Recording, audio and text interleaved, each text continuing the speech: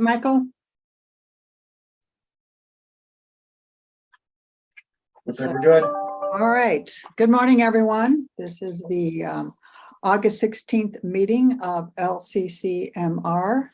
We have a full day today, and we have two add-ons at the end of the day that I'll have Becca discuss.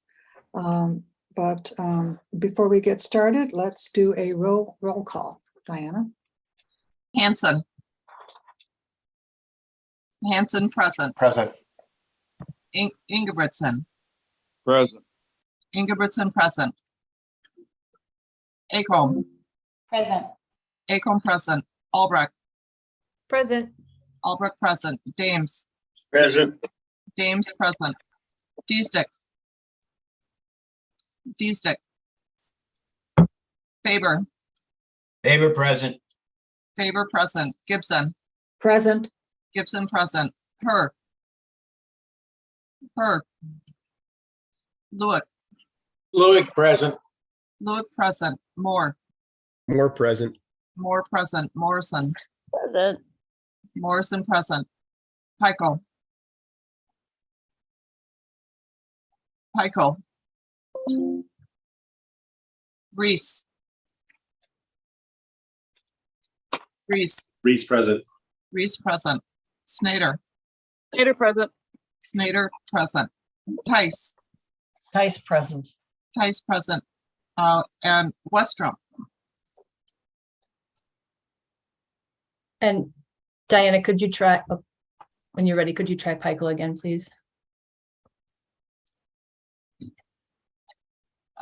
Yes, Peichel. Peichel. I did see him. He appears to Michael be is here. Peichel present. Thank you. Currently, there are 14 members present, 1 excused, 2 absent. Okay. Thank you very much. We need to approve the minutes from August 8th, 9th, and 10th. Is there So a moved. motion? So moved. Move to approve. Faber. Okay, which day? Oh, well, you The gave 8th, all 9th, 3 of and them there, you bugger. Well, we can do them either separately or all together. I'm doing them all together. 8th, 9th, and 10th. How about that? Okay, thank you. All those approved, say aye. Aye. Aye. Opposed? None. All right, so moved. Conflicts of interest for today's hearings. Are there any?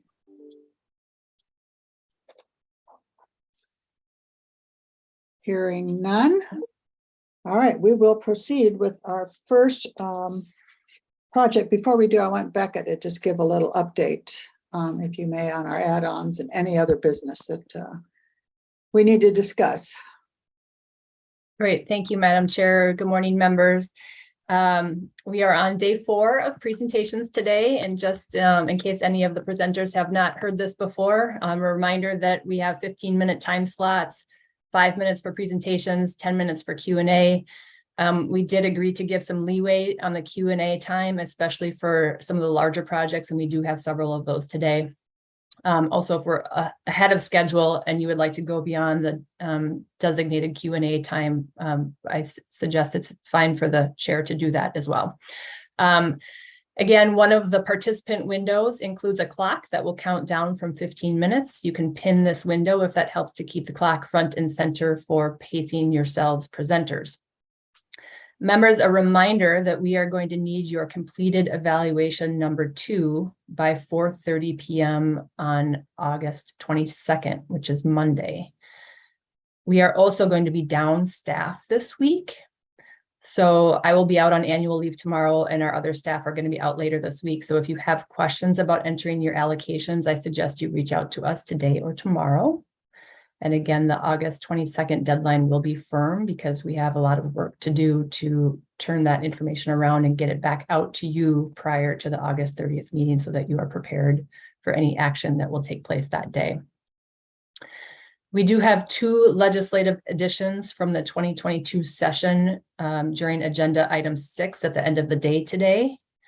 We'll be hearing presentations for those to prior to asking the commission to approve the work plans, and those work plans are posted on the meeting page of the website. We also have 2 people who have signed up for public testimony in support of one of those projects, and they have requested to testify not just during the agenda item, but right after the presentation. And our understanding is that is acceptable to the project presenters. And then there will be a capital project subcommittee meeting today, 15 minutes following the conclusion of LCCMR's meeting. And we anticipate that that might start 2:45 or 3 p.m. That's it from me, Madam Chair. Any questions for staff? Yes, Madam Chair. Yes, Commissioner Reese. Thank you, Madam Chair. Director Nash, just curious on August 30th, if what the current thinking is in terms of on in person and where that might occur and how long the meeting might be. You want me to answer? Go ahead, Becca. Madam Chair, members, good question. Thank you for asking that. So we have Capitol Room 120 reserved in anticipation of that being an in-person meeting for members. That was the strong preference, that it be in person. So we'll plan for that.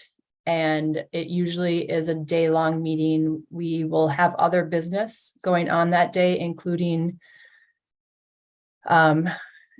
hopefully hearing the report from the subcommittee on capital projects, provided we get through that work today and tomorrow with the subcommittee.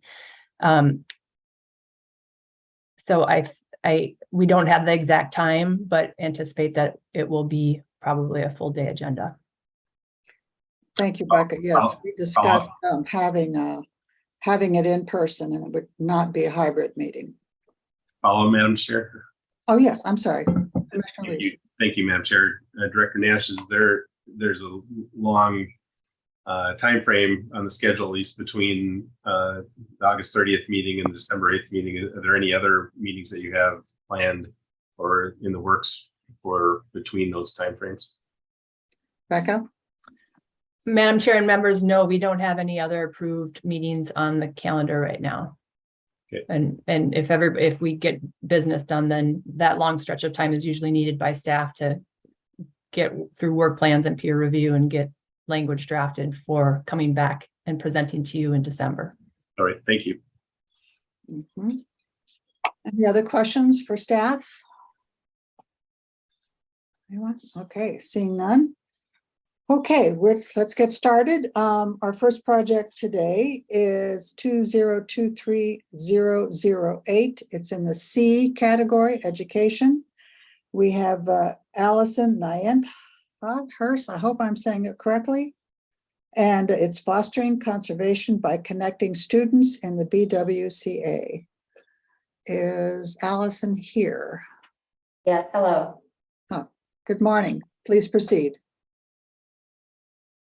My name is Allison Nineheis, and I am the Education Director for Friends of the Boundary Waters Wilderness, presenting on behalf of our education program, No Boundaries to the Boundary Waters, proposal number 2023-008, fostering conservation by connecting students to the BWCA.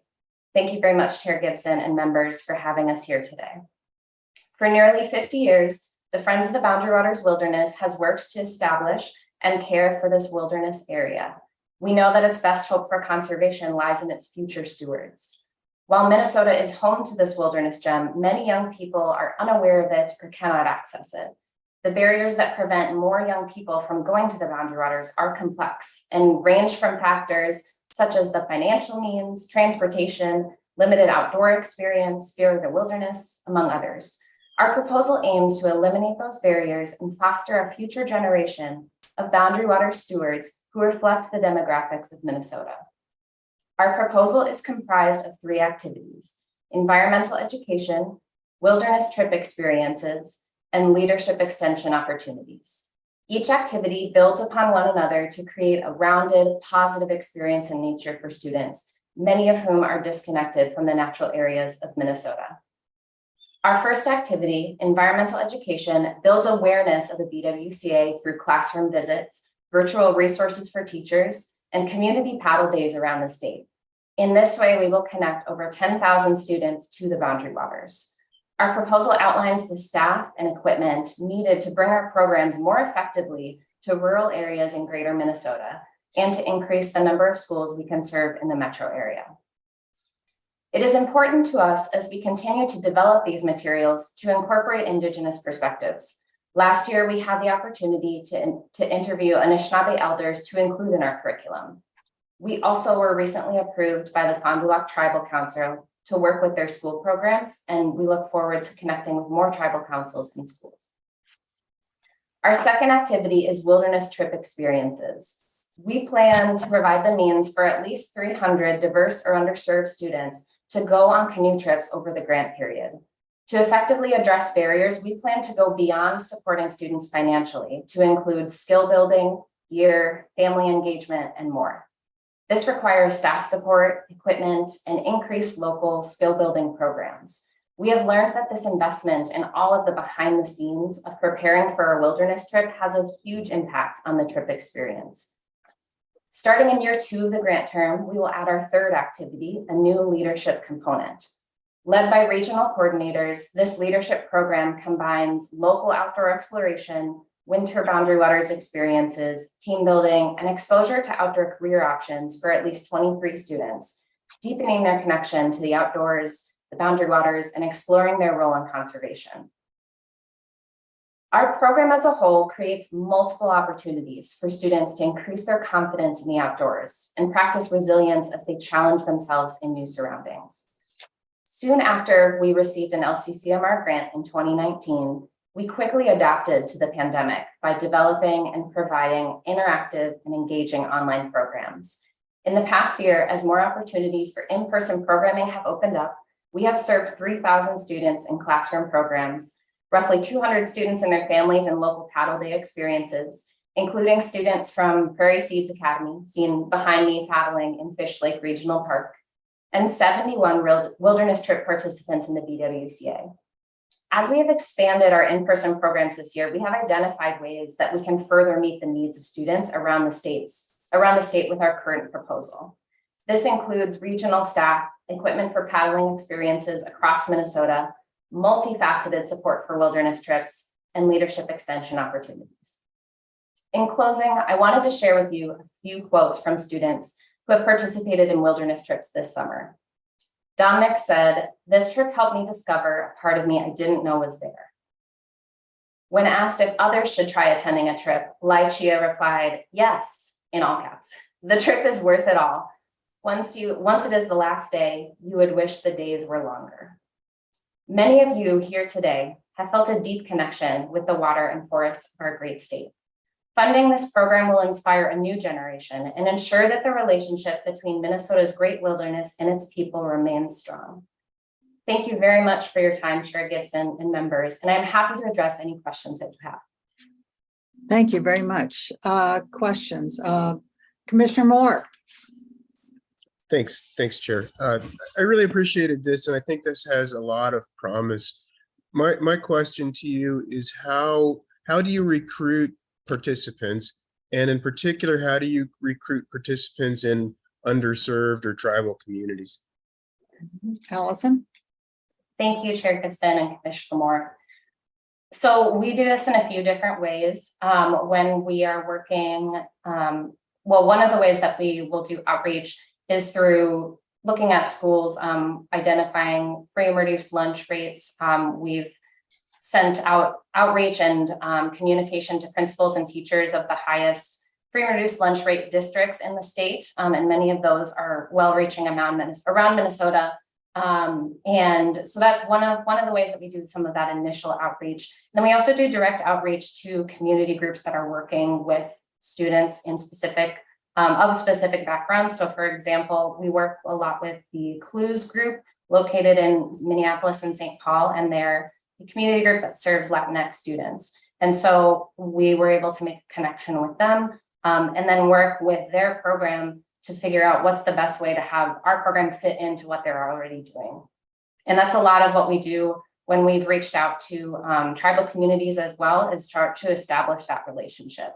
So with the work that we've done with the Fond du Lac Tribal Council so far, that was starting by making a connection with their natural resources staff, being able to attend a few meetings, have them get to know our program, and eventually presenting in front of their tribal council to make sure that this aligned with their goals for the youth in their programs. So we're really whenever we approach groups, especially groups that serve students, students that are underserved or diverse, we are making sure to identify the needs of their program and seeing how we can fit our program into what they're already doing to really supplement the work they're already doing in their communities. Thank you. Follow up? Yeah, just quickly, I think that sounds interesting and a decent approach. I'm curious, it sounds like you're mostly engaging with adults that engage with the children. Do you guys engage with the kids themselves to try to recruit those into your programming? Allison? Thank you very much for the question, Chair Gibson and Commissioner Moore. We will work directly with students, but we do try to approach it from an official kind of platform. So we'll work with teachers to recruit students or community groups to recruit students. We have found that this helps us be able to, we want to inspire trust and confidence in the program, and by connecting to established programs or adults that they know, we're able to help kind of ease that transition. This, a program like this where kids are going out into the wilderness, that can be a barrier, especially for parents maybe who haven't sent their students anywhere away from home before. So we want to make sure that we are connecting with those trusted adults and with those trusted programs. Great, thank you and good luck. All right, Senator Dames. Well, thank you, Madam Chair, and Allison, if you could tell me the equipment that you're purchasing, what will happen to that equipment when this project is completed? Thank you. Ms. Nienhuis? Thank you, Chair Gibson and Senator Daines.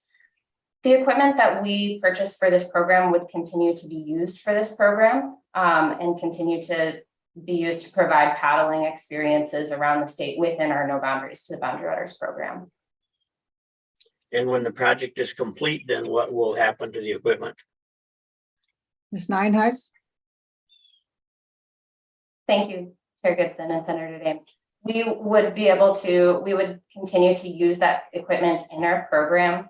And as we plan on continuing to find other sources of funding for this program so that it is a long-lasting program beyond the 3 years of this grant period. Thank you. Senator Herr?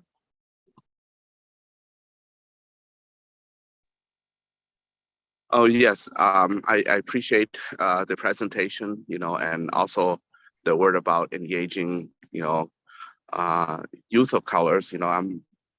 I'm a frequent boundary water explorer, so I really value the experience, and I want the same for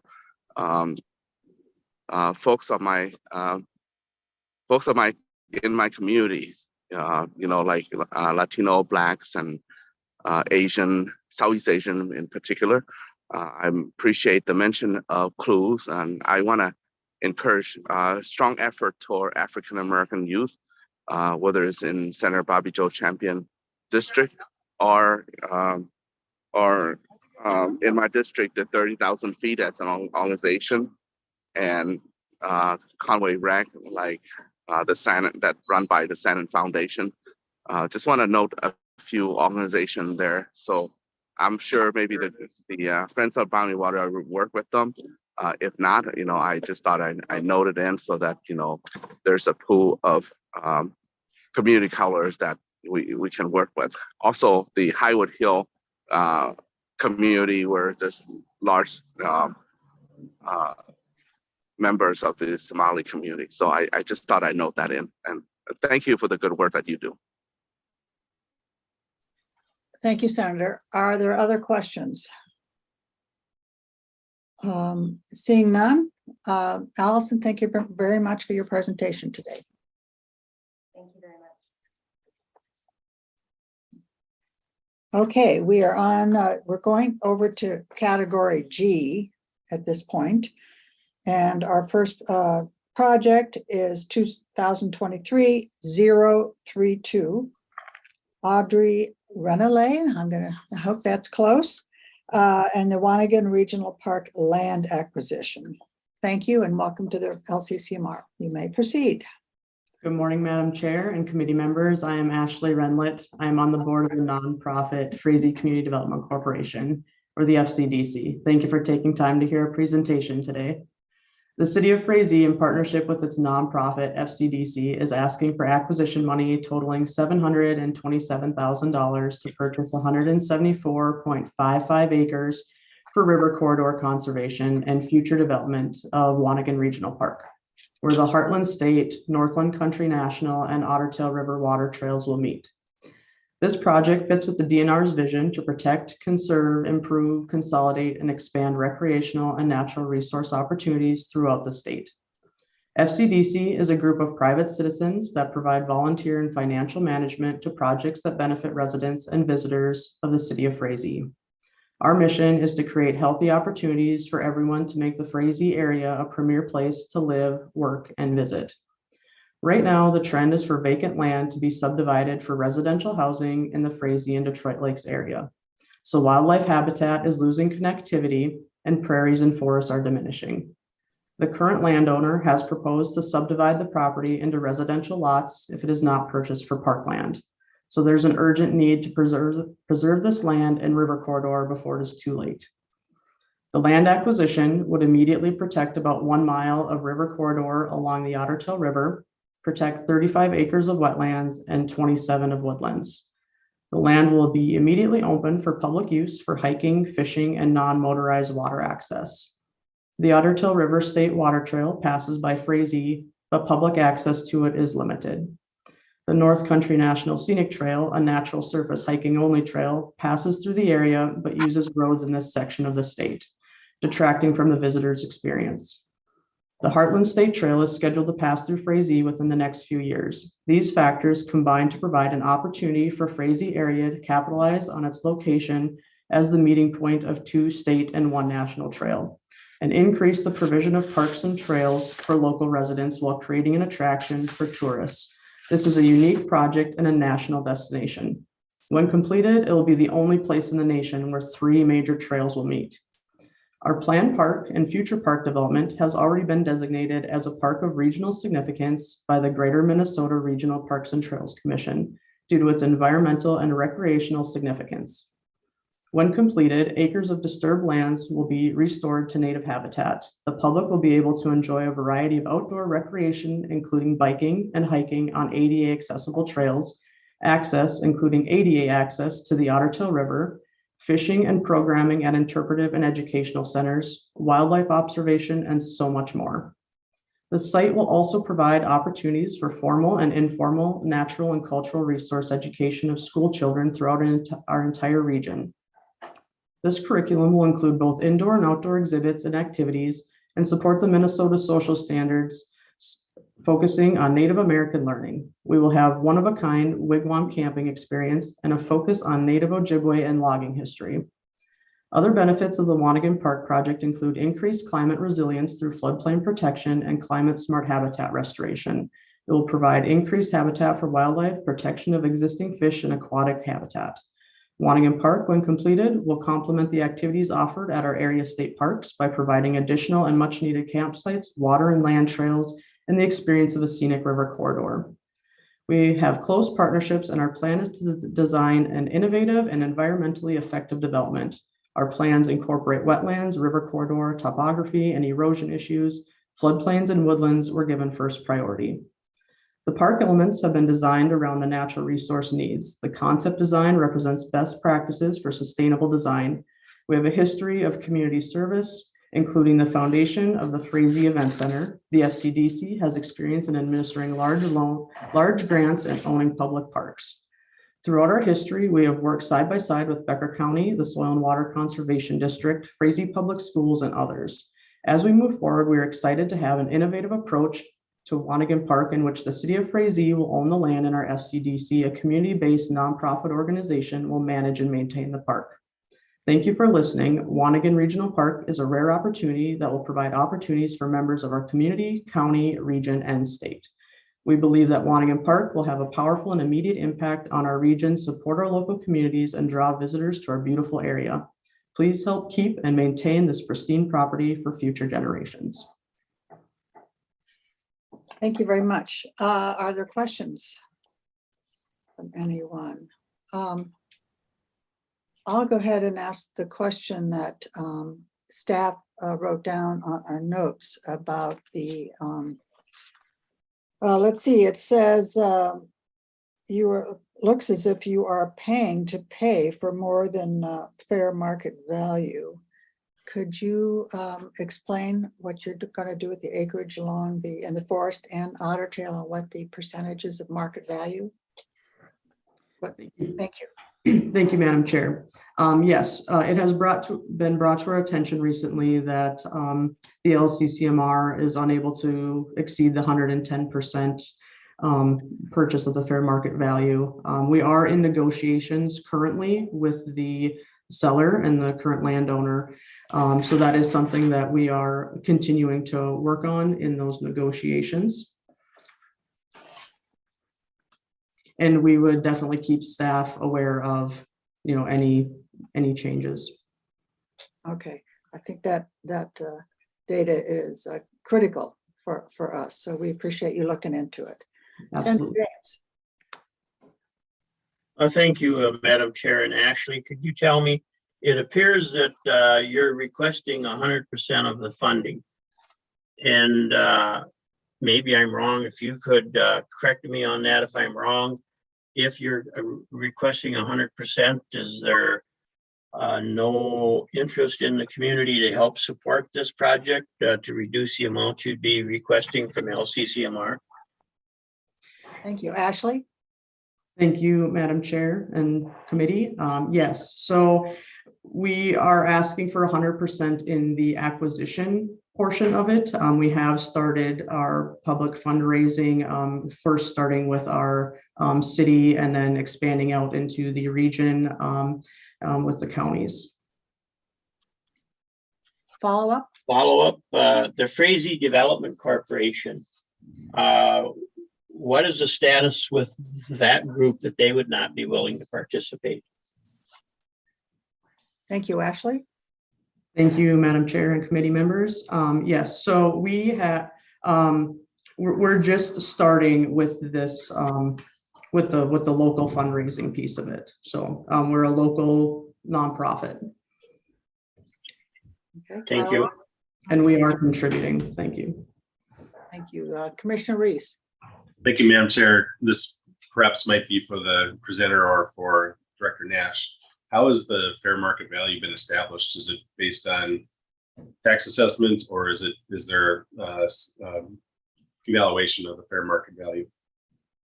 Ms. Nash, you want to start with that answer?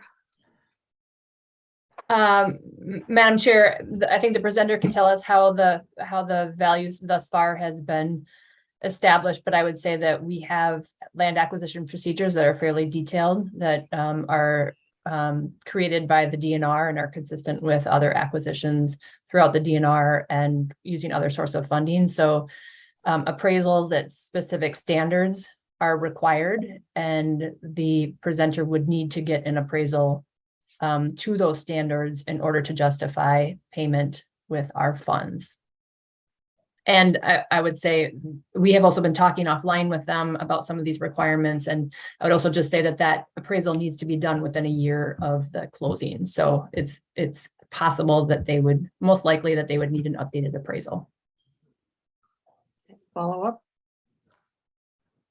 Okay. Yes, please. Thank you. Oh, I'm sorry. Go ahead.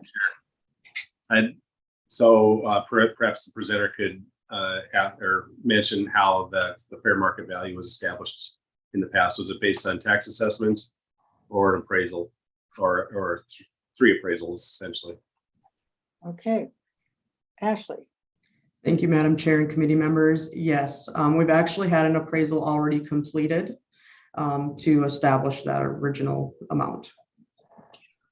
And it was DNR approved through a DNR appraiser. And is this where the question has come up regarding that you're requesting, the owner is requesting more than what that appraisal came out to be? Ashley? Madam Chair, Committee, yes, that is correct. Okay, thank you. Commissioner Albrecht? Thank you, Madam Chair, and thank you for your presentation. Congratulations on being designated regional park by Greater Minnesota Regional Parks and Trails Commission. First step in your ability to access those sales tax dollars for park development. So congratulations on that. I do see in your budget that you have listed cash private donations as 95,000. So you do have some ability, almost $100,000 already to help pay down the fair market value. Would that be correct? Ashley? Madam Chair and members, yes, that is correct. We have already started our capital campaign, and we have raised at this point roughly 150,000. Thank you. That's all. Commissioner Peichel? Thank you, Madam Chair. I also appreciate this project presentation, and it seems like you have a lot of deep partnerships, and that's fantastic to really connect with a lot of outside groups. I want to confirm that stewardship for preparation of this land, once acquired, would all be funded internally after the acquisition is complete. Thanks. Thank you. Ashley, any comment? Thank you, Madam Chair. Yes, that is correct. Okay. Commissioner Reese? Thank you, Madam Chair. I just wanted to bring up a question based on Commissioner Albrecht's comments.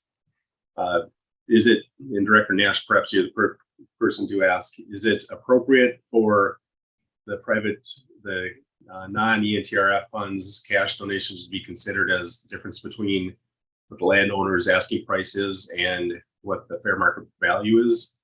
Because that's where the 95,000 comes from in my reading. Is that consistent with what LCCMR has done in the past? Would we allow that? All right, Ms. Nash?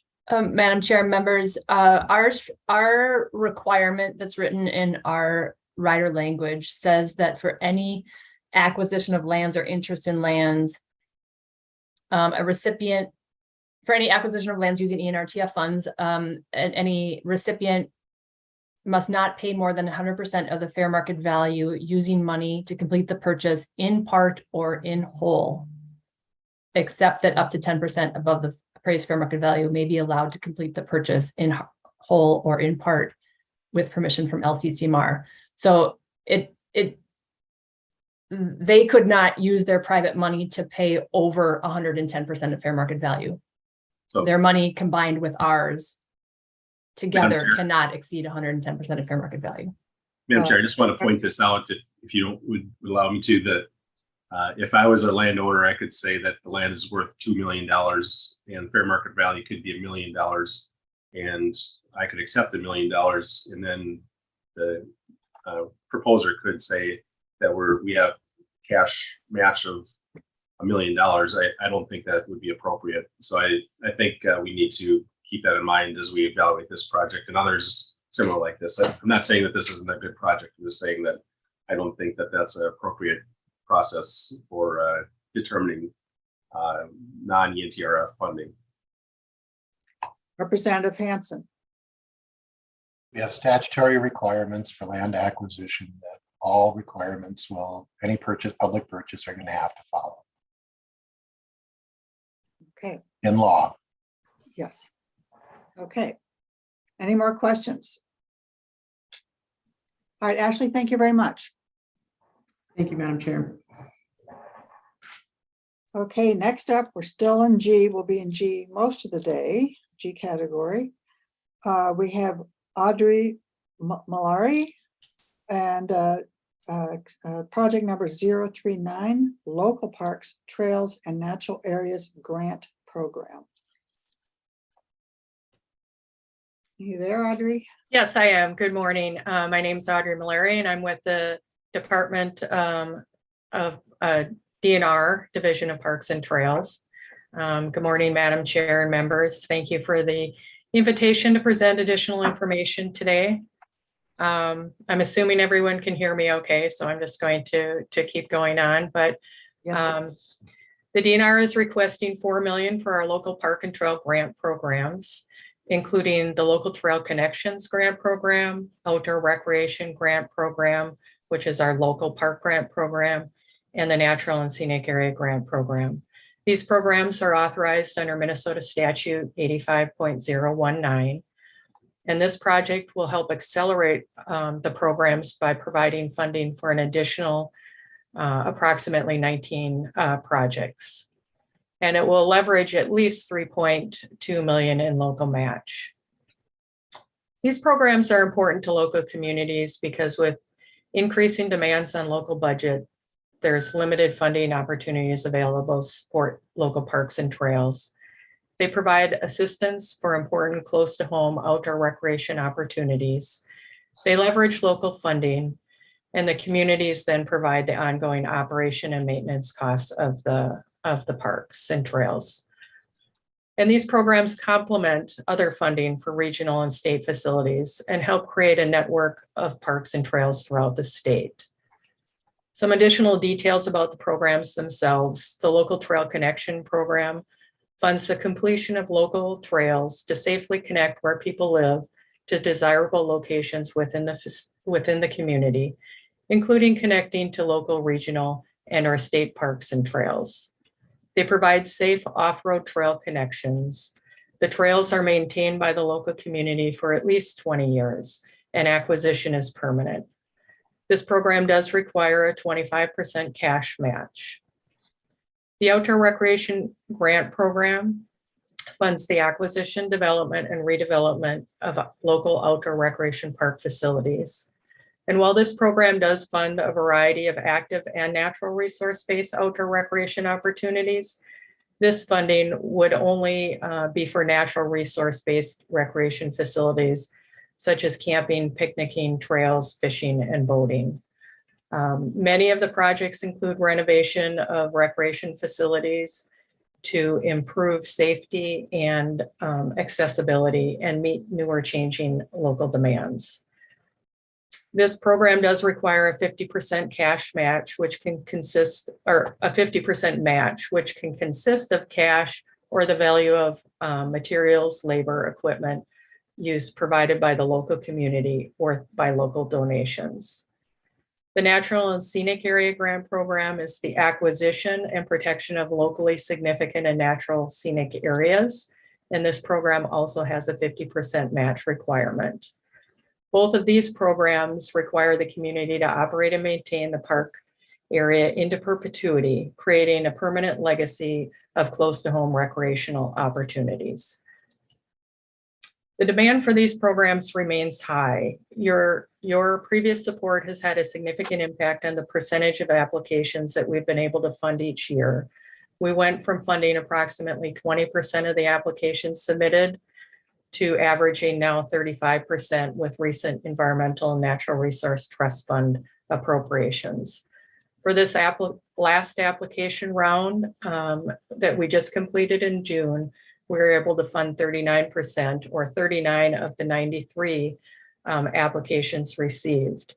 And of those 93 projects recommended for funding, your FY23 apportionment of $3.56 million last round helped fund 18 of these projects, including 8 local trail connection projects and 10 natural resource-based local projects. And these projects are beginning to start construction later this year and are leveraging over $5 million in local match, just with the 18 projects funded. We do expect the demand for these grants to increase as nearby communities hear about the successful projects in neighboring communities that have received funding through these programs. And these programs further the department's strategic and conservation agenda by connecting citizens to the outdoors through park and trail facilities. They are our frontline efforts to partner with local communities in providing access to outdoor recreation opportunities. And I know one of the best parts of my job is to go out when the projects are complete, meet with them on site, so that they can show me their project. And I always hear how grateful they are for the funding assistance and how in many cases the project would not have been able to complete it without the grant funds. Thank you very much. And at this time, I can answer any questions that you have. Are there questions from the commission? Oh, there, I see one. All right. All right, Representative Hanson, I think you were first. Thank you, Madam Chair. And my question is, with the removal of the acquisition projects from last year's bill, what impact did that have on your work activities? And then, I just think we need to make sure we do have the acquisition in this year's bill. And if you could maybe highlight how much there is of the proposal for acquisition. Ms. Malari? Thank you, Madam Chair, members. The removal of the acquisition with the last round did not have an impact in the last round of applications, because we were able to fund the acquisition projects with older funding and or other funding alternatives.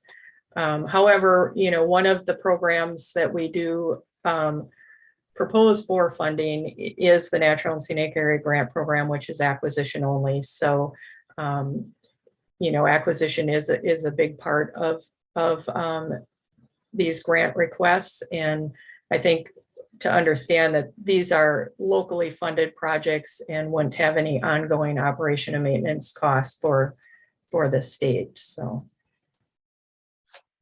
Follow up? Thank you. Okay, Commissioner Albrecht. Thank you, Madam Chair. Thank you for your presentation, Ms. Malari. I know that local communities, especially small communities, really rely on this program to provide funding for their parks. May I ask, what is the maximum grant amount that a community can request for any one of those three areas of this grant from you, this re-grant? Ms. Malari?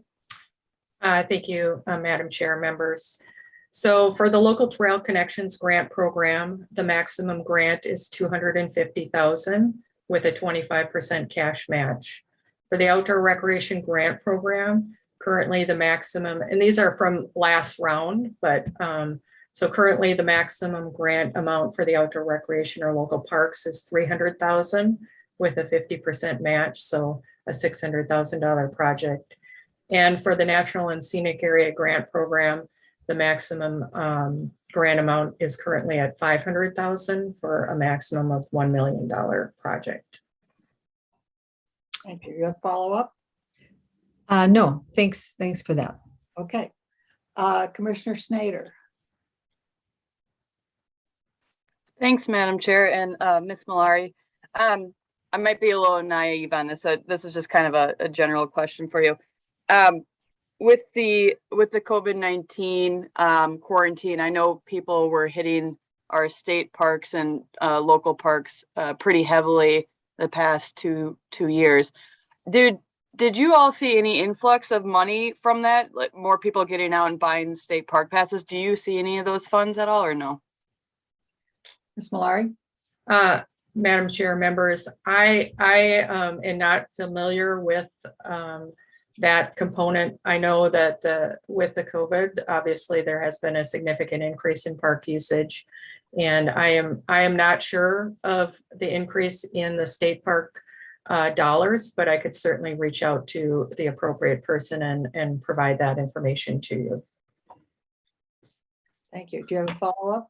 Yeah, so you guys, you don't receive any funding from the state parks at all? That's a separate from you?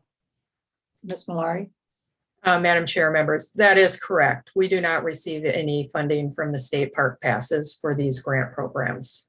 Gotcha. Thanks for the clarification. Thank you. Commissioner Reese? Thank you, Madam Chair. Ms. Malari, I think the comment you made about moving money around always concerns me, whoever says it, and I realize you had no ill intent with that, but I was just wondering, can you remind me how you typically handle your statement of work or your work plan? Do you identify each parcel within that work plan?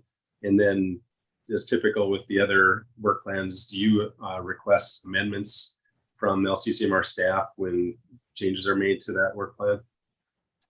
Ms. Malari? Thank you, Madam Chair, members. And let me clarify that response.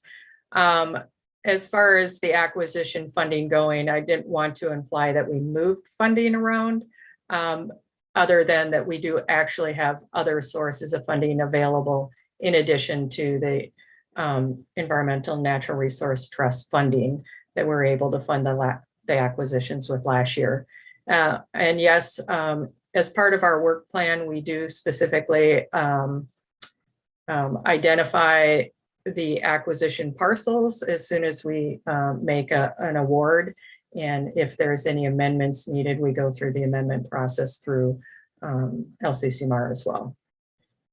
Thank you. Oh, okay. All right, Commissioner Albrecht. Thank you, Madam Chair. I see two questions. One is for Ms. Malari.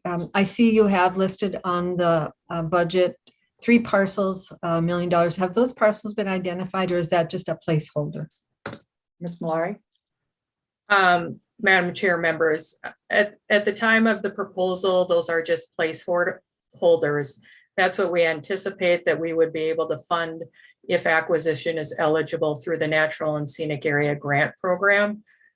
So at the time, we would go through our application cycle, receive applications, prioritize them, and make grant awards. And then at that time, we would put those specific parcels into our work plan. You have a follow-up? Yes, thanks. And this is for staff. I'm sorry if I'm catching staff flat-footed on this, but to Representative Hansen's question about legislation that was passed regarding acquisition, is it correct to say that that legislation stated that acquisition cannot be done by eminent domain, but must be by a willing seller? Or is there additional requirements? Ms. Nash? Madam Chair and members, that is correct. During last year's session, a statute was added to 116P that specifies that lands can only be acquired from willing sellers, that eminent domain cannot be used unless at the request of the seller. So, Madam Chair. Yes. So acquisitions aren't outright denied or left out of our funding. It's just that they have to be from willing sellers. Oh, is that correct? Madam Chair, members, 2 things happened during the legislative session. One was that statute regarding eminent domain, and then also land acquisition funding was removed from the bill. So projects that had requested funding for acquisition either got their amounts reduced to exclude acquisition or were deleted from the final bill. And Madam Chair, that was for last year's bill, not necessarily requirements for going forward. Ms. Nash? Madam Chair, that is correct. It was just for last year's bill. And then I just want to state, I think that this project may not have been subject to that reduction because this was local grants. But I see that one of the chairs has perhaps made himself available for questions on this. And who might that be? Is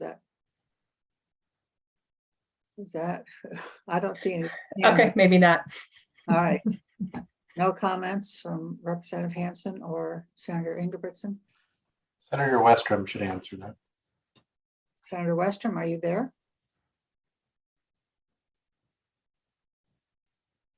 Diana, is he on? Oh. Diana, is Senator Westrom on the call? Yes, he is. He appears to be on the list, so he should be here. All right, Senator Western, did you hear the question? Are you there? Maybe I misspoke, Madam Chair. All right. Representative Hanson, you have anything to add? The House passed provisions that included acquisition in the negotiations.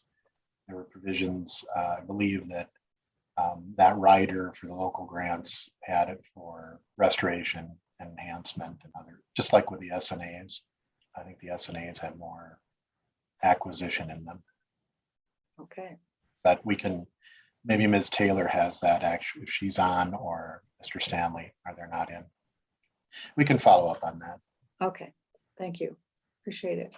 Okay, any more questions? All right, thank you very much, Ms. Malari. Thank you. Okay, on to the next project. It is number 064. Judy Schulte with Native Prairie Outreach and Stewardship through Native Prairie. You there, Judy? I am here. Thank you and welcome to the commission. Thank you, Chair Gibson. Good morning, all. My name is Judy Schulte, and I am the prairie biologist with the Minnesota DNR Division of Ecological and Water Resources, based out of Redwood Falls. As mentioned, I'm here to discuss Proposal 64, Native Prairie Outreach and Stewardship through Native Prairie Bank. As you all know, Native Prairie is a fragile, unique ecosystem that consists of thousands of different organisms, plants, animals, bacteria, and soil fungi that work through complex interactions to provide the essentials required by many of Minnesota's rare, threatened, and endangered species. Though we try to mimic what time has done to create these prairies, it's hard to add 100 years of complex interactions to our restorations, no matter how well executed. So we see a lot of rare species that only remain on these high quality, never plowed prairies. Since less than 1.4% of these remnant prairies remains, it's essential to keep these prairies protected and as high functioning and diverse as possible. And that's what this proposal aims to do. Since inception in 1987, Native Prairie Bank has been Minnesota's leading conservation easement for the protection of high quality remnant prairie. Though we are small in quantity compared to other programs, we are mighty in quality. Prairies like the ones behind me today are what we aim to protect. And as many of you have seen in our past tours, we're protecting hidden treasures kind of throughout the state of Minnesota, supporting a massive collection of plant and animal species per acre. I always tell people that finding new Native Prairie Bank sites is not searching for a needle in a haystack, it's searching for a pinhead in a haystack. Due to this, you will notice that I did not include acquisition of new easements in this year's proposal. We still have funding in hand from previous appropriations that we plan to utilize, so rest assured we will still be out promoting private land prairie protection, even though it was not included in this particular proposal. We will, however, continue to work with our Native Prairie Bank landowners on prairie enhancement activities. Managing native prairies of this diversity is getting more complicated, more demanding, and more expensive every day. Invasive species challenges are on the rise, and the pollinators, plants, and animals are more in peril than ever. This proposal aims to implement another 380 plus acres of enhancement activities, such as prescribed burning or other alternative disturbances like grazing or haying, woody removal, and invasive species control on permanently protected native prairie banks through a teamwork approach with the landowners. This also includes ecological monitoring aimed at answering the questions our on-the-ground managers and landowners are asking every day. Though we have close work partnerships with the landowners enrolled in Native Prairie Bank, our outreach and technical assistance support extends well beyond the easement boundaries to all Minnesota citizens trying to manage and protect prairie, whether it's remnant or restored. We offer a variety of outreach assistance, such as prairie stewardship planning, one-on-one technical assistance, workshops and field days, various online and hard copy resources.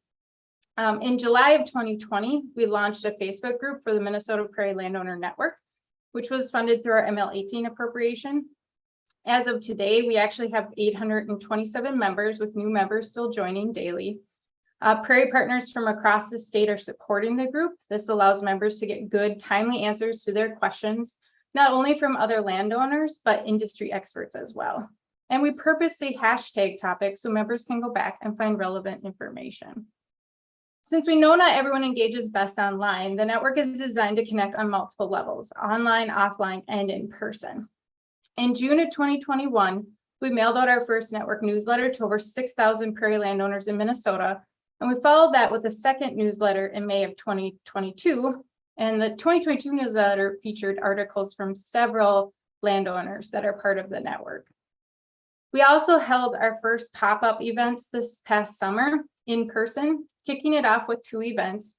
These events were informal walks on the prairie with time given to landowners and practitioners to discuss all things prairie.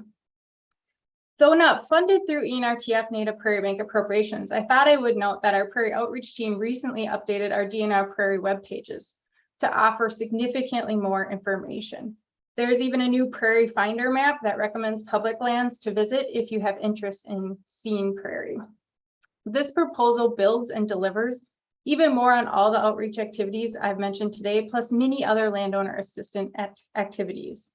So with that, I will thank you for your time and take any questions that you have. Thank you very much.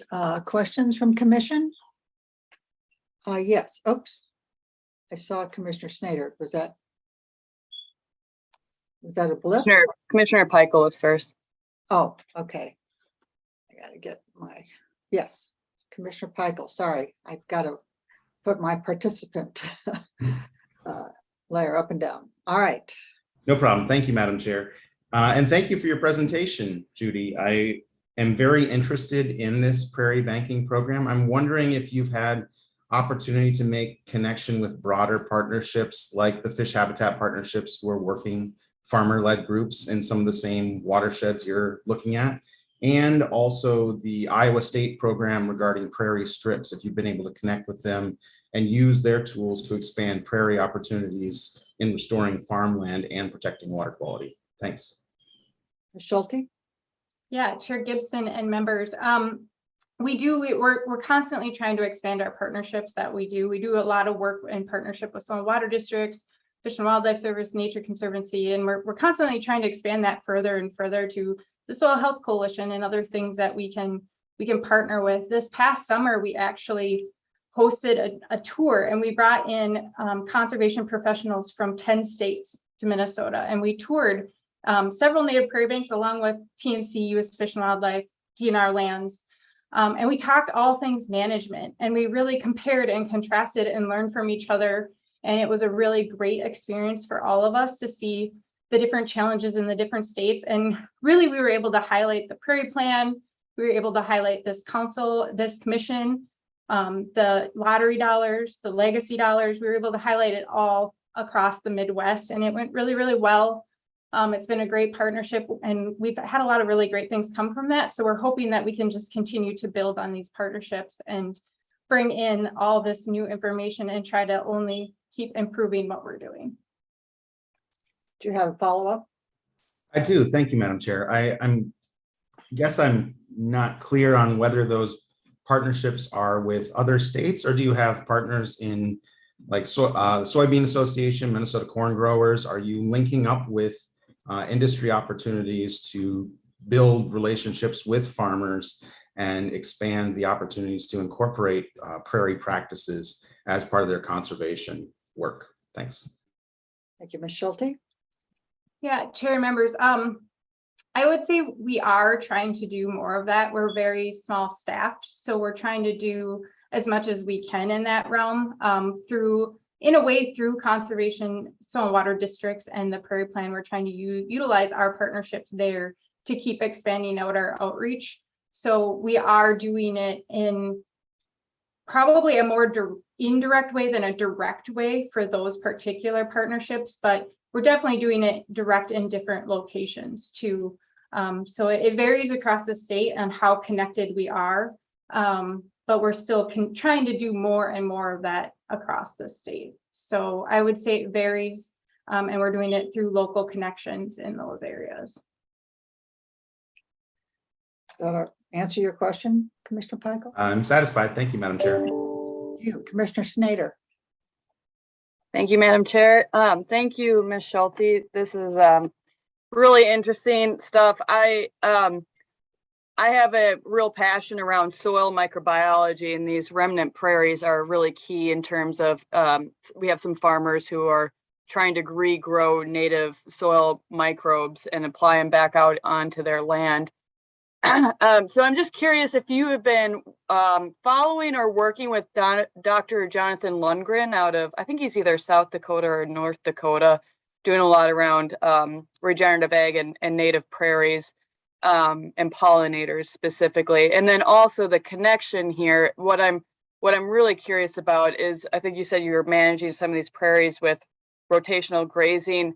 I know a lot of the dewormers can be really devastating on fungi in the soil and dung beetles, that sort of thing. So could you talk a little bit more about like how you think about those sort of pieces? Ms. Schulte? Yes, Chair and members. So kind of a twofold question. As far as working with that particular professor, I don't have direct, I haven't directly been working with him, but we do talk and do our own work with soil fungi and microbes ourselves. We look at it a lot when it comes to prairie restoration work, and there's work kind of taking place all over. I think it's something that right now is, you know, they're learning more and more the importance of that, right, in our restorations and what we're using. So it'd be great. I'd love to make connections more with him.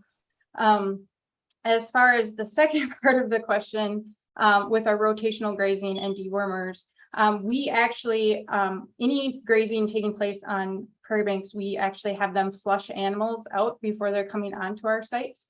So if they do treat them, we have them stay in a secluded area. We might have an area that we say is our designated zone that you can do that in. It's like our like a really low quality, not native prairie area that you can do that, flush them out, leave them there before you release them out onto the rest of the prairie. So we work in flushing of the animals into all of our grazing plans. Commissioner Snyder, a follow-up? That's great to hear. Thank you very much. Thank you. Representative Hansen. Thank you, Madam Chair. I think the remnant prairie part of this is really important because it is so rare, and with commodity prices very high, there's quite a temptation to convert this property. And things that prevented it from being converted before, like boulders or topography, with the equipment there is today, it can be flattened in an instant and planted to corn. So my question is, there about 50% of the property in the state that is in agricultural areas is rented out. And are you reaching out to the landowners versus the renters to try to protect these rare spots? Thank you. Ms. Schulte? Madam Chair, members. So yeah, I would say generally speaking, we are reaching out to the owners, but we're also reaching out to those renters too. I would say we're generally speaking trying to reach out to both, because ultimately if they do move forward with an easement, that renters who we're going to be working with one-on-one, helping to manage moving forward. So for us, it's really important upfront that we have both parties involved and on board with the project. But yeah, normally it's the landowners we reach out to first. Follow up? Any more questions? I just had a quick one. Where do you get your seeds? It's hard to find some really good seeds. I'm trying to do this in my backyard. Yeah, so it kind of varies. So if we're doing a restoration on a native prairie bank, we really try to get seed very locally sourced. So historically, our program has had like a 25-30 mile radius, you know, and we're starting to look at that more with climate change and things about how we want to do that moving forward. But so for us, a lot of our seed harvest is happening ourselves. We're doing it on our other prairie bank sites. The other landowners are chipping in, letting us harvest if they own the seed harvest rights for their neighbor or whoever it is. And we're doing a lot of the harvest ourselves. For others in the state that we're working with on restoration, the DNR does maintain a vendor list, and we can't cherry pick vendors. We're not allowed to do that. So we give them a list of all the vendors. and try to help them, decide on what seeds and things that they should be looking at for their property. And then the other thing is through the Prairie Plan, the Nature Conservancy and DNR and Fish and Wildlife Service have started seed coalitions, which have been phenomenal for all the partners coming together and really utilizing the joint equipment and tools and staffing to get the harvest done that we need as agencies. And so that's been a part of several local technical teams as part of the Prairie Plan. And that's been a really great partnership. So is that list of vendors available to the public? Yes, it is on the DNR website. Good, that's what I want to hear. Thank you. Any more questions?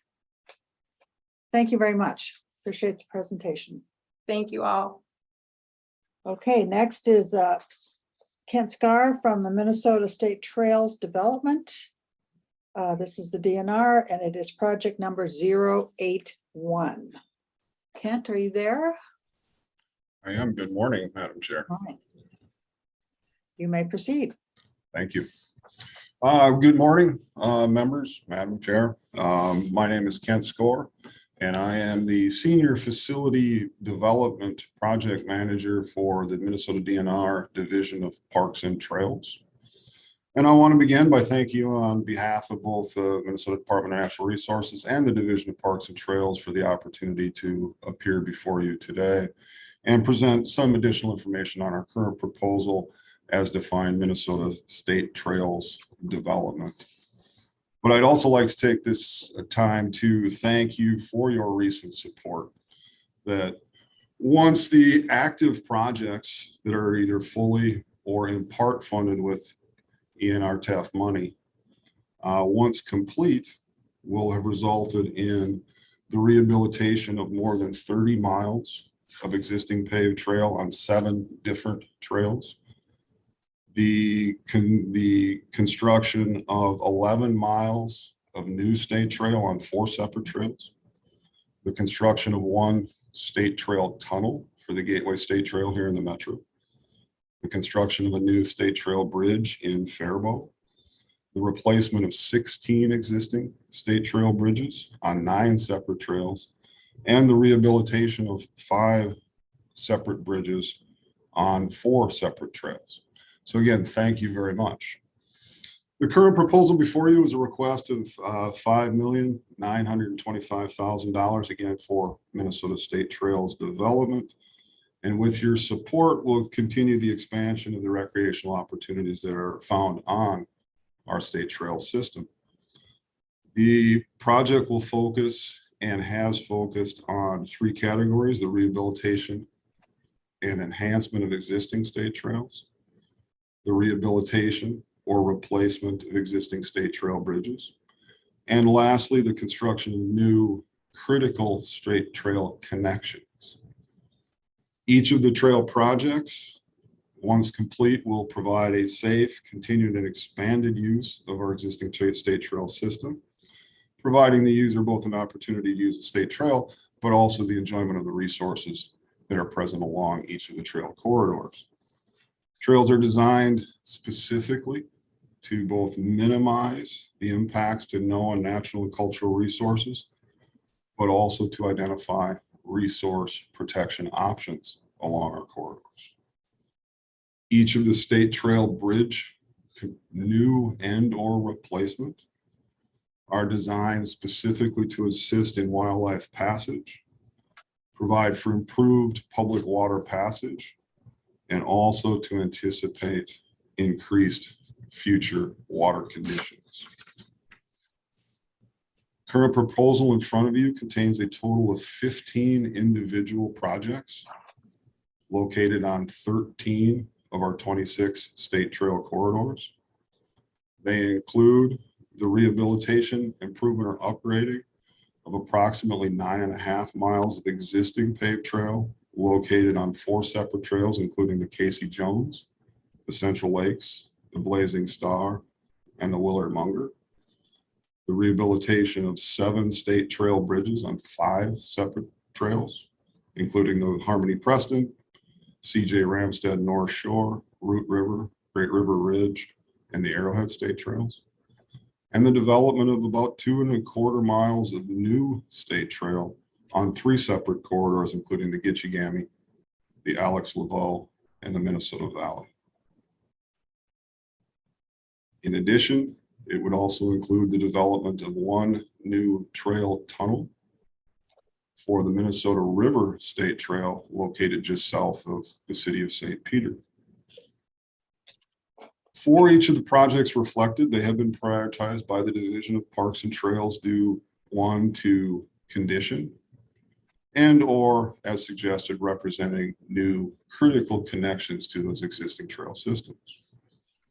The trail renewal projects will address the oldest and most deteriorated of those paved trail surfaces with the intent to, 1, improve user experience and overall safety. Prioritization for those projects is based on staff assessment, admittedly user comment, and to a certain extent on trail partner evaluations in each of those corridors. Improvements will consist primarily of replacement of the deteriorated bituminous surface, replacement of small and large culverts, and admittedly ADA improvements, primarily focused on public road intersections. State trail bridge projects are prioritized based primarily on condition, but also on the safety for the user and our own maintenance staff. Each of the bridges within our system, and there are just shy of 300 on the state trails, they are subject to a scheduled maintenance or inspection program. Those inspections define a condition rating extending from failed to excellent. The 7 bridges that are reflected in the current program are condition rating of poor to satisfactory, placing them about right in the middle of that overall index. The new trail development projects are prioritized in part on user safety, in part on representing critical connections, and lastly on opportunities where partner-led projects would create an opportunity for us. At this point, there are 4 projects reflected that are considered new development. 1 on the Gitchigami that would connect the city of Two Harbors to the heavily used Flood Bay wayside rest just north of the community. That one has an existing federal grant. The second, Alex Laveau Renshaw segment, there we acquired a railroad grade years ago, but there was a refinery that severed the corridor. That corridor is available to us now with slightly revised, so it would connect the existing trail itself. Minnesota Valley in Carver, an opportunity to partner with Scott County and their development of a regional trail system for an improvement to about a 3/4 mile segment of the Minnesota Valley State Trail. And lastly, the Minnesota River State Trail and a tunnel under Trunk Highway 22, again, just south of St. Peter in cooperation with the Department of Transportation, who is reconstructing Highway 22 between St. Peter and Mankato. The one distinction that I will make from our past proposals is that although there are 15 separate projects listed, only 9 of those are actually proposed to be carried through to construction. The remaining 6 are proposed for engineering, design, and permitting only, with the intent that once that design phase is complete, prioritization for funding and construction would follow. That change is really specific to 2 or 3 specific issues that have arisen. One is admittedly a challenge of taking some of these projects from 0 to complete in the 2 or 3 year funding cycle that is available. In addition, over the last several years and really culminating, and we may see a slight lessening over the next several months, at least it's hope, is procurement of some of the materials that we use. Steel recreational trail bridges as an example, timber decking from trail bridges, and admittedly the large culverts. Procurement of those materials has gone from a few months to up to a year in some cases. So the time frame for construction has extended dramatically over the last year or two. And lastly, admittedly, is contractor availability, which typically leads itself to increased cost. But in this case, and that is certainly true, but we have also experienced circumstances recently where we simply received no bids. And so having to start over, redo that again, reconsider what's being done, certainly takes time as well. So with that, I want to thank you again for the opportunity, and I'm certainly here to answer any questions. Okay. Are there questions from the commission? I'm not seeing any right now. I had a question. Have you done any experimentation with pervious versus impervious surfaces when you're doing these trails? Madam Chair, members, the Division of Parks and Trails has done some, and I would say test as much as experimentation, admittedly on small parking lots. The challenge with pervious pavement is that it actually does take maintenance to keep it pervious. And so as a result, it hasn't been a strong solution for us in any of the facilities we've looked at yet, in part because of the nature of the maintenance. Essentially, you have to vacuum out pervious pavement, the types we've tried in the past to keep it pervious. So for state trails, we have not yet. Okay, just curious. Thank you. Are there other questions from commission members? Seeing none, I want to thank you, Mr. Score. Appreciate it. Thank you very much. Okay, bye-bye. All right. Next we have Nate Keller from East Park. That is project number 091 from the city of St. Joseph. Nate, are you here? There you are. Good, thank you. Yes. Welcome to the commission. Yes. Begin. Good morning, Madam Chair Gibson and commission members. My name is Nate Keller, and I'm the Community Development Director with the City of St. Joseph. The city thanks you for your time and appreciates the opportunity to present our project to you this morning. Our project is titled East Park. East Park is a parcel of land on the very southern end of our community, adjacent to the Sauk River, which is a major tributary of the Mississippi River. The park's approximately 98 acres in size and the largest parkland in the city. Right now, our park consists of a small dirt access and small turnaround area. Not much of a park, given current conditions create unsafe access, and the dirt area creates high erosion rates into the Sauk River.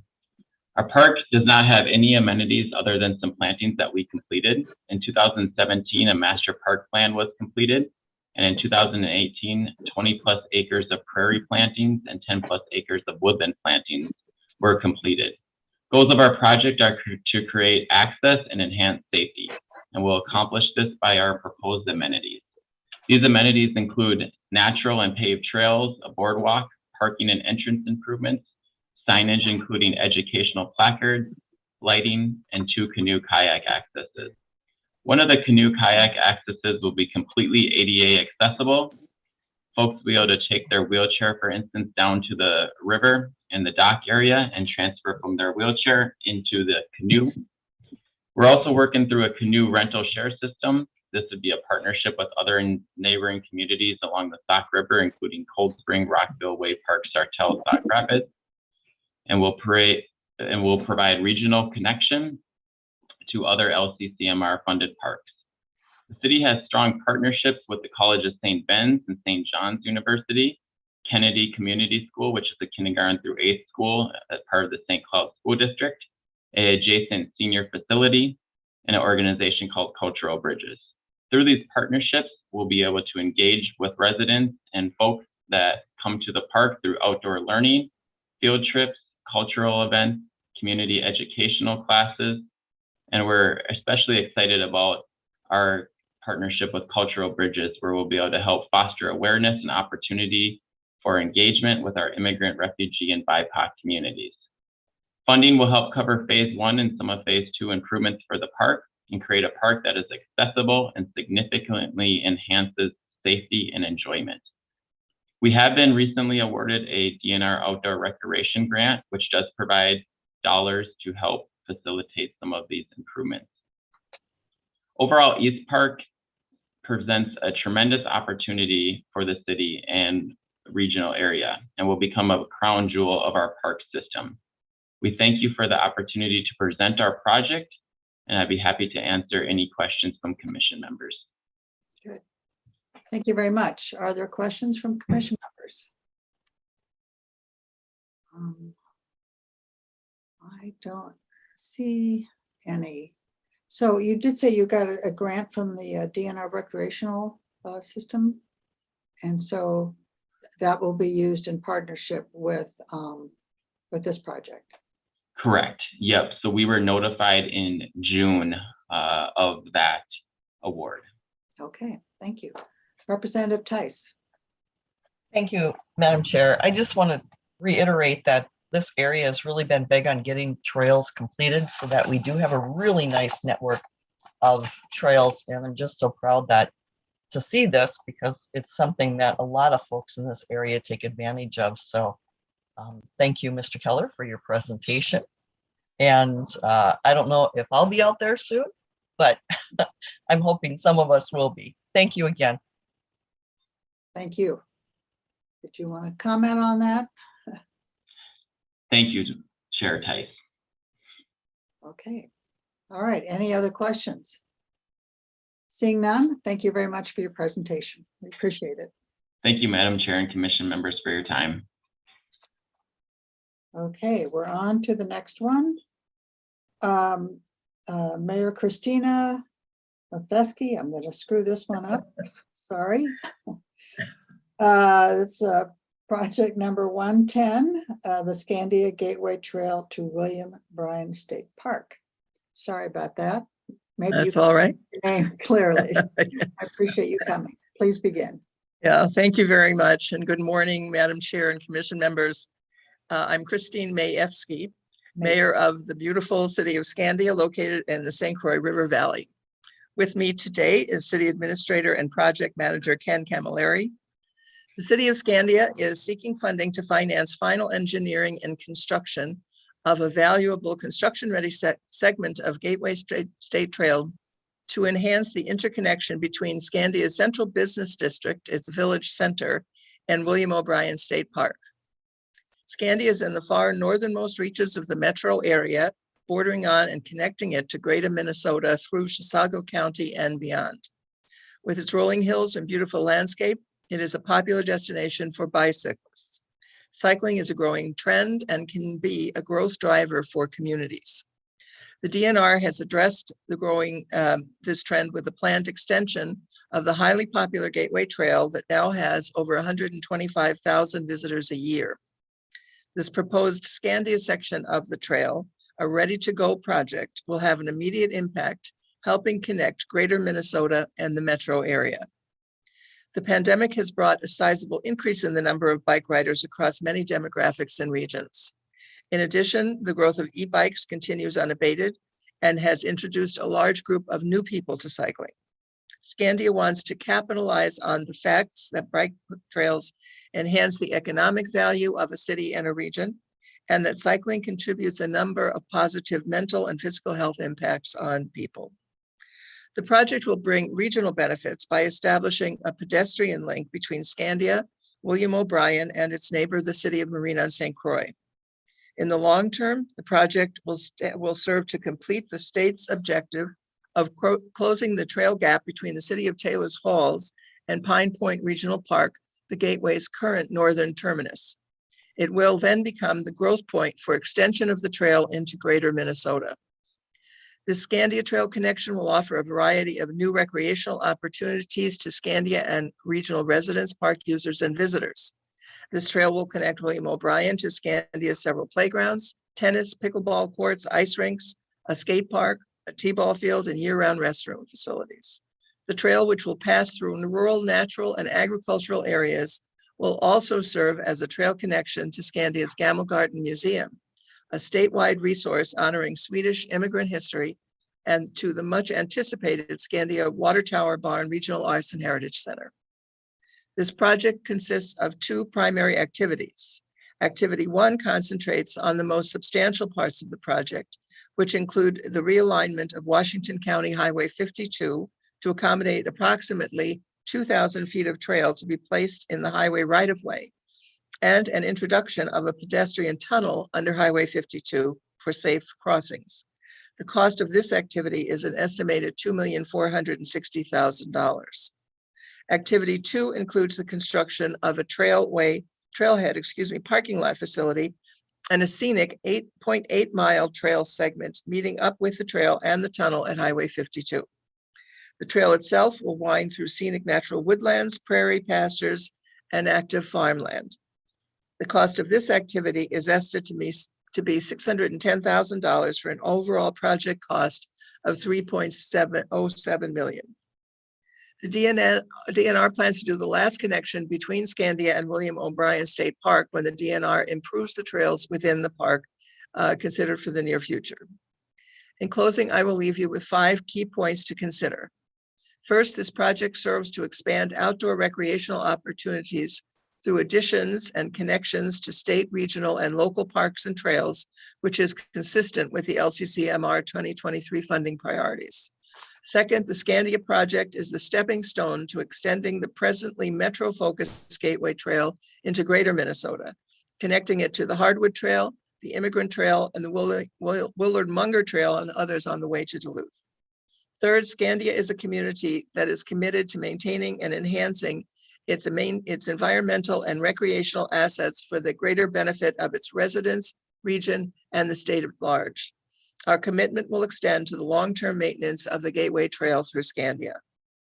Fourth, this project is and will be a collaboration between the Minnesota DNR, Washington County, and the city of Scandia to showcase Scandia's rural natural and agricultural charm and for the enhancement of regional connections. Finally, the project is construction ready, meaning all of the easements necessary to complete this project have been acquired by the DNR, and the city and Washington County have completed preliminary engineering. Funding this trail's completion is the only remaining hurdle to this long anticipated and worthwhile project. We thank you for your time and consideration and invite your questions. Thank you. Are there questions for the commissioners? I'm not seeing any. Hello. I see a new face there. Yes, this is Ken Camilleri, our city administrator. Thank you. So could you explain this realignment? You said on Highway 52, we're not in the highway construction business, are we? No, You Madam have Chair. to, thank you. Would you please identify yourself for the record? Yes, my name is Ken Camilleri. I am the city administrator of City of Scandia and also the project manager for this proposal. The reason why the necessity for realigning the highway is simply because that is the area we have identified for the placement of this trail. We don't have any additional easement to fit in this area due to the location of wetlands and other natural resources that we're looking to try to preserve rather than have adverse impact on. Okay. Thank you. Did you have anything to add? No, but thank you to you, Madam Chair and Commission, and we appreciate your time. Okay. Let's see, did I see a hand? Senator Yes. Herr, is that? Her. Yes, thank you, Senator Herr, thank you. Yes, Madam Chair, I want to speak in support of this. I don't have a question, but I just want to make a comment and speak in support of it.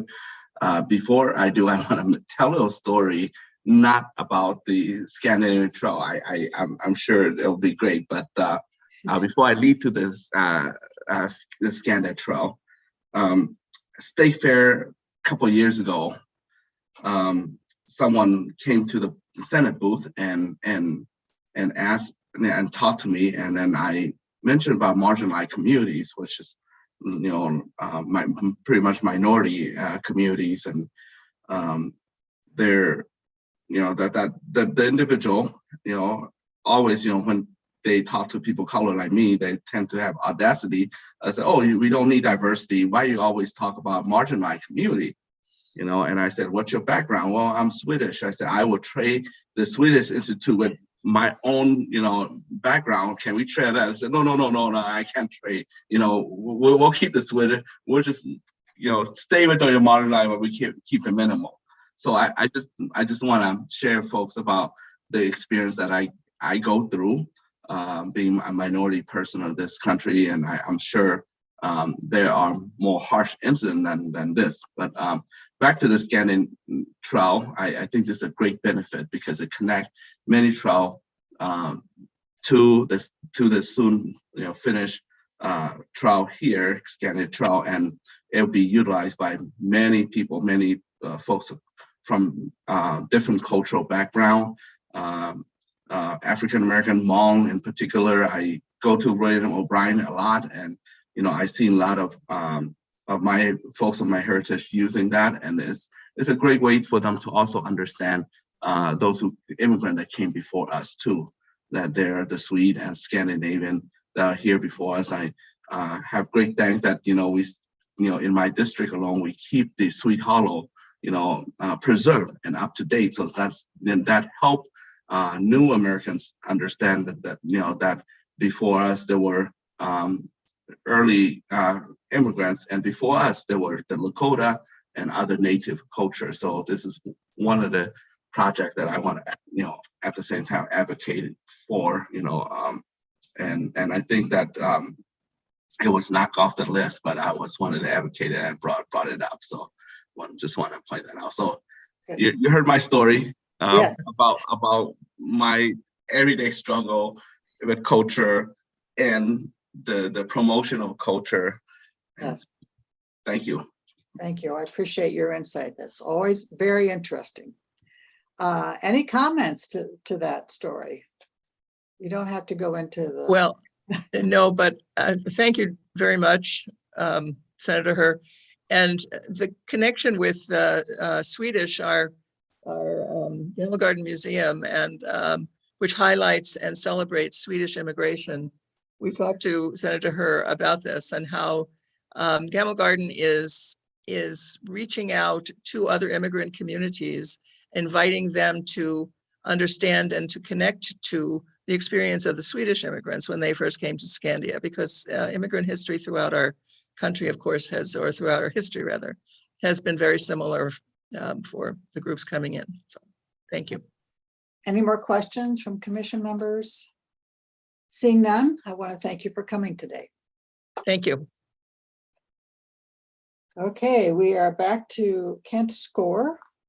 Project number 148, acquisition of state parks and trails in holdings from the DNR. All right, Kent, you're back. Welcome back. Madam Chair, members, good morning again. Again, Kent Score.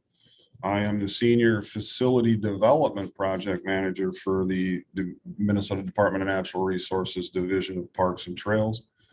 And again, want to thank you on behalf of both the department and the Division of Parks and Trails for the opportunity to appear before you today and to provide further information on our current project proposal number 148, Minnesota State Parks and State Trails acquisitions.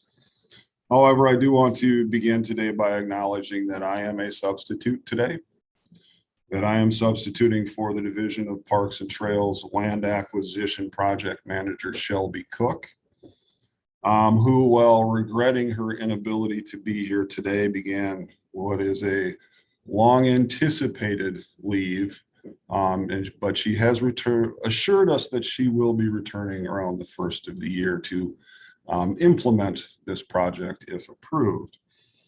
So although likely representing a poor substitute for Shelby in the long term, I will make every effort to, one, provide the information that she gave me accurately and to address your questions as best I can. I will, however, provide you with one direct quote from her in the notes that she provided.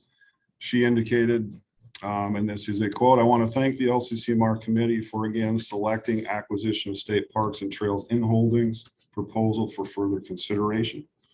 And on behalf of the DNR and the public, I feel honored by your continued support for our state parks and state trails." So with that, I will at least make every effort.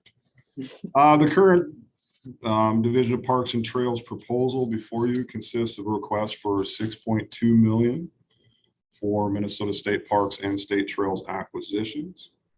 And with your support, we'll provide for the acquisition of top priority in holdings within the legislatively established boundaries of the Minnesota 75 state parks and state rec areas and along our 26 legislative authorized state trail corridors. Property acquisitions that would be supported by the ENRTF funding represents a continued investment for the future of all Minnesotans, fulfilling legislative intent to acquire, develop, and maintain legislative authorized state parks, rec areas, and state trails. Currently, approximately 15% or more than 41,000 acres of lands located within the boundaries of Minnesota state parks and rec areas is not owned or administered by the state of Minnesota.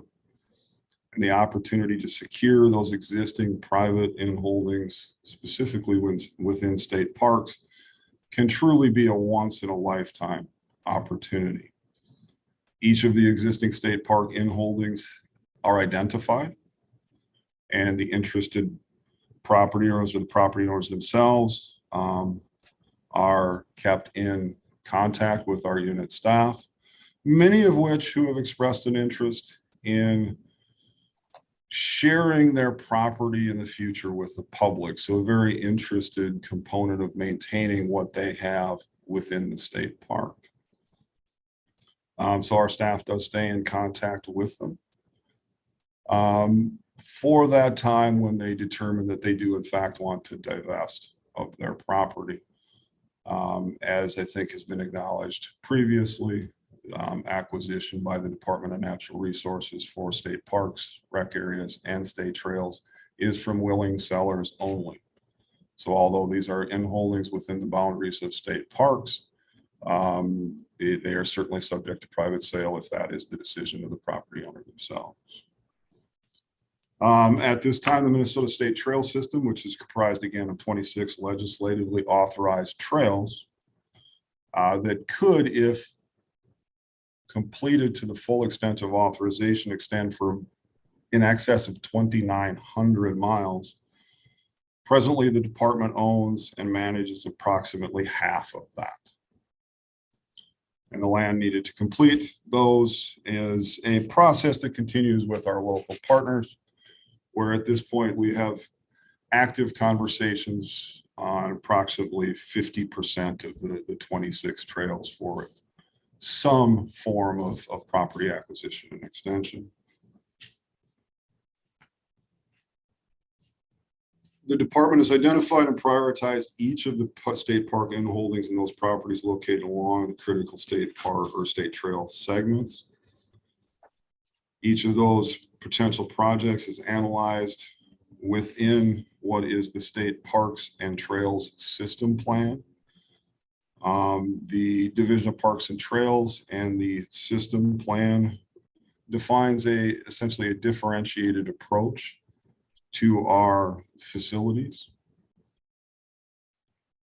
defining in part operational considerations and budgetary concerns. However, that system plan is not static and is subject to modification and revision based on the actions of both partners and stakeholders. Currently, a proposal identifies up to 12 individual potential acquisition projects. And very briefly, one in William O'Brien State Park that is in fact a 6-acre parcel that is in the middle of the park. And although that's not an inconsistent process, this parcel has been consistently leased for deer hunting, and so creates some operational issues within the park. Crow Wing State Park, a 5-acre parcel, represents the last remaining privately held parcel at the confluence of the Crow Wing and Mississippi Rivers in Crow Wing State Park. Lake Maria State Park, a 32-acre parcel comprised entirely of wetlands and upland woodland. Gooseberry State Park will reflect the last shoreline ownership on the northern portion of the park along Lake Superior.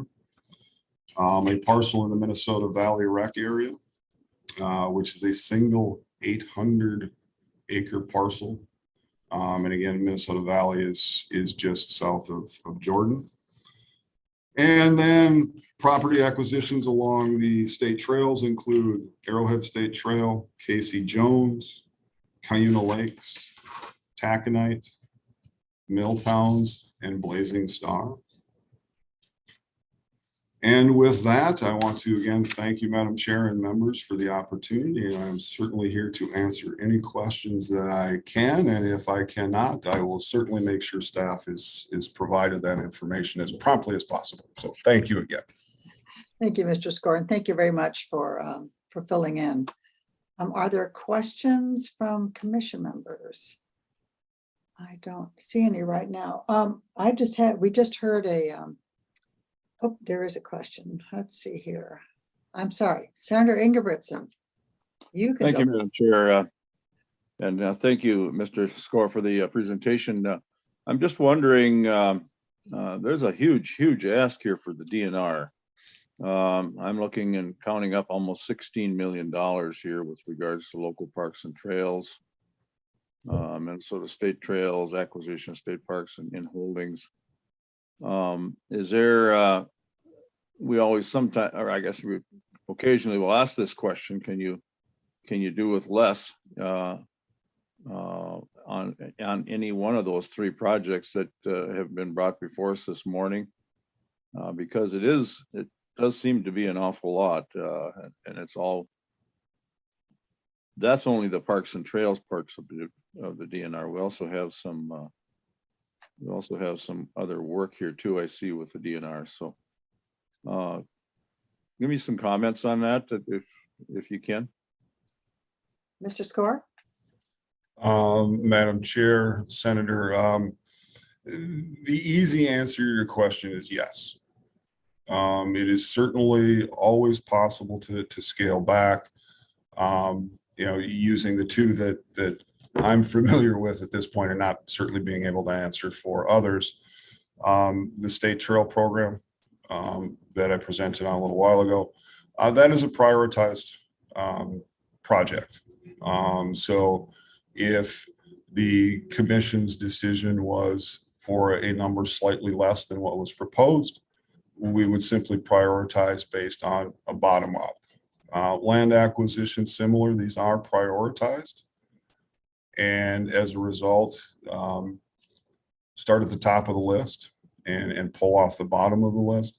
With land acquisition, a little bit different certainly than facility development, in that land acquisition, although we can be very optimistic and landowners can be committed, both of those things can change very quickly.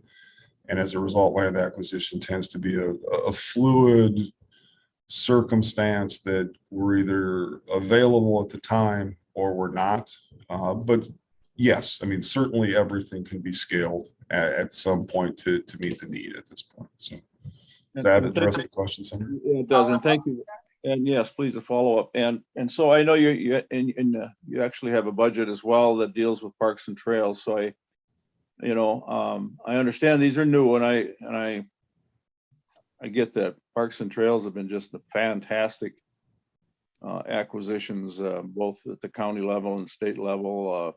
In Minnesota, it's unbelievable the amount of trails we have, and so I don't say that by saying we've got enough parks and trails. In fact, that part of the state, in the northern part of the state, we need more connectivity, and I get that. I think you and I even discussed that on a trip one time when we did a tour. So it's just when you look at all the rest of the projects and the DNR is asking for pretty sizable chunk. You know, you may want to, think about that, and the members may as well, that there's going to be other years moving ahead, and there's some other projects that may take a little bit more of a front seat, if you will. But I'm sure these are all good projects. Just wanted to let you know and point it out that there was a huge ask this year, and I'll leave it at that. Thanks so much. Thank you, Senator. Representative Hansen? I think one of the reasons there's a huge ask is because there was no acquisition in last year's bill, because we have a faction within the legislature that wants no acquisition, and they have power, and that power will likely increase. And so I think it's really important to note that this is about in-holdings. So these are within state parks. It's private property with willing sellers that want to move that property that's already within the state park. With state trails, the connectivity is really important. So if you've got a segment of park and an authorized trail, if you can't acquire it, the trail doesn't get completed and the whole system is not usable. So the reason we've got a backlog is that this ideological point of no acquisition has been growing at the Capitol, and limitations get put on bills. We had to accept that in this bill, otherwise we would have not had a bill this spring. And so, based on merit, the demand Mr. Scar is pointing out, we need these projects, and the price of land doesn't appear to be going down. So delay actually increases costs to the public. And sometimes with these landowners, they may be very elderly. They want to dispose of this so they can do it while they are still alive, rather than having it dealt with within a estate, which is very challenging both for the buyer, the heirs of the buyer, and the heirs of the seller and the buyer. It's just interesting to me that when you have a willing seller and a willing buyer for a public purpose within existing boundaries or for connectivity, that the government would want to step in and say, no, we don't want to do that. So the elasticity of the argument is interesting and challenging, but these funds are needed to complete these projects. And just to go back, it seems it's okay if it's local trails. Whenever the state is trying to do in-holdings or state trail connections, then the ideology rears its head on saying, no, we can't do this. Okay, thank you, Mr. Score. Do you have a response?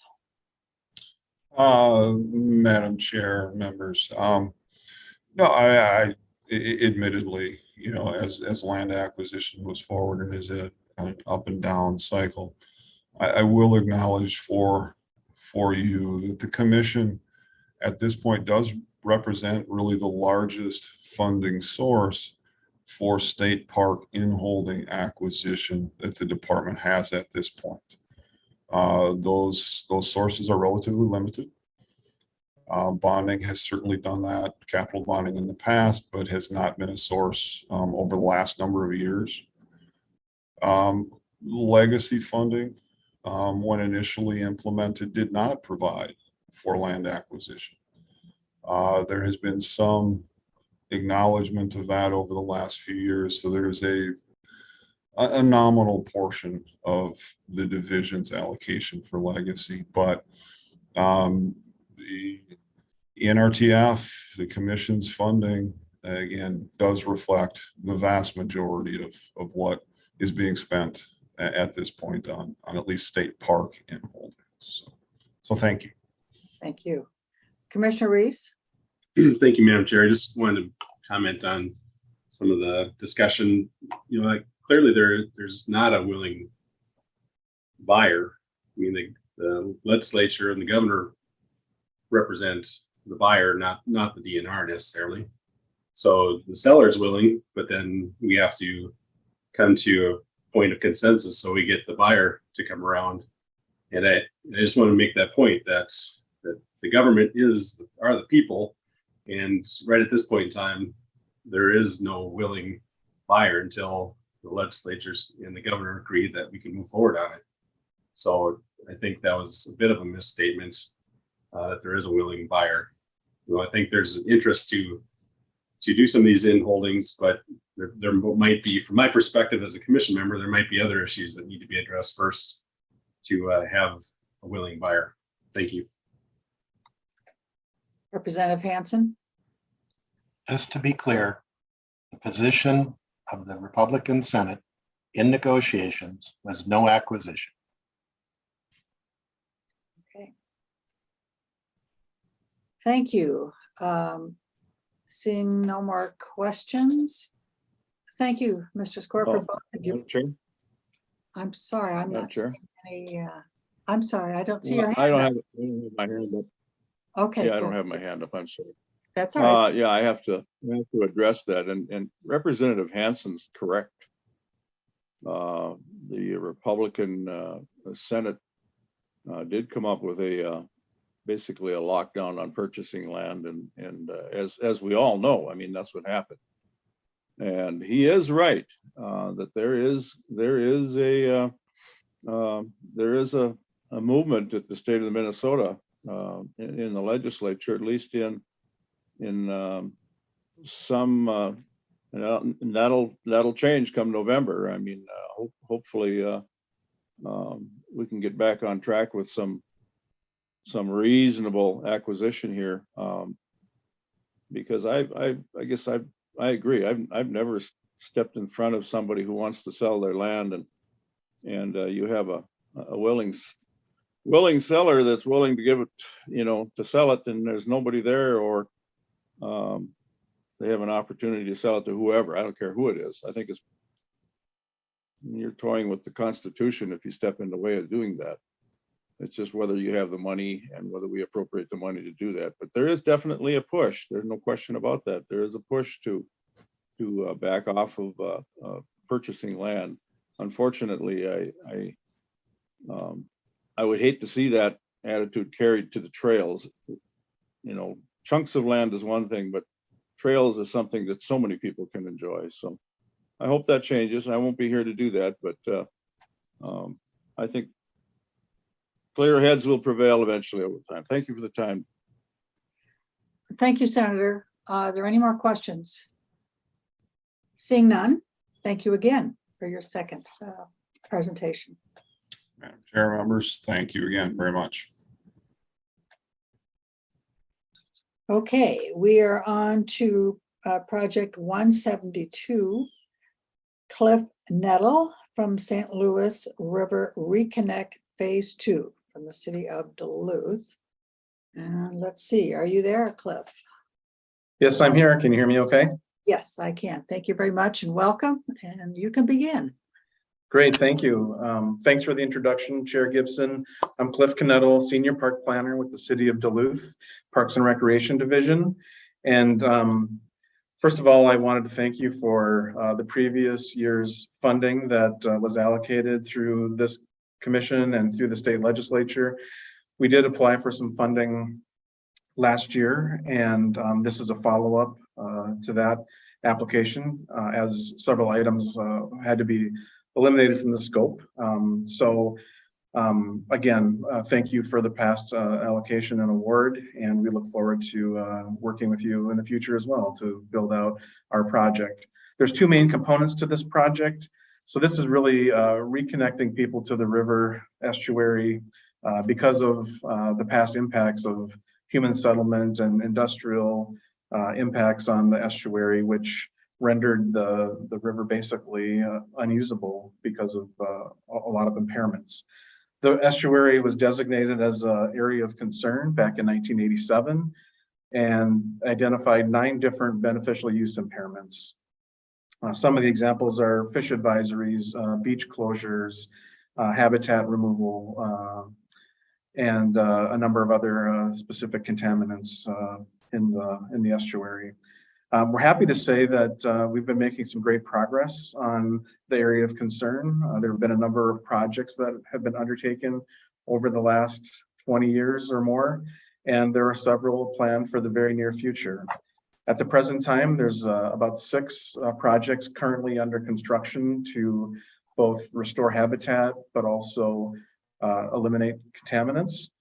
The Spirit Lake project is the largest. That's in conjunction with the U.S. Steel Corporation to clean up the legacy contamination from the steelmaking operations at Spirit Lake. Another one is Munger Landing. That's a sediment removal project, removing contaminated legacy industrial sediments from the estuary. And again, there are several other habitat improvement projects that are underway. Our project is the combination of the Wabauget-Chickasha, the Martin Trail, and the St. Louis River Estuary National Water Trail. So our goal with these projects is to return people in those neighborhoods adjacent to the estuary back to the river. 3 of the BUIs have been removed, and a 4th impairment is scheduled to be removed this fall. And within 5 years, it's the goal to have all 9 of the BUIs removed, or at least as much as possible. That means the river will be safe again for recreation, for fishing. There'll be improved habitat. And in order to reconnect those neighbors to the estuary, this project is crucial. The Wabauget-Chickasha, or also known as the Martin Trail, currently has a 3.3 mile existing segment that was built in the early 1980s. And we're proposing a 7 mile extension.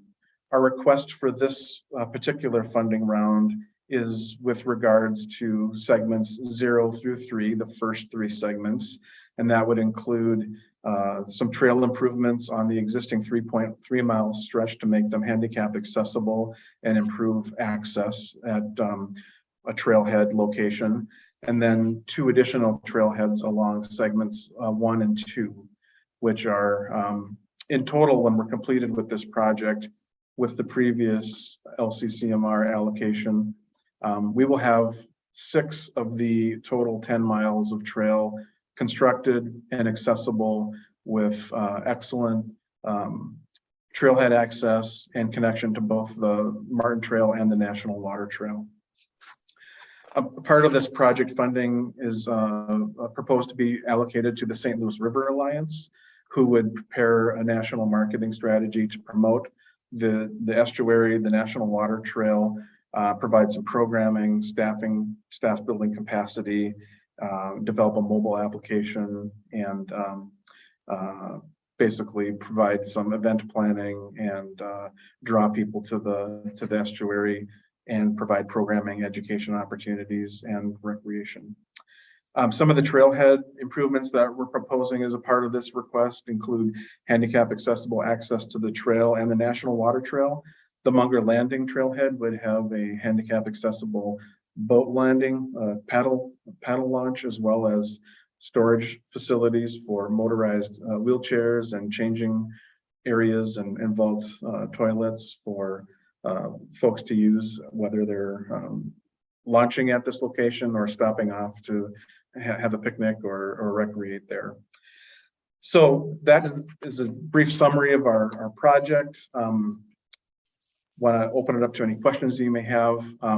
One thing I did not mention is we also have a interpretive plan that goes along with the Martin Trail, and part of the requested funds would go toward providing the interpretive educational elements that includes signage and acknowledgement of all of the area of concern projects that are completed and even those that are underway, to raise awareness to some of that legacy human impact that have created the situation, but also to all the great partners like the DNR, like the US EPA, Minnesota Pollution Control Agency, who've all partnered with us to remove those impairments in the estuary.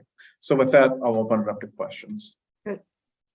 Thank you very much. Let's see, who do I have here? Commissioner Reese. Thank you, Madam Chair. Mr. Knettel, I thank you for your presentation. I assume some of these lands or this trail goes past private lands. Is that correct? And I have a follow-up. Mr. Cannell?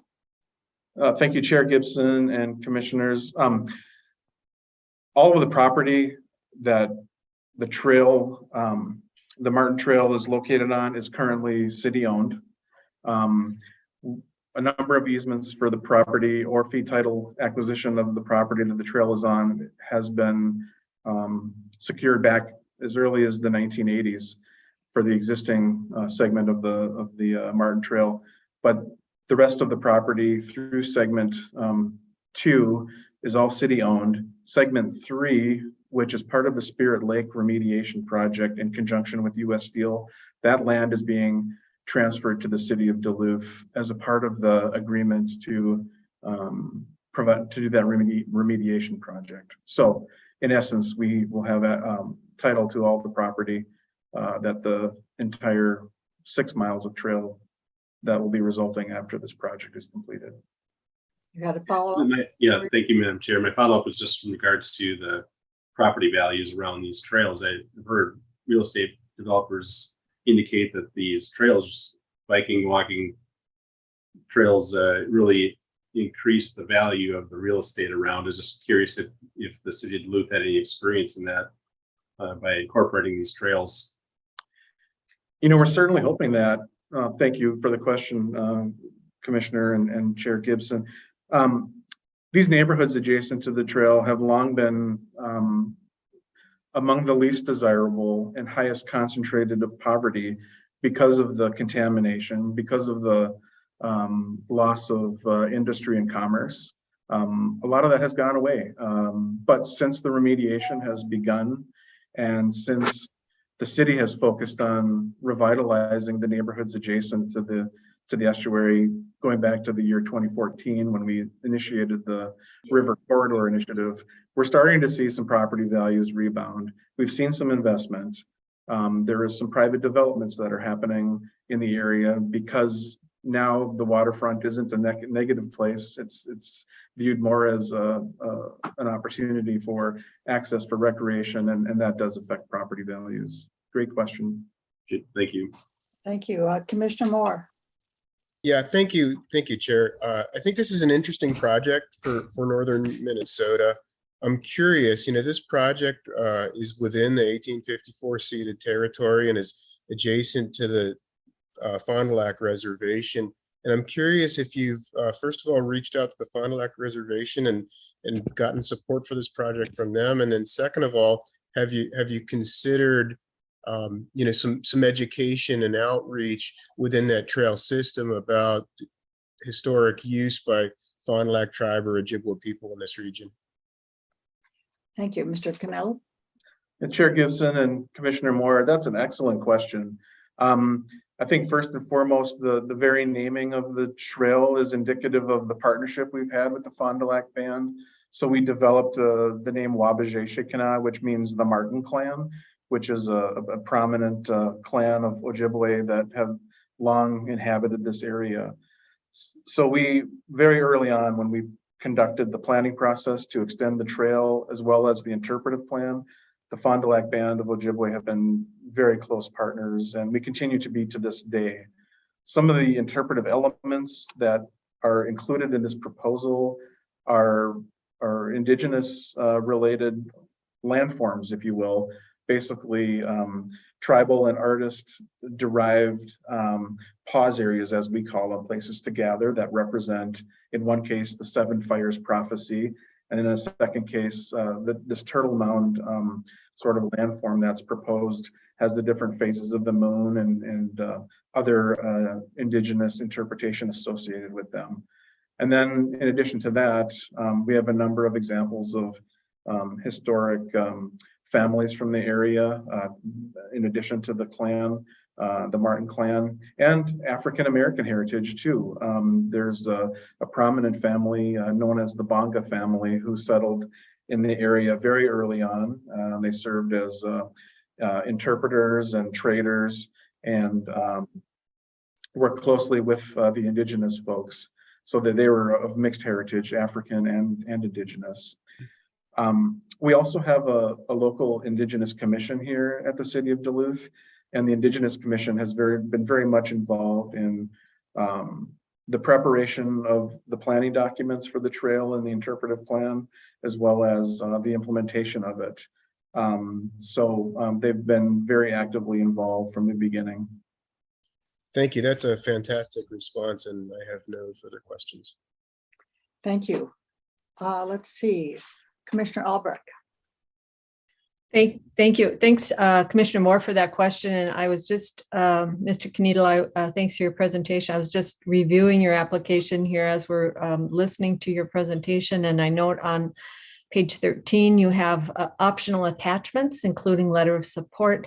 But if you click on the desktop graphics, that is really fun, interesting graphic to see, because I couldn't understand why you needed 36,000 for one sculpture and 80,000 for another. But I see that they are actually not sculptures, if you will, but they are installations, really. And the 7th fire space is just a really attractive natural installation, and then the Turtle Mound as well, very instructional, and it looks as though for children in particular, it'll be pretty tactile, interactive kind of installation. So thanks for including those graphics in your presentation. I just have one question, and that is, I know that you've received funding from LCCMR to complete a portion of the Munger Trail, but is this the area that you received LCCMR funding to clean up the debris from wood products and sawdust and wood materials from the river? Or is that a different area of the St. Louis River? Thank you. Mr. Knedel. Thanks, Chair Gibson and Commissioner Albrecht.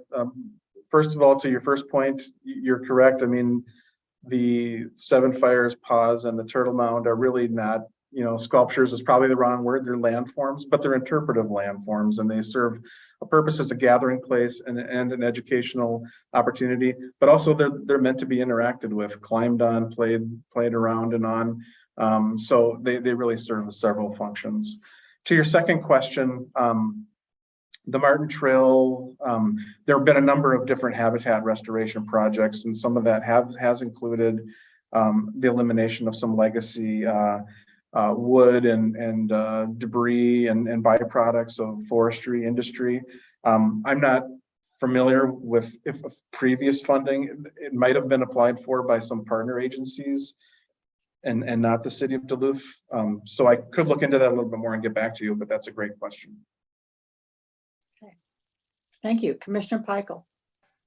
Thank you, Madam Chair. I want to just acknowledge and appreciate Dr. Moore's question before and the City of Duluth's response. So thank you, Mr. Knedel, for that response. I would encourage all other potential applicants in the future to learn from that response and incorporate that information in the application as much as possible, because that is critical for understanding how we're incorporating tribal knowledge, tribal understanding, and relationships in these applications. And I think that's a really valuable part of LCCMR that is sometimes underappreciated. Excuse my cat. Yeah. Sometimes underappreciated by our applicants. And I'd like to see more of that in the applications, because that's certainly something I look for. Thank you. Thank you. I had a couple questions. Is this sounds like phase 2? Is there going to be a phase 3 project coming before us? Thank you, Chair Gibson. That's an excellent question. Our goal is basically to construct through the first 6 miles of this trail. That's our main priority. We have the 3.3 mile segment between this funding, if it received, plus the last year's LCCMR award, we would achieve that 6 miles. From that point forward, we expect that there will be, a bit of delay before segments 4 through 8 would be, or 4 through 7, I'm sorry, would be constructed. So Could there or would there be a phase 3 and a request for additional LCCMR funding? That's possible, but I'd say our focus right now is going to be through these first 3 or 4 segments, and that'll probably take us through 2025 or 2026. We are looking at other funding opportunities in addition to the LCCMR. We've developed a partnership with the National Park Service and the US EPA. And also there's opportunities with private organizations like US Steel to continue to rehabilitate, remediate contamination on other parts of the proposed Martin Trail extension. So we're looking for those opportunities as well. Well, thank you. You brought up my next point. You said on the Spirit Landing trailhead, there is contamination. Is this project trying to clean up that contamination, or is US Steel going to help in that? It concerns me a little bit if we're going to get into their remediation process. This funding request does not actively include any remediation itself. Okay. The Spirit Lake project is in conjunction with US Steel and the US EPA. The cleanup of that is currently underway. They've been doing a massive amount of in-water dredging and on-land, upland stream restoration. It's incredible, the scope of the project. When that is entirely completed, their agreement is to actually build segment 3 of the trail, which is going to be about 1.5 miles. And I'm sorry, not 1.5 miles. I think it's 1,500 feet, and turn that over ownership to us. So it's really a partnership between US Steel, the US EPA, and the city. And so we wouldn't receive ownership of that until it received final clearance on the remediation project. Thank you, because that clears up some of my concerns about us getting in the cleanup business. Right. Okay, any other questions from commissioner members? Seeing none, thank you very much. Thank you so much for your time. Okay, we are now still a few minutes early. We are on project 207, Mayor Jim Welcome from the City of Bowabic Recreation. Thank you. Is the mayor here? There, nope, that's Jeremy. Yes, I am. Okay, good, thank you. Welcome to the LCCMR, and you can begin. Thank you. Thank you, Chair Gibson and commission members. I'm Jim Wycombe, the mayor of the City of Bowabic. We are bringing forth for the second year in a row a request for 1.4 million, 1,414,000 if you want to be precise, to reconstruct and renovate amenities and pathways and a variety of things with our recreation area, which currently comprises the city's campground, our beach, our boating access, our fishing pier, and a variety of walking and biking trails. This recreation area is a primary destination not only for local residents, but also for visitors from all over the state of Minnesota. And the campground is operated by the City of Bowabic, so it is our campground. And bringing more people into the community, of course, is vital to our economic health. We have a swimming beach, as I said, swimming beach, fishing pier, and the trails. We have a fair amount of traffic or high traffic area, particularly with recreational vehicles and towed campers or other vehicles that are pulling boat trailers. Every road surface currently in the campground is gravel. And so each year requires a lot of reconstruction because of the Minnesota winters and the Minnesota springs. We also, the Mesabi Bike Trail also goes right by the entrance of the campground. And so it's the campground itself is easily accessible for campers that are for bikers as well. And then of course we get people who are visiting from around the lake using their boats or their kayaks. And so a variety of recreational activities that are occurring. We also have pedestrians, bicyclists, and parents who have to maneuver around the vehicular traffic because of the very confined and dated nature of the roads.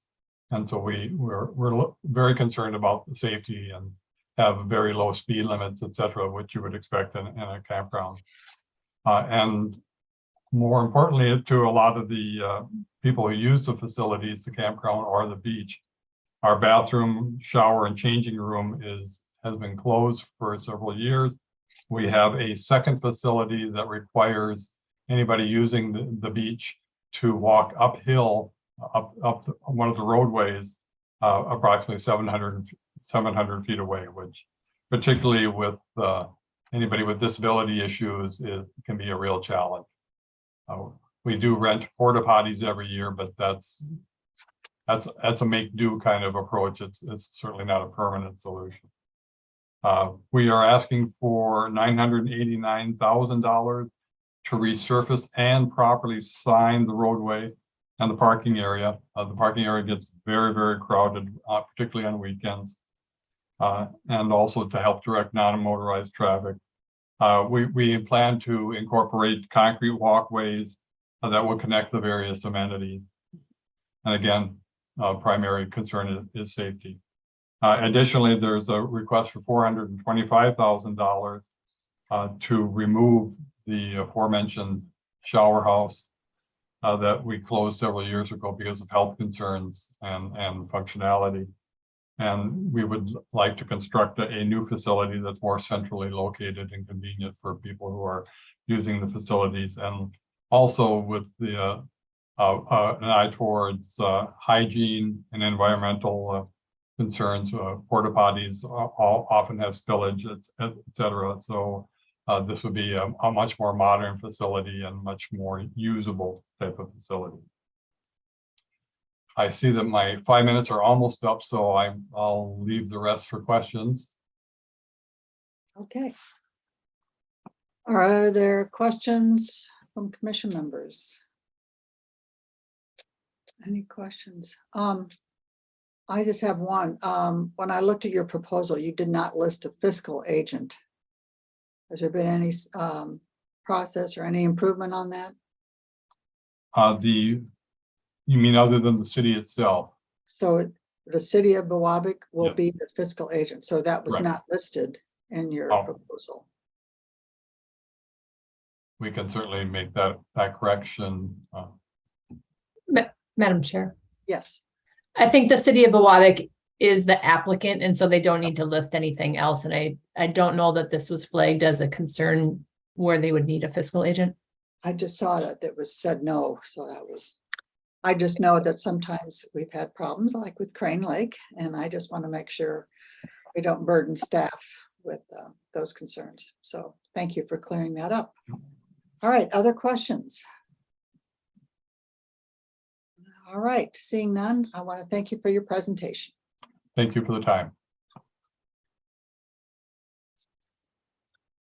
Okay, we are on to 210. Lena Freilich will be presenting on the Silver Bay Multimodal Trailhead Project. Thank you. Good morning, Madam Chair. Welcome. You can proceed. Okay, thank you.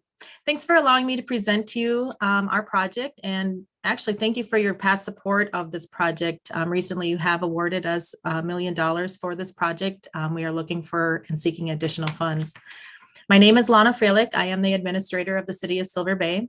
Our small community, which is a population of 1,863, is located on the north shore of Lake Superior.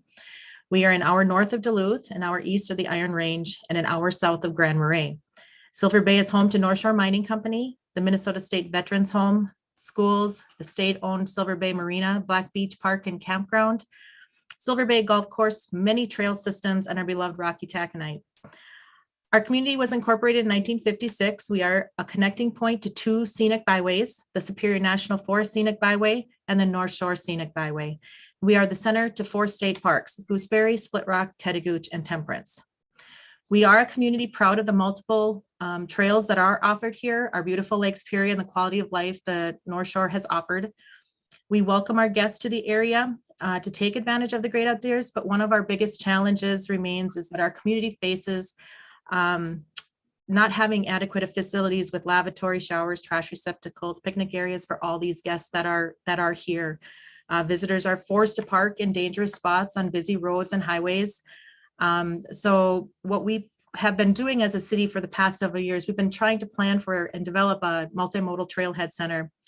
It's really primarily to serve all the visitors to our area that are looking to seek enjoyment of our outdoor recreational opportunities this area has to offer. The trailhead that we propose is going to provide ample lighted parking, separate and safe access for non-motorized and motorized trails, a multi-use building with lavatory, showers, and meeting space, green space, including picnic areas and playgrounds for all that are here visiting the North Shore. The trailhead will remove safety issues, be more convenient to amenities and businesses within our community. It will promote healthy living and revitalize an aging area of the community. Visitors will have direct access to the state-owned Gitchigami Bike Trail, the Superior Hiking Trail, the CJ Ramstead Snowmobile ATV Trail, and other local trails. It would also have access to our Black Beach Park area on Lake Superior, scenic overlooks, tennis courts, and safe walking on our city sidewalks. The city has received support by various private groups for the development of the trailhead. There was a gentleman by the name of Toby Markowitz, who is a gentleman who leads a group of Twin City folks who they hike, bike, cross-country ski, roller ski. He sent emails of support, and some of the quotes is really, during the summer, we generally meet at parks that have bathrooms and permanent structures. Other quotes, knowing we could change into dry clothing, wash faces, and use bathrooms could easily sway us when considering an up north adventure.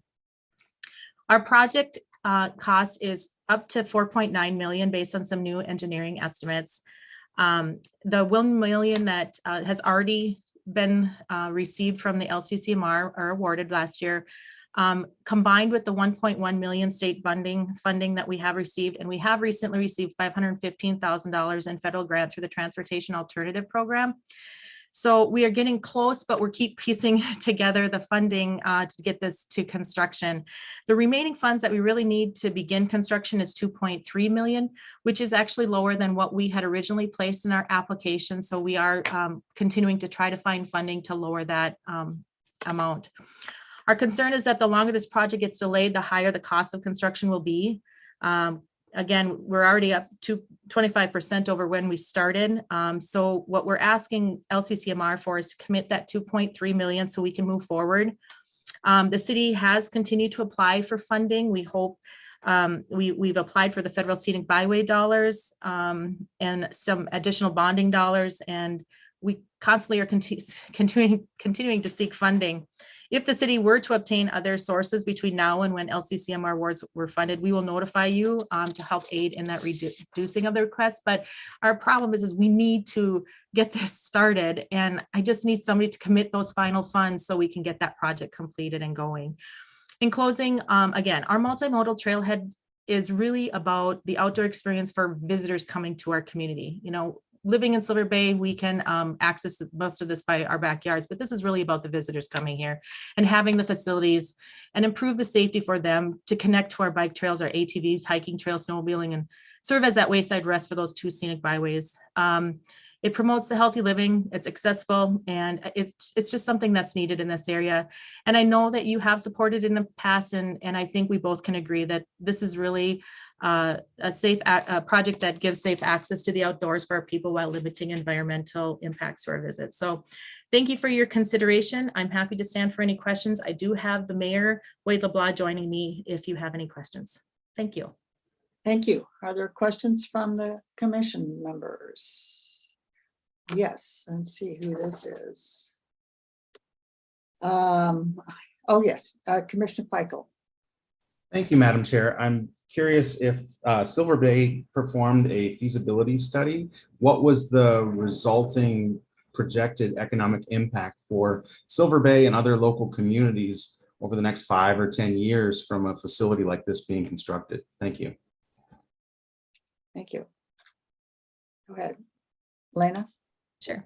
Thank you, Madam Chair and members of the board. That is a great question. The city did not do a formal feasibility study. There are so many people that are here now. We've looked at studies such as the Gitchigami Bike Trail of who uses that trail system to determine how many visitors per year we would be even looking at, along with the Gitchigami Bike Trail, or the Gitchigami Bike Trail and the Superior Hiking Trail, excuse me. But we did not do an actual feasibility study separate, but the people are here, they're coming up. The North Shore is so busy with people. We just don't have the facility for them to park safely at. People are taking ATVs off of trailers on county highways, which are hikers are trying to get onto the Superior Hiking Trail in the same location. And there's just so many people. People are parking up on boulevards in our community to try to access the trails because there's just no place for them to go. And so we're just trying to create something that would revitalize an area of our community, but be a direct access right to them. And if and so I don't have the economic impact because we never did that formal feasibility study, but it is a great question. And we do anticipate that that is going to be something very positive for our community. Did you have a follow-up? Follow-up, Jeremy? No, Madam Chair, I'm good. Thank you. Okay, thank you. Commissioner Moore. Thank you, Chair Gibson. And I just would offer qualitative support to the previous response. The North Shore has seen a massive influx of tourists, I think both seeking climate refuge from hot weather in southern parts of the state, and then certainly during the pandemic. I think we need to provide more access for tourists. I do have a question I'd like to ask, and it's similar to the question I asked of the gentleman from the city of Duluth. This project falls again within the 1854 ceded territory, an area that was occupied by the Ojibwa peoples, and particularly the Grand Portage Band of Chippewa. Same question, have you considered education and outreach materials for your facilities that will help to educate the public coming up to visit on this past history? Thank you. Ms. Freilich, do you have a response? Yes, thank you, Madam Chair and members of the board. Actually, we are working with an organization through Hamlin that are creating these kiosks, and we invested in these kiosks that will be in there that will create not only the history of our mining industry here in the city, but the history of this area as well. I know they are in works with that. Some of the other things that force us to kind of do is the federal funding that we've received. We're doing a lot more of those historic preservation things, natural type issues, noise reviews. There's a lot of those additional reviews that we're currently actually doing right now. They're just finished a bat review in one of the buildings that is there. And so we will have, we're doing a lot of those historic type reviews, plus we are working towards our overall historical information of our community with the folks from Hamlin.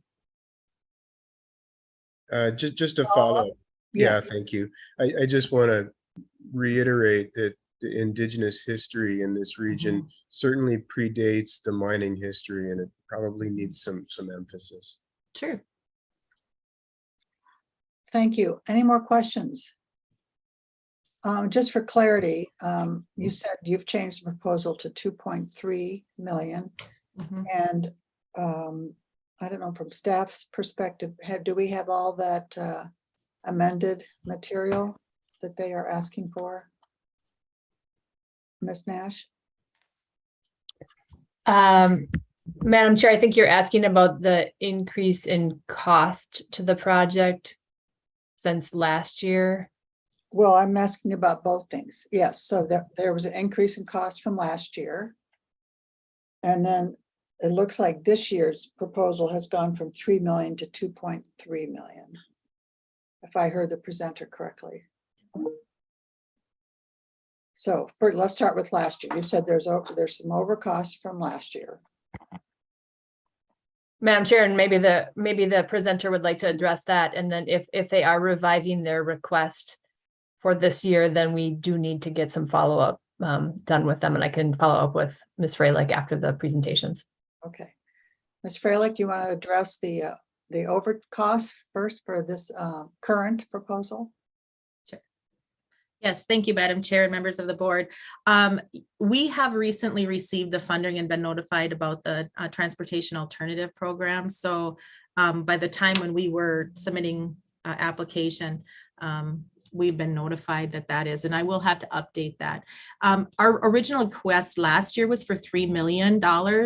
And so the $1 million that you did support, we're seeking that additional $2 million, but with the additional costs from the engineer, which is just related to the index, construction index and inflation of what they're seeing for construction right now. Their estimate is at that 4.9. And so it adds that a little bit extra, but it's still the $3 million. It's now 3.3 per se. You gave us 1 million last year. We're asking for the additional 2.3 this year, if that clarified, but I will have to update that amount. It's just that we've recently received some additional funding. Okay, thank you. So yeah, ask you to get together with staff and amend Will that. do. We need to make decisions quickly here. So any more questions? Commissioner Albrecht. Thank you, Madam Chair, and thank you, Ms. Freilich, for your presentation. Somewhat in the vein of Commissioner Moore's questioning, I have a question. Number one, how many acres is this site? And I don't see any archaeological in the presentation, but you did say that you're doing some of that work. And also, you know, part of what we are trying to hold to with our funding is the protection, conservation, preservation, and enhancement of state's natural resources. So can I ask if you've thought about the landscape? You're going to clear and grub the whole site, but what are you going to put back in for landscaping? So just the size of your site, if you've done any archaeological, and also if you can just comment on your landscaping that you plan. Thanks. Thank you. Ms. Freilich? Yes, thank you, Madam Chair and members of the board. The actual site that we are clearing, it's already cleared. It's a facility that's already cleared. It's just in an area. We have an old building that needs to be removed that we plan on doing. And so you can see the image behind me of what that new facility area is planning to look like. This is the conceptual plan. And we want to be, native plantings, and we want to make sure that we are using environmental friendly products. We have to meet the B3 requirements. We've done that with, our campground as well. Our landscaping, I think, like I said, let me go to this side. And so you can see what the design of that will be, but it is actually a cleared site as we speak. So it's not like we're taking trees down or anything like that. It's really the grass plantings and the native gardens that we would like to add in there for the beautification and environmental good stewards of this area. So I hope that answered your question. Follow up? Commissioner Albrecht, are you okay with that? And I don't see her. That's fine. Thank you. Okay, thank you. All right, seeing no more questions, thank you very much. Thank you for your time. I appreciate your support. Okay, our last project before our lunch break. I think we're close to being on time. It is a project 213, Adam Arvidsson, Above the Falls Regional Park Acquisition and Restoration from the Minneapolis Park and Recreation Board. Looks like Adam might be here. Yes, I'm here, Chair. Good, thank you. And welcome to the commission. You can begin. Thank you, Chair Gibson, and thank you, commission members. My name is Adam Arvidsson, and I'm the Director of Strategic Planning for the Minneapolis Park and Recreation Board. I do want to start with a note of thanks today, as several presenters before me have done, for some previous funding that was provided to the Minneapolis Park and Recreation Board last year for acquisition of land and restoration of that land in one of the most critical areas in our system right now, where we need to provide that habitat and recreational service to people, which is the Upper River. The vision for waters in Minneapolis and St. Paul, and really the heart of the metro area, has always been to provide public access for fishing, boating, walking, respite and relaxation within a restored and enhanced natural area. And that's true throughout much of the riverfront and lakefront in the metro area. with the notable exception of the upper Mississippi River in north and northeast Minneapolis. In this area, it's critically important that we continue the work that's been going on for more than 100 years to close that link, because the Mississippi River there, it's a resource that links the entire state. And it's also, we're sitting in an area in north and northeast Minneapolis that has been historically underserved by access to water and water recreation. So that historic gap in habitat and public access does illuminate disparities in the city, and it creates a gap in the Mississippi flyway. So last year, you provided some funding for us to buy a single parcel within Above the Falls Regional Park. As we understand how things are changing in this particularly volatile area of town, as industrial uses transition and willing sellers start to vacate for areas that are a little less congested, now that barge traffic is no longer an option, we need to think about how to creatively acquire properties so that we can secure this legacy for the future. So from Broadway Avenue to the Camden Bridge in North Minneapolis, MPRB does currently own about half of the land. We've acquired this from willing sellers through a variety of different funding sources and creative techniques, including local tax dollars, grants from watershed organizations, and state funding. These lands are transitioning quickly. It's changing hands quickly, and we don't always know which parcel is going to pop up. So rather than come to you as I did last year and ask for a single parcel that we think might change hands, we're actually asking for a $2 million investment to allow us the flexibility within the geographic confines of Above the Falls Regional Park to acquire parcels quickly when they pop up. We need to act quickly, and we need to be flexible with this because some of these parcels sometimes don't even go on the market. And unless we're at the table with some promises of funding, we will lose them for a generation. And the opportunity for recreation and environmental restoration on the Mississippi River will be lost for another 50 years. This proposal is modeled a bit on the successful Metropolitan Council Parks Acquisition Opportunity Fund, which we have accessed in the past. But because of land prices here in the metro along the river, and also because of the industrial nature of them, we haven't always been seen as a great fit for that program. So we're actually coming to you to ask for a fund of our own in order to, again, complete this promise for the residents of North Minneapolis and North Minneapolis, but also really the state as a whole along the Mississippi River. So again, we're talking about limited geographic scope. We've included a complete parcel list of all the private in-holdings within the park that could be acquired. Some of those are small, less than an acre. Some of those are several acres in size. All of them will need additional funding from local tax dollars and grants. But this will allow us to advance into conversations, again, with willing sellers as they decide to transition their properties, either from industrial to a different use or from one generation to another. So this project ultimately sort of getting our foot in the door early with stable funding with the state's help will allow us to complete the vision of having a green ribbon along the Mississippi River through the entire metro area. And again, I thank you for the initial down payment on that vision from LCCMR last year. We're grateful for that, and we're working forward on negotiations. And with that, I will stand for questions, Chair Gibson. Thank you very much. Senator Dietzick. Hello, I don't know, there we go. There you go. Hi. Thank you, Adam, for the presentation. I have a few quick questions. I also do want to thank the LCCMR and the state for their support of the Minneapolis park system and the regional system. It is one of the, if not the busiest park system in the state with, I know I have the Stone Arch Bridge, that crossing, and then that connection to both sides of the river, and the riverfront and the Lake of the Isles are very heavily used by people from around the state.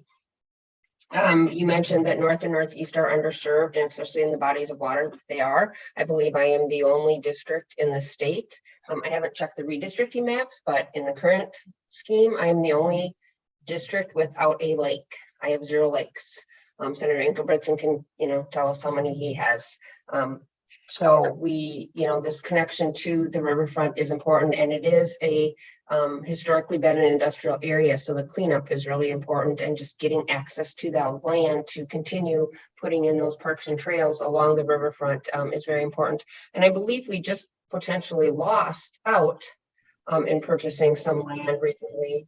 And so that's why I support this fund, because I think it is critical that we can make those connections. The state has put so much money in down by the Stone Ridge Bridge. We're putting in money going up further so we can connect into the Croning Interpretive Center in that park, and then going up into the Brooklands. And so filling in the gaps in this critical area to make that connection is so important.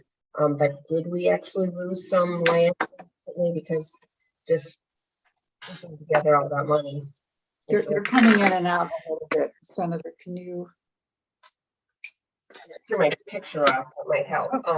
Yeah. Right. So just wanted to just confirm that we did actually recently lose out on potentially buying some land, because they're just piecing together the funding is very hard, and when they sell, they go quick.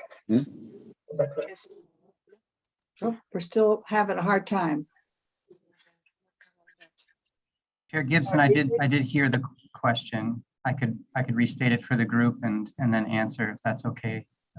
Okay, Senator, if you get a better connection, you can jump back in. Okay, please go ahead and respond.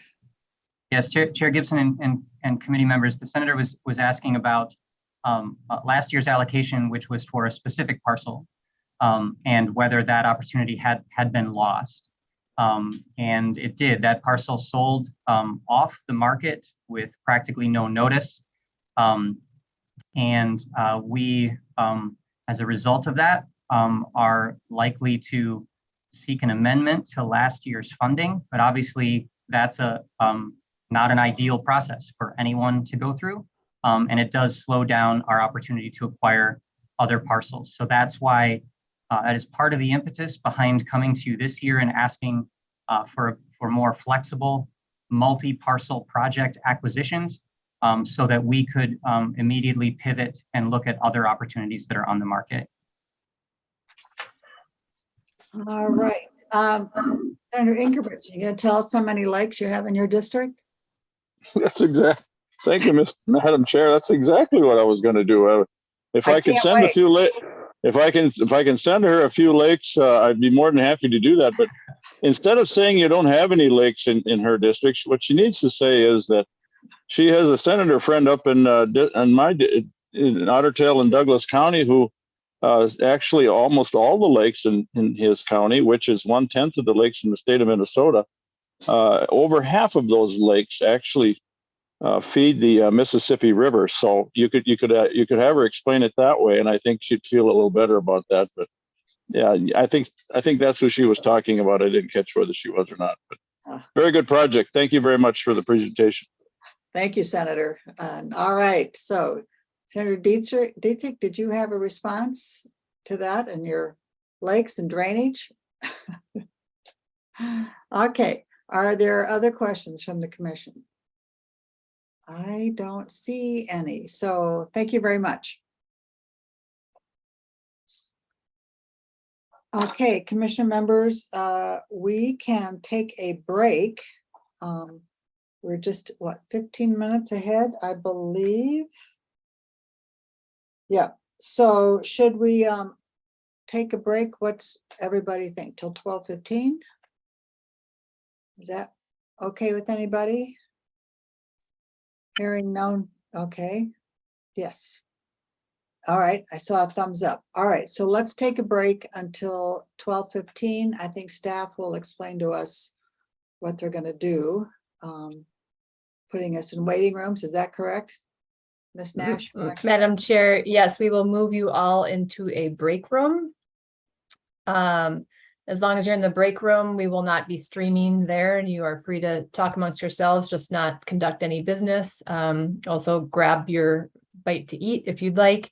If you, for any reason, get bumped back into the main meeting room, we will be streaming live in the main meeting room. So you will want to make sure that your camera is turned off and your microphone is muted, and you will be able to look at the top left-hand corner of your screen and see that recording and live YouTube button. That's when you know that you're on camera. And we'll give you, if people can be back maybe 5 minutes early, then we will give you a warning before we bump back into the main meeting room. Okay, thank you very much. We are recessed until 12:15. Thank you. You know, what we need to do, is figure out if we're going to go into these electronic rooms for discussion at lunchtime, we're going to have to figure out how Diana or somebody can get lunch to us, no matter where we are. It just seems only right. Your environment, Senator, looks pretty nice. Are you just swinging on a swing there outside? Yeah, no, I'm up at the lake. It's pretty nice out here today. Pretty nice. Okay. I actually serve on another type of committee like this where they send us care packages during the pandemic because we can't have the social engagements we normally have. Oh, dear. Yeah. Chew live. I'm gonna send you all to those break rooms now, okay?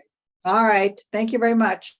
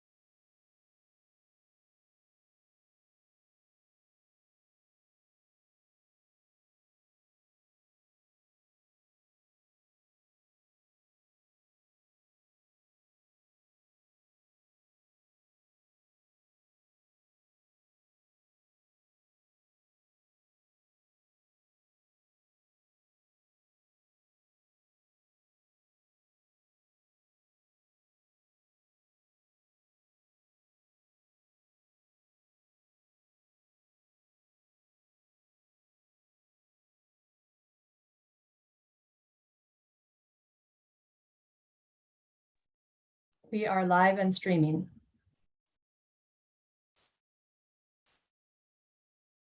Madam Chair, you are on mute.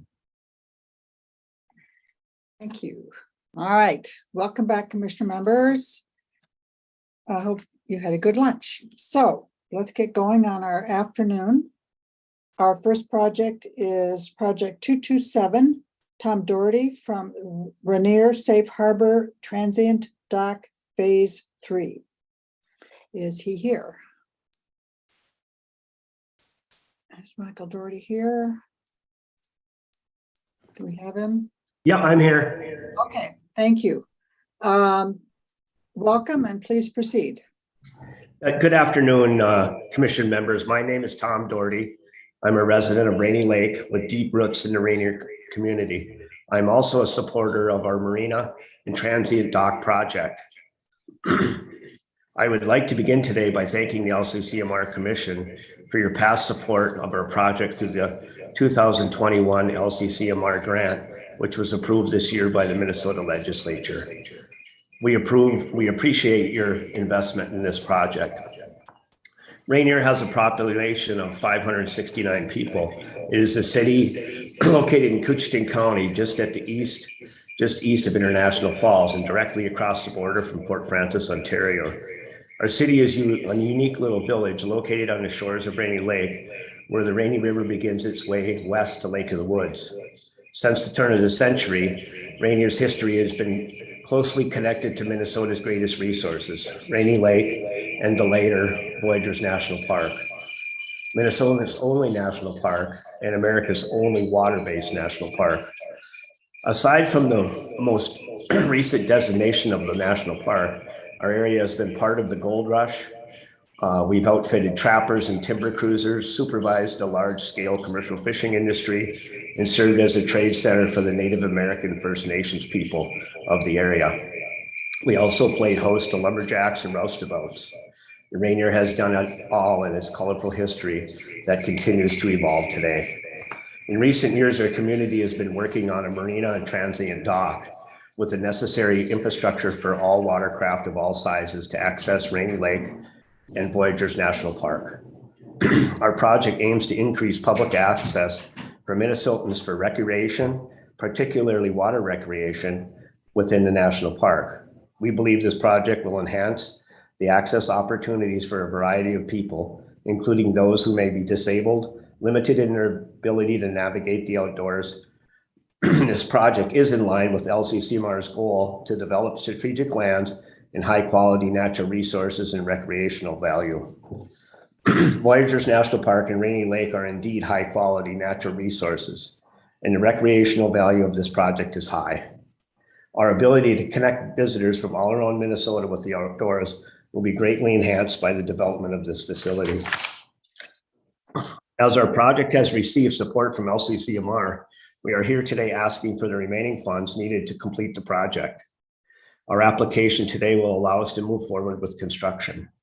Another benefit of this project is that it will allow for docking space for Voyageurs National Park and other large tour boats that operate in the area. This will improve accessibility for so many visitors trying to visit Rainy Lake and the national park. Amenities also will be provided to accommodate transient boaters' needs, including electrical services, sewage pump out, and freshwater services. Commissioners, thank you for the opportunity and for your consideration. With your support, visitors will experience the uniqueness of the Great North Woods and the beauty of Rainy Lake and Voyageurs National Park through the use of this new facility. Thank you, and I will now stand for questions. Questions from the commission? Seeing none, correct? Yes, I see one. Commissioner Faber. Thank you, Madam Chair. Mr. Doherty, I have a hard time finding how development of a marina on Rainy Lake is going to enhance the natural resources when we think of our mission on the LCCMR. So I'd appreciate a explanation of how that works. Thank you. Well, what it will do is provide people for access for people, whether it's just simply walking on the dock to go out and fish off of the bump out at the end, or sit there and enjoy the sunset on a Sunday evening. Oops.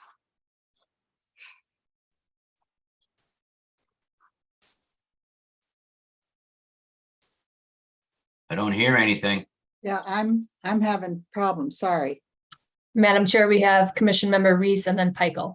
Okay, I couldn't hear that last response, so. You, Mr. Doherty, you're on mute, by the way. Hello, can you hear me now? Yep. Okay. Sorry about that. I don't believe it was me that did it, but anyways, to the last question, the marina and pier will provide access for people to bring their boats there, leave from there, also access the dock to fish, sightsee, and just take in the beauty of the natural surroundings. Thank you. Okay, let's see. I don't know who is next. I'll just go. I believe it was Reese, Pikel, Albrecht. Thank you, Commissioner Reese.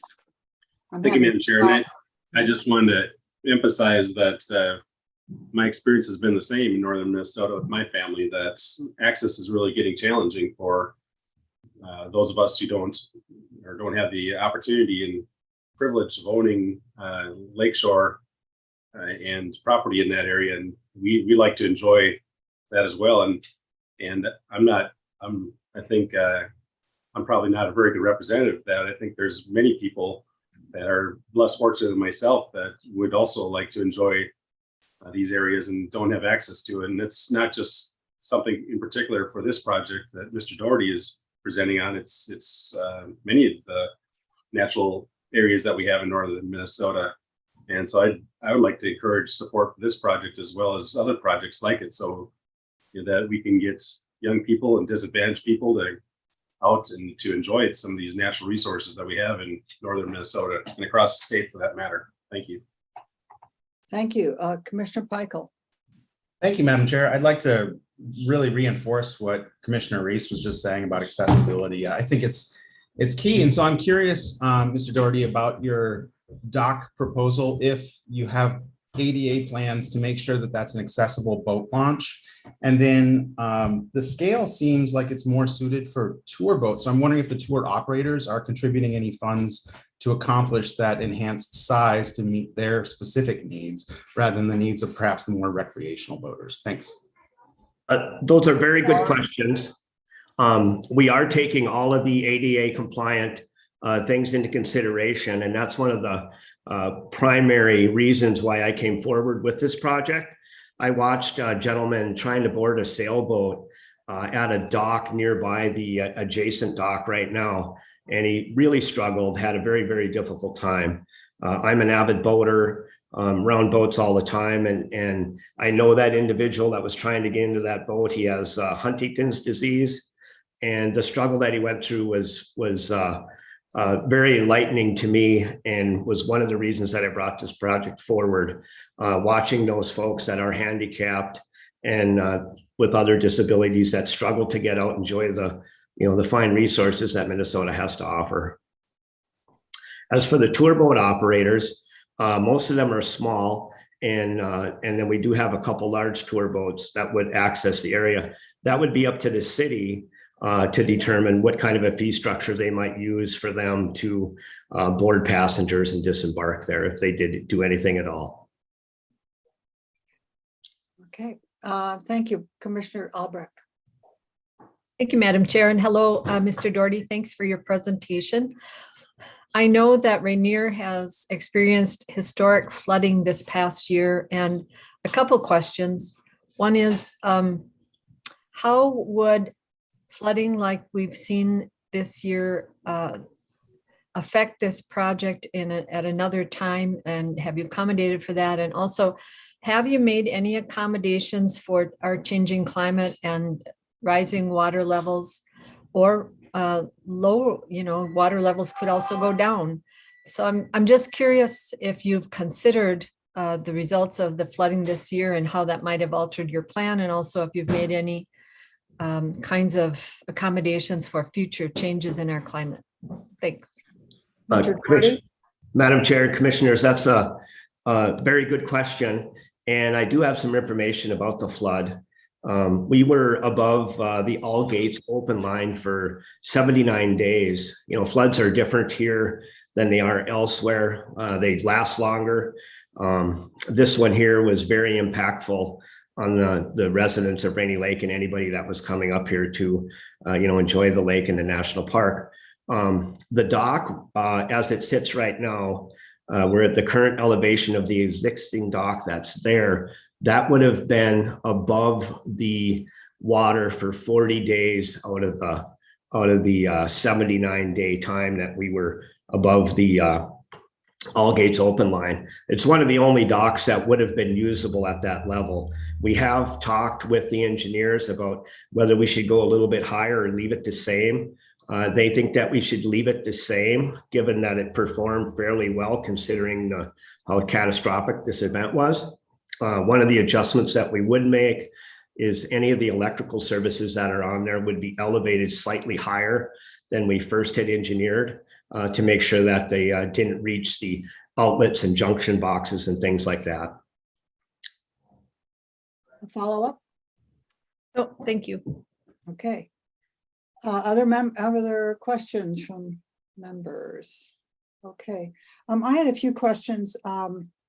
Mr. Doherty, I remember in, I think it was 2020, you said that you'd be securing a $1.9 million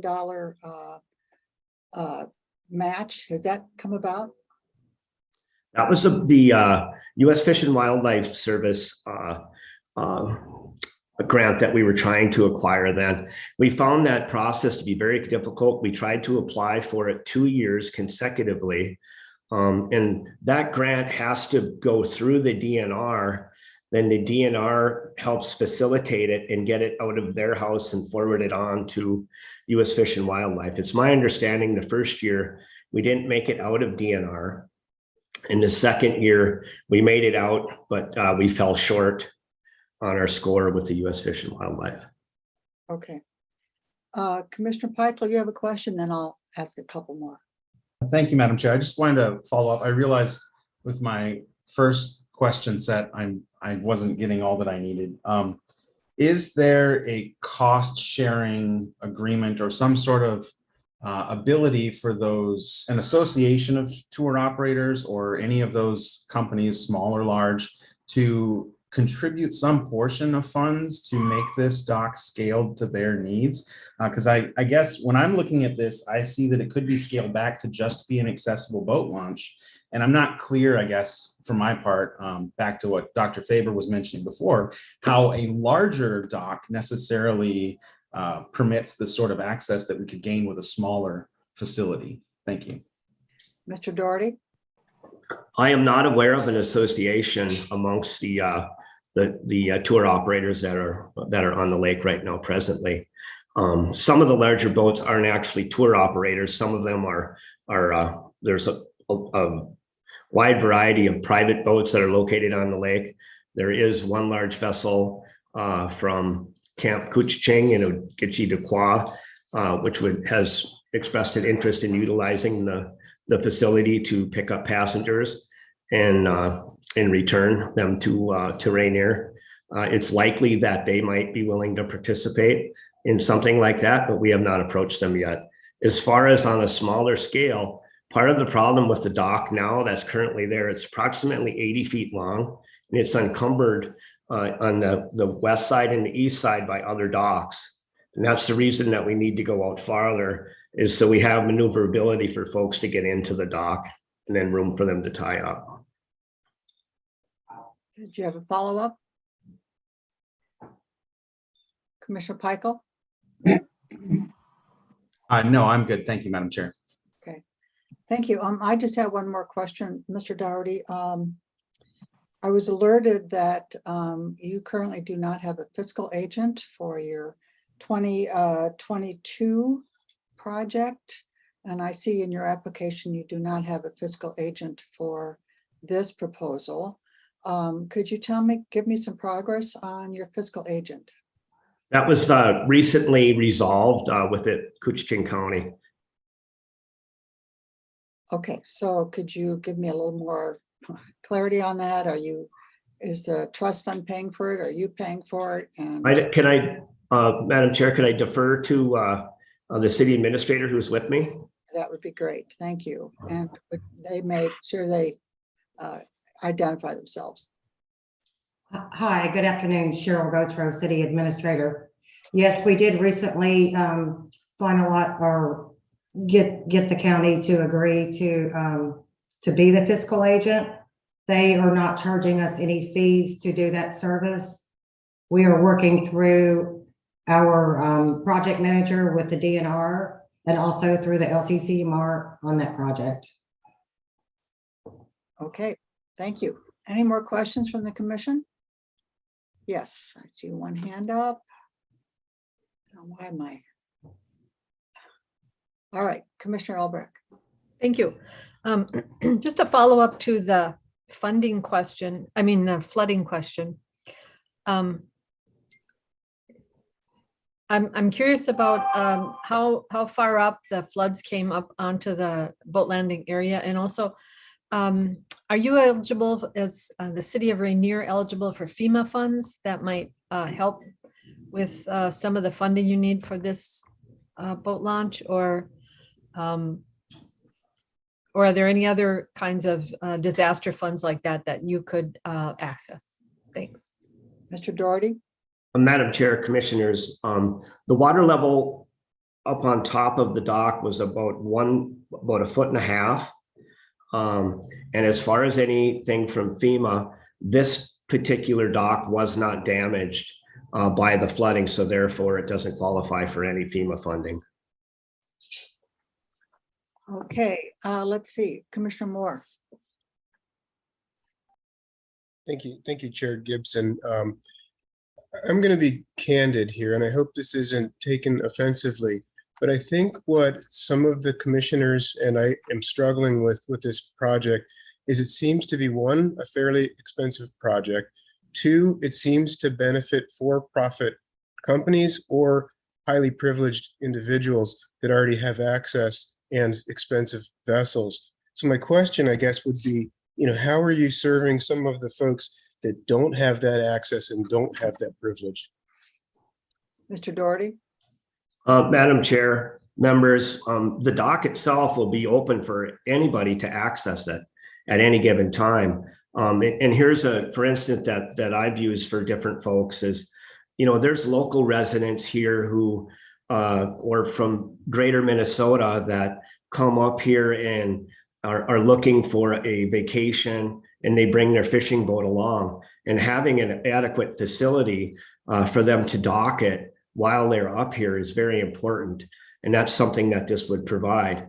And then from folks from all walks of life, just having access to a pier like that to fish. When I go on vacation, I'm drawn to projects like this because I'm a water person and I enjoy going out on the water and sightseeing, and people gravitate towards them. There'll be people walking on it continually and fishing off of it, picnicking, just simply sitting out there and enjoying the sights and smells and everything that you find when you're around a pier like this. It would be a great opportunity for all. And I might add, just recently during the flood, there was a pier, a smaller pier located over by Tilson Creek. And they just it was sad. They gave up on it during the flood. The DOT pulled it in, tied it off on the road where it could have been managed and people could have utilized it, but it fell short and we had nowhere for anybody to go for 80 days. It was very unfortunate. Follow up? No, thank you. I have a question for staff. I'm assuming they're going to be charging for to dock there. Does the trust fund get any money back because they will be profiting by this project? Madam Chair, members, I believe in their proposal, they have requested permission to reinvest any revenues that they receive. Okay, And so that would be something that the members need to consider if they do if members want to allow that reinvestment instead of having it be returned to the trust fund, we would need to include some rider language in their appropriation language if this is recommended. Okay, so then, all right, I'll let Commissioner Albrecht ask a question. Just one last question. Thank you, Madam Chair. And Mr. Doherty, two questions. One is, do you need to, based on the fact that you want to dock 26-foot or larger boats, do you need to dredge the harbor or the pier there? And also, do you have permits from the federal permits and Army Corps of Engineer? That's what I'm trying to think of. Federal permits from the Army Corps and also state permits from the DNR. Thanks. Mr. Doherty? Madam Chair, members, there will be no dredging needed. There's adequate water depth there. And right now we're in the final design and the beginning of the permitting process. Okay, thank you. You had a follow-up, right? Commissioner Albrecht, you said you had two questions. No, he got them both. Thank you. Okay, thank you. So back to staff. So to be clear, we would finance, if we choose this project, we would finance it and then they would continue to take the allocation from the dock fees. And I just wanted to ask Mr. Doherty, are you going to be using that? What will you be using the dock fees for? Madam Chair and members, if the city does decide to charge a fee for overnight stays, it was anticipated that those fees would go towards the general maintenance of the pier over time. Okay, thank you. Commissioner Reese. Thank you, Madam Chair. As I already mentioned, I'm in favor of this project and others like it, but I do think there's a valid question about maintaining access. And so I would encourage the proposers to consider allowing, perhaps even in their work plan, allowing for some spaces along this pier tie-ups for day use and smaller boats as well to try to accommodate some of those concerns. Okay. Thank you. Seeing no more questions. Thank you, Mr. Doherty. Thank you. Okay, moving on. Next, we have Donna Johnson, project 231 Redhead Mountain Bike Park. Hello, thank you, Madam Chair and members of the Commission. My name is Donna Johnson, and I'm the Executive Director of the Minnesota Discovery Center, which is the largest nonprofit museum and culture center north of the Twin Cities. And we are also the trailhead of the new public recreation area, Redhead Mountain Bike Park, located in historic Chisholm, Minnesota. I am honored to have the opportunity to be presenting to this commission for a second time and would like to thank the commission for including our project in 2 funding bills last legislative session.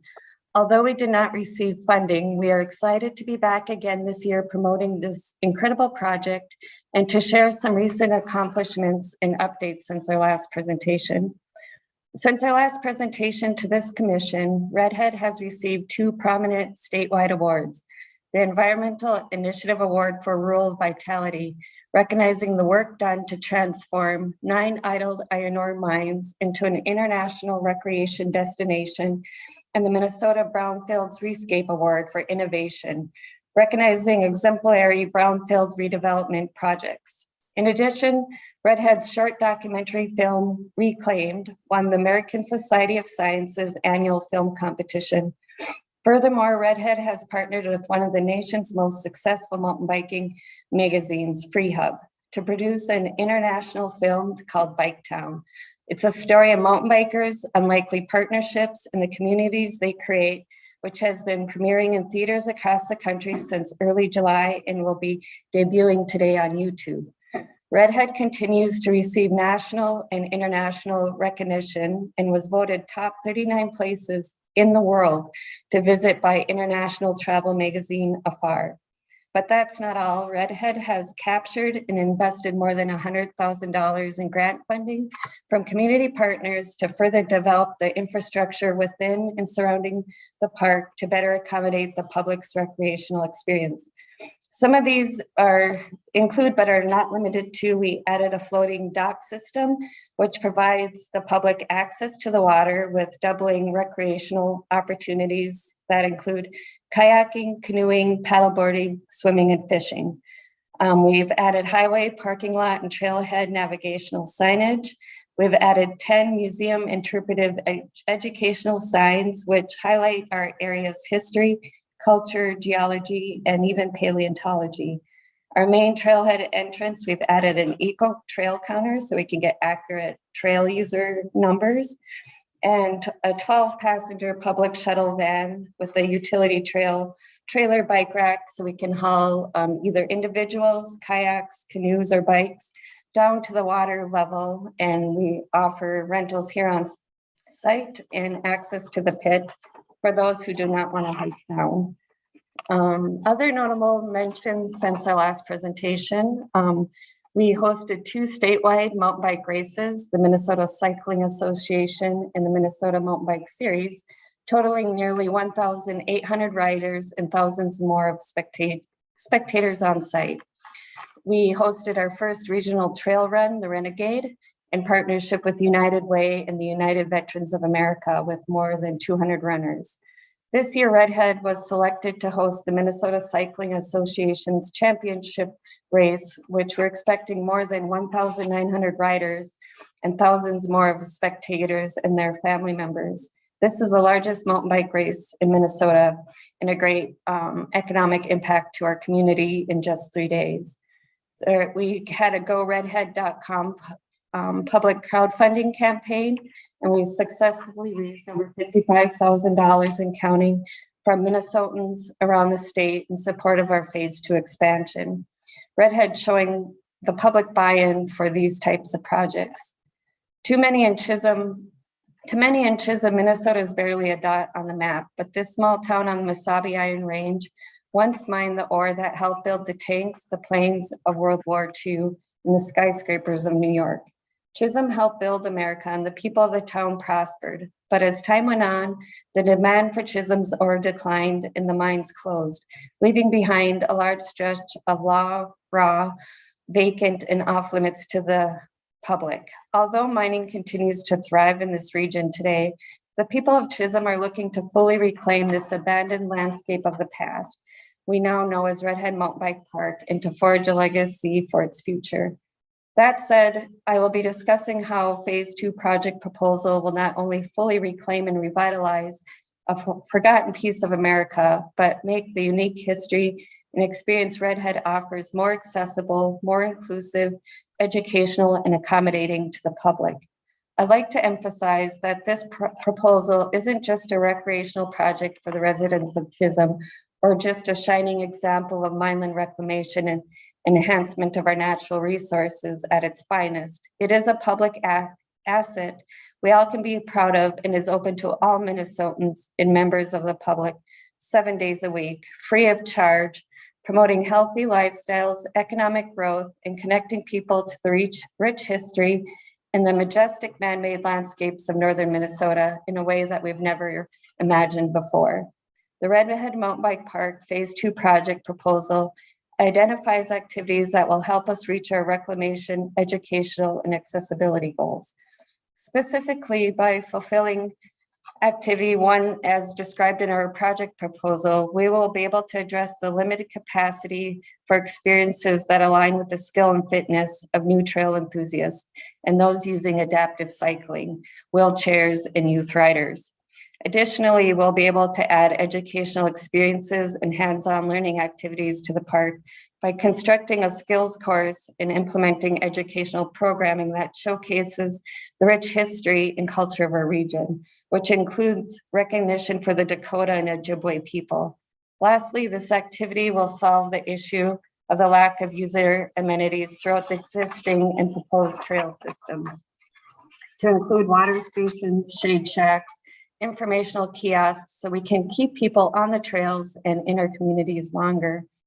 Furthermore, this project proposal helps us take full advantage of the Redhead landscape and will implement the complete trail design, creating longer distance trail, more accommodating experiences for adaptive cycling and side-by-side racing, which will allow us to serve a wider demographic and host the largest races in Minnesota and in the Midwest that brings hundreds of thousands of dollars to our local and regional economy.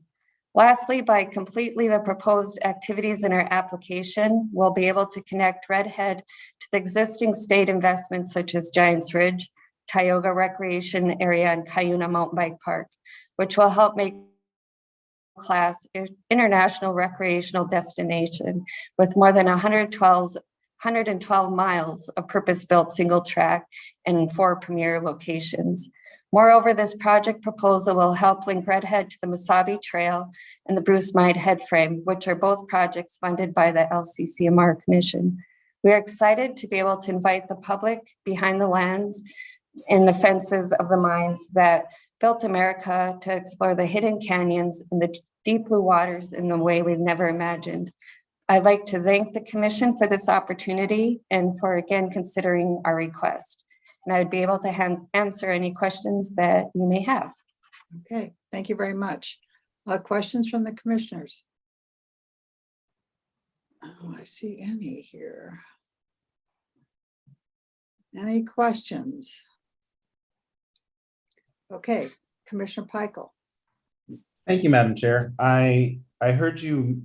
First of all, thank you for presenting to us. I'm grateful for the additional information. I'm especially interested in the adaptive cycling components. You mentioned the acquisition of a 12-passenger van, I believe, with the potential to move individuals from site to site. Does that include the capacity to move adaptive cycles? I know that they don't fit on your typical bike rack. So is there accommodation there with your transportation as well?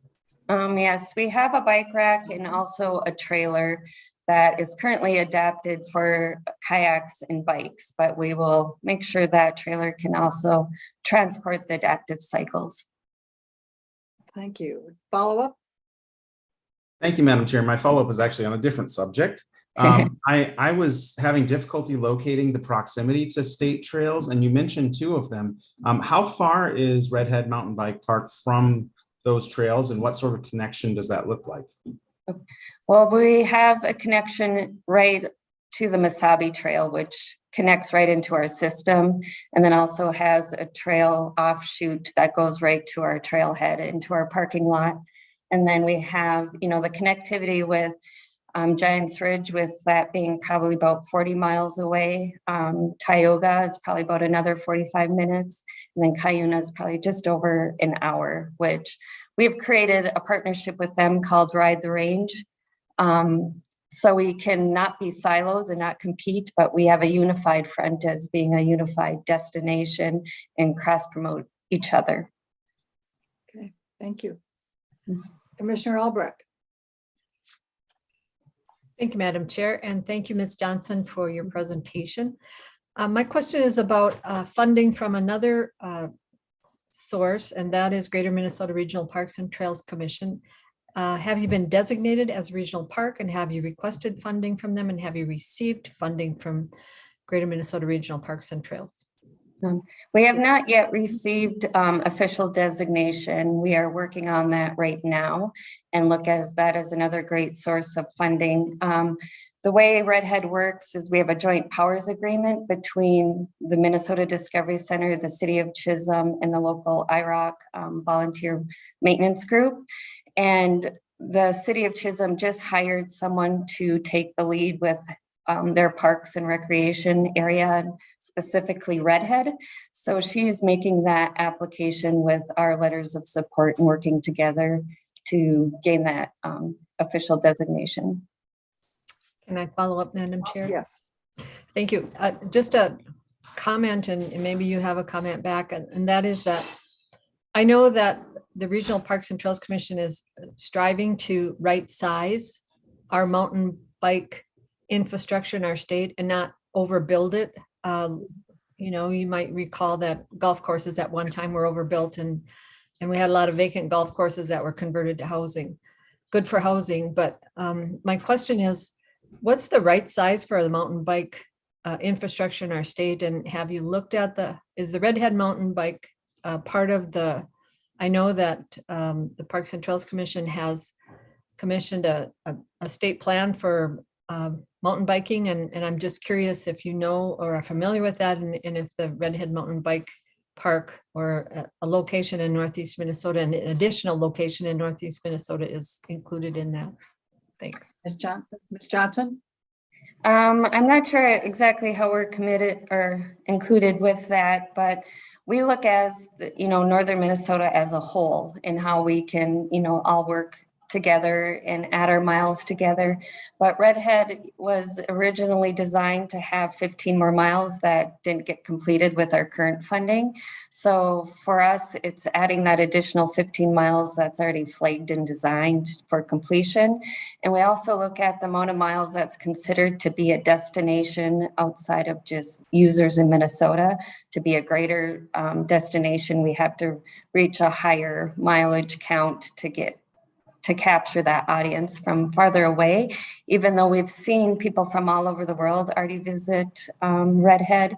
Definitely people from all over the state, but also over the United States. We have license plates every day from probably representing 4 different states on a daily basis. Thank you. Commissioner Moore. Thanks. This is an interesting project. I'm curious, do you guys reach out to any of the socially disadvantaged groups in the state to try to get some of those folks involved in outdoor activities or mountain bikings? I'm thinking Boys Fort Reservation is in your backyard. I'm thinking inner city kids and some of these other communities, engaging with those youth and getting them involved in these types of activities could be really healthy. Yeah, we work a lot with United Way and the local veterans group. We just did event with VEMA, which is for people of color in our community, got them out on kayaks. We work with Boy Scouts, we work with veterans, we've done some mental health programming. There's a lot more to do, but I think we're being recognized as an asset for both mental health and quality of life, because it's not just mountain biking, it's also the hiking, the kayaking, the water recreation. It's, mountain bike park, but it has many uses for many people. And we've been very supportive in partnering and wanting to make sure access is not a limitation. Thank you. I don't have any other questions. Okay, thank you. I just had a question. This sounds like primarily a recreational project. Is there any natural resource enhancement or restoration that we could discuss with you? I guess maybe more clarification in what form. Obviously, when we've been building it, we've done a lot of the environmental impacts and that type of tests and studies, but we're also with our educational programming and our signage really bringing educational and environmental aspect into the park. So it's not just riding a bike, we call it edutainment, where people can learn about the landscape, the geology that's very now visible, and the different environmental and water and bugs and everything that people experience once you're in the system. So to be clear, there's not going to be things like bird watching and you said hiking. I just want to make sure I can differentiate between the environmental aspects of it and the recreational aspects. And maybe divide up in sort of how much is which, so. Yes, I would say our biking is probably 60%, hiking 40%. And then we've been expanding the type of program we can do to grow that base to more education and not just the leisurely walks or bikes. Okay. Any more questions? Oh, Commissioner Reese. Thank you, Madam Chair. I just wanted to ask how does this differ than any other biking trail that LCCMR has funded through the years? Is there a difference? It seems like actually you're more closer to the natural resources in this type of biking trail than you might be in a typical hiking and biking trail that we fund we funded throughout the years. Ms. Johnson? I think we're unique being that we're a reclaimed mining landscape. The terrain would not exist if mining didn't happen. It would be flat, but instead it's very unique in its scenic landscape compared to any other bike trail I've been on. It's similar to Cuyuna and Tioga around mining landscapes, but this has much more extreme elevation changes and much more geological formations visible from the water. So I think we differentiate just in the landscape itself. But development, Madam Chair, Yes. just from a standpoint of meeting ENTRF and LCCMR priorities, though, this really doesn't differ too much from what we've funded in the past in terms of walking and biking trails. Is that correct statements?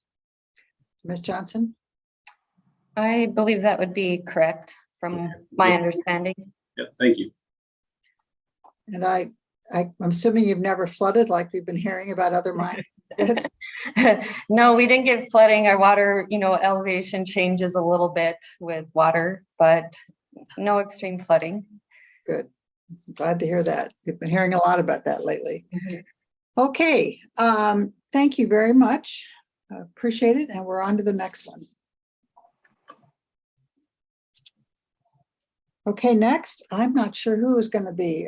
Says either Wayne Johnson or Nicholas Leonard. It's project 249, the Maplewood State Park Trail segment from Otter Tail County. Good afternoon, Madam Chair. This is Wayne Johnson. I'm Otter Tail County Commissioner.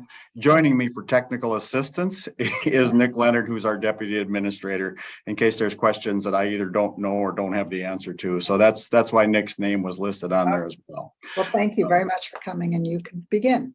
And thank you so much. And thank you for the opportunity to tell you about the Maplewood segment of the Heart of the Lakes Trail. The opportunity we have here is that in partnership with the DNR, this proposal specifically aims to expand the outdoor recreational opportunities. Additionally, and particularly important to me, this proposal improves access to outdoor recreational opportunities to diverse and changing populations. Pelican Rapids is just about 6 miles from Maplewood State Park. It's my hometown. It's a melting pot of cultures, with nearly 50% of the students identified as non-white, and a community that has an international friendship festival each year to celebrate and embrace our diverse community. This final segment through Maplewood State Park will allow easy access to the wonder of nature to a very diverse community. How are we going to do it? With your help. We're asking that you help us to complete the 5th and final segment of the Heart of the Lakes Trail. The Heart of the Lakes Trail, for background, is a 10-foot wide, 32-mile long paved multi-use recreational trail that runs from Pelican Rapids, Minnesota through Maplewood State Park all the way to the city of Perham. Until recently, we've referred to it as Pelican Rapids to Perham Trail or the Perham to Pelican Rapids Trail, depending on which community you are from. But it is much more than a 32-mile trail connecting 2 cities, which is why the county board formally named it this summer, the Heart of the Lakes Trail. That name reflects a couple of things. It is situated in the heart of Otter Tail County, home to 1,048 lakes, more lakes than any other county in the United States. The route has 25 named lakes on or nearby, in addition to wetlands, rolling hills, forests, and agricultural areas. Second, it will serve as a critical connection between the Central Lakes State Trail to the south and the Heartland State Trail to the north. This has been a collaborative effort between the county, the cities of Perham and Pelican Rapids, and the Minnesota DNR. In fact, nearly a decade ago, we all sat down and discussed how could we make this dream a reality. Significant planning ensued. We all approved the master plan in 2014 and received the regional significance designation from the Greater Minnesota Regional Parks and Trails Commission in 2015. And today, 4 of the 5 segments of the trail are complete or near completion. The Perham and Pelican Rapids segments, the 2 ends of the trail, so to speak, are completely done and open. The Silent Lake and McDonald segments are under construction and scheduled to be completed by the end of fall. About the Maplewood segment, we are at the doorstep. By the end of fall, we will have the other segments complete. Trail users will be able to bike, hike, snowshoe, cross-country ski, or snowmobile up to the park boundaries. This proposal will fill the gap and complete the 32-mile trail and 10-year project. The Maplewood State Park segment is 4.2 miles of trail, entirely within the state park. It includes some of the most gorgeous vistas and scenery you can imagine. We have been working with the DNR for well over a year to establish an acceptable trail route with an emphasis on protecting nature, culture, and archaeological resources. Nearly 95% of the preliminary design is complete, and over 50% of the environmental review and permitting is complete. We are very excited about completing this decade-long project. The DNR has been a tremendous partner. I've had the opportunity to personally visit with Commissioner Stroman at the recent governor's deer openers and fishing openers, as well as meeting with her down in her office in St. Paul. I know that she and the local DNR staff are as excited as we are about seeing the trail through the park become a reality. The outcomes of this project, I am passionate about this project because of the positive outcomes it will create. I'd like to highlight a few. First, this trail will be a tremendous new amenity for Maplewood State Park. There is currently not a safe, non-motorized transportation alternative from Maplewood State Park to any of the local communities. Despite being one of the largest state parks, it certainly is not one of the busiest. This proposal significantly aims to expand outdoor recreational opportunities through additions and connections to this beautiful state park. Second, this project will significantly expand outdoor recreational opportunities for untraditional populations. Racial and ethnic minority populations tend to participate less in most nature-based outdoor recreational activities, including visiting state parks and trails. In fact, according to the DNR report, only 2.8% of state park visitors identify themselves as non-white. As I've stated before, I'm incredibly proud of Pelican Rapids, one of the most diverse rural communities in Minnesota. Over 46% of the residents of Pelican Rapids identify themselves as people of color. 62% of the population are known as non-native English speakers. This project will afford outdoor recreational opportunities to members of racially and ethnically diverse cultures who have not traditionally benefited from the state park's facilities and resources. Finally, I'm excited about the project's potential for creating economic opportunities for Otter Tail County's only opportunity zone in Pelican Rapids. The economic benefit of trails and development are well documented. Trails attract local and non-local visitors who stimulate the local economy, contribute to the local sales tax, and create jobs. One of the most important ways that trails promote economic growth is through tourism. Trails are also vital for attracting new businesses and talented workers. To keep established businesses competitive, young families have cited trails as a key reason to relocate to Minnesota. Okay, that it? Thank you, Madam Chair. Thank you for the opportunity. Questions from the commission? Commissioners, any questions? All right, let's see here. Senator Hurt. Yes, thank you for the presentation. You said that 50% of the residents of Pelican Rapid are black and brown people or minorities. Am I correct on that? Madam Chair, Commissioner, that's correct. Over 50% of our student population is non-white, and in the 46%, I believe, according to the last census, was non-white of the people residing in Pelican Rapids. Okay. What is their background? Where they're from? I wonder. Madam Chair, if I may, many Hispanic. So I'm good friends with one of our Hispanic people. He actually immigrated to Pelican Rapids in a blizzard from Mexico, got to experience the wonders of nature in a different way, has worked his way up and become the finance director at the local school. We also have a large Somali population. That we have a turkey processing plant in Pelican Rapids. So many of the Somalis come get their starts at the turkey processing plant and then move on, as the Hispanics have done, move on to own homes and build careers and things like that. We have a small Hmong population that I'm aware of. And then we also have had a Bosnian population that came in a number of years ago.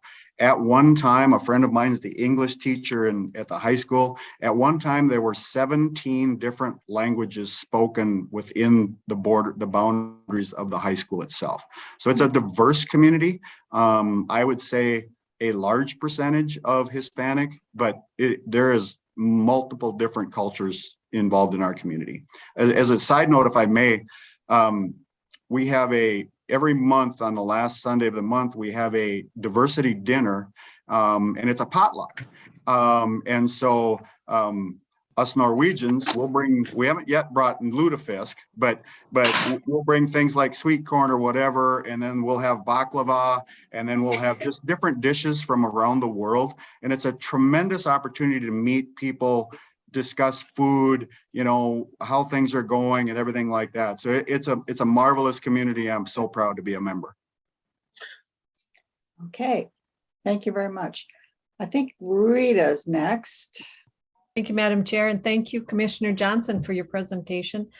I like this project. I like to see I know Bemidji struggled for many years. That Paul Bunyan State Trail had a gap within the city of Bemidji, and we finally completed that, but it was an 11-year process to acquire right away and get a crossing with BNSF. And so I know the challenges of trying to connect that last link, and within Maplewood State Park is a great opportunity to do it. It's a gorgeous park.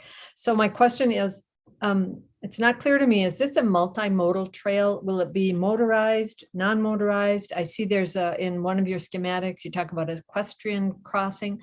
Will there be horses on the trail? So what kind of trail are we talking about building here? Thanks. Madam Chair, thank you for the question. Commissioner, it's a multimodal trail. Currently, I used to ride horseback, and I can tell you that horses aren't real wild about bicycles rolling up behind them. And so I think the horseback is actually the crossings within Maplewood State Park. Maplewood State Park has a huge horse trail system, and their horse park is full almost every weekend until freeze up type of a thing. So I can see them running symbiotically beside each other or crossing each other. But to, I think, answer your question more directly, our plan was that it was non-motorized except for electric bikes for those who, physically can't. We want people to use it, but the electric bikes, the electric scooters, those kinds of things that are two-wheeled operations is what the entire trail was planned for. And then in the winter, cross-country skiing and snowmobiling, as long as no studs, we're putting some rules together as far as usage for snowmobiles in the wintertime. Follow up. Thank you. That was my second question, Madam Chair, was whether or not winter use was going to be different and motorized. And like the Paul Bunyan Trail, it is a multimodal trail. And so we also have snowmobiles and cross-country skiers in the winter. So it can be done, but just advise post a speed limit. Oh, thank you. Thank you.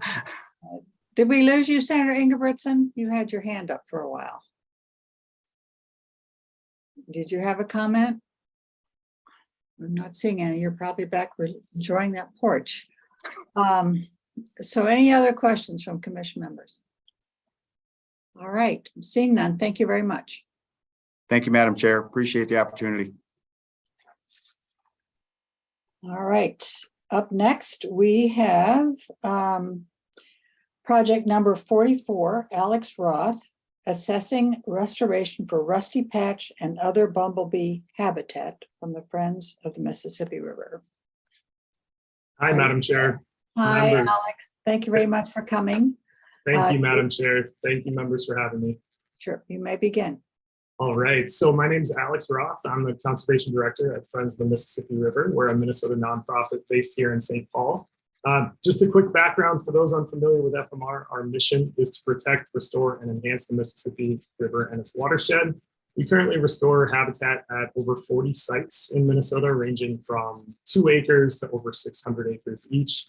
And while we know that the work we do is important for habitat creation, specifically for pollinator habitat creation, we want to ensure that FMR and other organizations in Minnesota are implementing evidence-based habitat management to make sure that land protection and restoration efforts have the greatest possible positive impact on pollinators and on wildlife. So you've undoubtedly seen a lot of pollinator proposals, both this session and in past rounds, but I want to talk a little bit about this project, how it differs and why it's important. So rather than straightforward habitat protection or restoration, our project aims to answer some lingering questions about the ability of standard prairie restoration methods to provide important habitat for native pollinators, with our native bumblebees as a particular case study.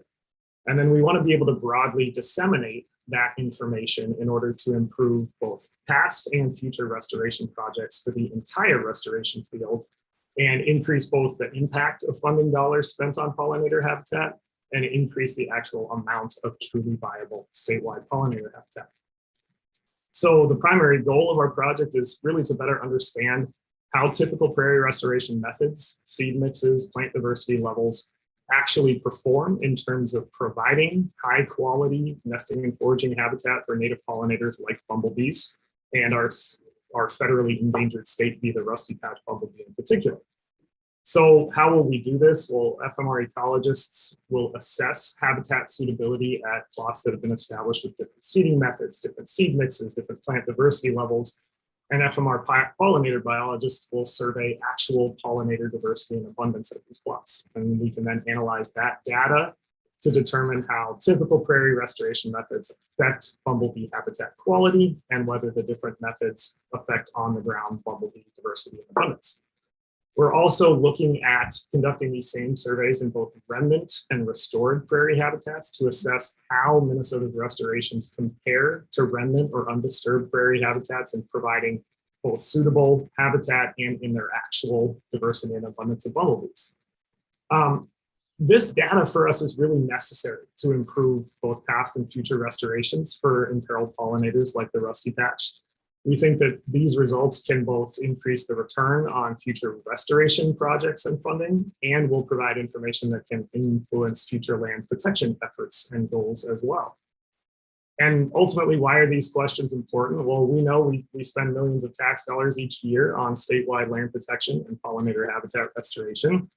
At the same time, native pollinators are still experiencing population declines. That's evidenced by the recent federal listing of the rusty patch bumblebee. And currently, we don't know enough about specific prairie restoration techniques or plant diversity levels needed to provide the greatest suitable habitat and to encourage the greatest diversity of bumblebees and pollinators. Our field largely operates on the idea that if we build it, habitat that is, that pollinators will come. But what if we can have some simple insights into how to build it better to ensure that restorations are providing the greatest suitable habitat? So I'll wrap up by pointing out that our proposal is one of the smallest in this whole session, coming in at only $75,000. And this is in large part because the work to establish the restoration sites, establish the different seeding methods and seed mix diversity treatments, that's all already been completed by FMR using other grant funding. And so that means that we can begin the work of assessing pollinator habitat quality, surveying pollinator abundance and diversity right away. And we can leverage that past funding to provide real added value with this current funding. So ultimately, it's a small project that has the potential to have large impacts on the future of how we protect, restore, and manage habitat for pollinators. So thank you again for your time. Happy to take any questions that members have. Good. Thank you very much. Commission members, any questions for Alex? Looks like you have one. Do you have one, Bill? Commissioner Faber? Yes, ma'am. Go ahead. Say, Alex, I'm curious. So you're gonna compare a restored versus a remnant prairie. Do you know? Because, well, I'll have a follow-up. But do you know whether rusty patch have used either of those? The restored, probably not, but the remnant, because you'd want to think, because if you don't know that and you go in and you find some of the I mean, we have a good idea what plants you'd want to have an either or, but if you don't have them, does that mean, well, it's not good for a restoration or a remnant? You understand what I'm saying? So Mr. Absolutely. Thank Ross? you. Thank you, Chair and members. That's a great question. We do know that all of our sites included in this proposal are located in the high priority habitat areas for rusty patch bumblebee. The remnant habitats that we'll be using for our assessments are located in Hastings, Minnesota, where rusty patch bumblebee has been found. They have not been found at the specific sites that we're using, but they are in the neighborhood. But that's a good point, that sort of the absence of those doesn't mean that the habitat isn't good, but we're trying our best to locate those sites in known areas where the rusty patch bumblebee is. follow up, Madam Chair. Yes, Commissioner. Because then an add-on to that, I would argue, is that if, you know, they meet those criteria, even though you may not find them in your B surveys, that then those would be sites for restoration or for reintroduction, because that's getting to be really popular, you know, with the blue-cornered butterfly, and a lot of these little critters are little insect friends out there. So, you know, that it's still going to be, you know, not the idea that no information is good information, but the absence of them doesn't mean they wouldn't be good sites for use going forward. I guess that's what you're also trying to do, correct? Absolutely, Madam Chair and members. That's a great point, and that's why we have sort of a two-pronged approach with our surveys. We're both sort of scoring these sites on a habitat assessment tool that was developed by the Xerxes Society. So a tool that already exists, developed recently, that scores these habitat based on qualities that make the habitat suitable for rusty patch bumblebee. So we're sort of saying, on paper, do these sites, you know, meet the criteria? Do restorations meet the criteria? Do remnants meet the criteria? And then at the same time, we're doing those active surveys to look at, even though they meet the criteria, are we seeing rusty patch bumblebee here? Are there things that are missing that we could then, as you say, turn around and do some restoration or reintroductions? Thank you, Madam Chair. I've been a member of the Xerxes Society for 20 plus years, just so you know. Thank you. Yeah. Any other questions? I just had one. What are your education plans for this project?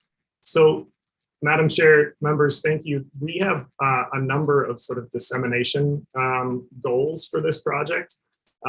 We will be creating sort of a general white paper outlining our findings and sharing that largely with the restoration community. So this is going to be disseminated through groups like the Minnesota Conservation Network, which is a consortium of 70 plus organizations that work on habitat restoration, the Restoring Minnesota Practitioners Network, and we're working with Bowser to get this information posted on the What's Working website, which is again widely used by restoration practitioners. Also, depending on our findings, we hope to present this information at conferences and pollinator consortiums, and potentially publish this information in academic journals as well. Will you have any signage at the site? Madam Chair, members, the signage that exists at the sites already for restoration are present. These sites are all owned by different landowner partners, so cities, counties, and there is some education signage there already, and we did not have a particular plan to include education about this project or these species, but all of this funding will be acknowledged in any publications or outreach that we do. Right. I just hope some more data on the bumblebee too would be good. All right. Any other questions? Thank you very much. Thank you. All right, moving on. We now have, we're in the AH category, which means the projects under 200,000, and that last one was as well. So it is 086, and this is Anthony Sint, enhancing knowledge of Minnesota river fish ecology. Is Anthony here? Yeah, Madam Chair and members, good afternoon. This is Tony, or Anthony Sint. I'm with the DNR. I'm the Minnesota River Fisheries Specialist. Thank you. Welcome. You can proceed. Thank you. So the project I'm presenting today leverages existing DNR capacity and infrastructure to enhance our knowledge about the ecology of fish that inhabit the ecologically, recreationally, and economically important Minnesota River. The proposed project builds upon what was learned from a very successful project that was previously funded by the Environment and Natural Resources Trust Fund back during 2016 through 2019. The previously funded project had many great outcomes. Unfortunately, there are still many data gaps that limit our ability to measure change over time and make informed management and conservation decisions. For instance, current knowledge of the Minnesota River food web is insufficient for understanding changes that may be caused by invasive species or our changing climate. So for the proposed project, we will build upon what we learned during the previous project, leverage some of those initial investments, and ultimately learn more about Minnesota River fishes, from the tiny minnow species at the bottom of the food chain to some of the largest species commonly targeted by anglers and commercial fishers. So I'll provide a simple overview of each of the 3 project objectives by summarizing the why and the how. So for objective 1 of this project, we're proposing to evaluate seasonal trends of lower trophic fish diets. Lower trophic meaning fish at the bottom of the food chain. So the why? Well, the most abundant fish species in the Minnesota River are also the species that are at the bottom of the food chain, which means they primarily eat phytoplankton and zooplankton. These species are consequently a critical part of the food web, with species such as emerald shiners, gizzard shad, and spotfin shiners serving as the most important forage for larger species like walleye and catfish. The phytoplankton and zooplankton communities that these species rely on for food are highly dynamic and would likely experience significant impacts if invasive carps ever established a population in the Minnesota River. So the how? We're proposing to understand the specific diets of 4 of the most important planktivorous fish species. Having this knowledge will help us understand and protect the resiliency of the native food web. So to do this, the fisheries specialist and 2 summer interns hired for this project will collect stomach samples from the target species during spring, summer, and fall of 2024. Ultimately, over 800 stomach samples and plankton samples will be shipped to and processed by a contracted laboratory. Objective 2 of this project is evaluating the status and distribution of understudied benthic or bottom-dwelling fish species. Why? Well, small benthic fishes are poorly understood across the state because they are difficult and time-intensive to sample. In the Minnesota River, the status and distribution of several benthic species is poorly understood, including some of the unique darter species like the western sand darter, the river darter, and the banded darter. So how? Well, one of the best ways to sample small benthic fishes from large rivers is with benthic trawl surveys. Therefore, again, for this project, the fisheries specialist and 2 summer interns will conduct benthic trawl surveys at approximately 20 locations throughout the 330-mile Minnesota River to ultimately evaluate the abundance and distribution of various bottom-dwelling fish species. Lastly, for objective 3, we will utilize an existing acoustic telemetry array to describe movement patterns and habitat use of bigmouth buffalo, channel catfish, and walleye. Acoustic telemetry is essentially using sound to track movements of fish. So why? Well, riverine fishes often exhibit unique seasonal movement patterns and migratory behaviors and can move long distances. Acoustic telemetry has been utilized to learn about movement patterns for several other fish species in the Minnesota River, but movement patterns of the economically and recreationally important walleye, channel catfish, and bigmouth buffalo have not been evaluated. So how? Again, we're proposing to leverage the existing array of acoustic receivers that I mentioned to evaluate movements of these 3 species. And to do this involves capturing and then surgically implanting acoustic transmitters into the target species, and then movements of those species can be monitored for up to 10 years. Overall, this project was designed to efficiently address these 3 specific knowledge gaps. Project funds will primarily be used to hire a 3-person field crew for 1 year, cover their basic travel and fuel costs, purchase some necessary equipment, and pay the contracted laboratory to process fish diet and plankton samples. This project is relatively inexpensive because we're using existing DNR equipment such as boats and trawls and laboratory space. We're also leveraging an existing array of acoustic receivers and using in-kind contributions of my time as the Minnesota River fisheries specialist to coordinate the project, analyze data, and write reports. I'm really excited about this project and how much we can potentially learn about the Minnesota River in just a couple years. I hope I conveyed to you the value of what we're proposing. So thank you so much for your time and attention, and happy to answer your questions. Thank you. Commissioner Schneider. Thank you, Madam Chair and Mr. Sint. This sounds like a really interesting project. I love freshwater species and really curious about it. I guess I like to see how research is actually going to be connected to, the conservation, protection, and enhancement of the species. So besides, the what, why, how, I guess I didn't really hear like, how is this going to actually benefit those benthic species? Because we know that they're being affected by a lot of the toxins that tend to settle down in stream and riverbeds. So if you could talk a little bit more on that, and maybe the education with the public too, I would really appreciate it. Mr. Sen. Yeah, Madam Chair, members, yeah, that's a great question. And it's really difficult to quantify how the knowledge can be used immediately, because we're not proposing to do that future work. We're trying to collect the baseline information that allows us to monitor the status of these benthic species. We want to assess, so particularly pertaining to the benthic species component of this project, it's evaluating their current status, which will help us develop monitoring protocols in the future and being able to compare or evaluate their status over time. So this is really a baseline data collection study. Now, I hope that we can then use that data to make informed decisions in the future.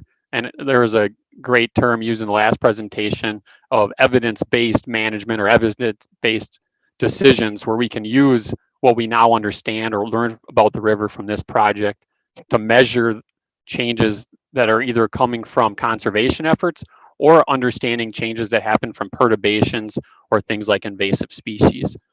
So I hope that kind of answers your question or concern. Yeah, thank you. I really appreciate it. Thank you. Any other questions from commission members? Now, where's my hand? I don't see it. I know where the goddamn hand is. Oh, there it is. All right, there, now it's up. Thank you. Now it's up. Holy moly. I mean, criminies. All right. Thank you, Madam Chair. Say, Tony, then Never meant to ignore you. No, I understand that, partner. This is kind of a follow-up because I was thinking about the exact same thing as Commissioner Shona.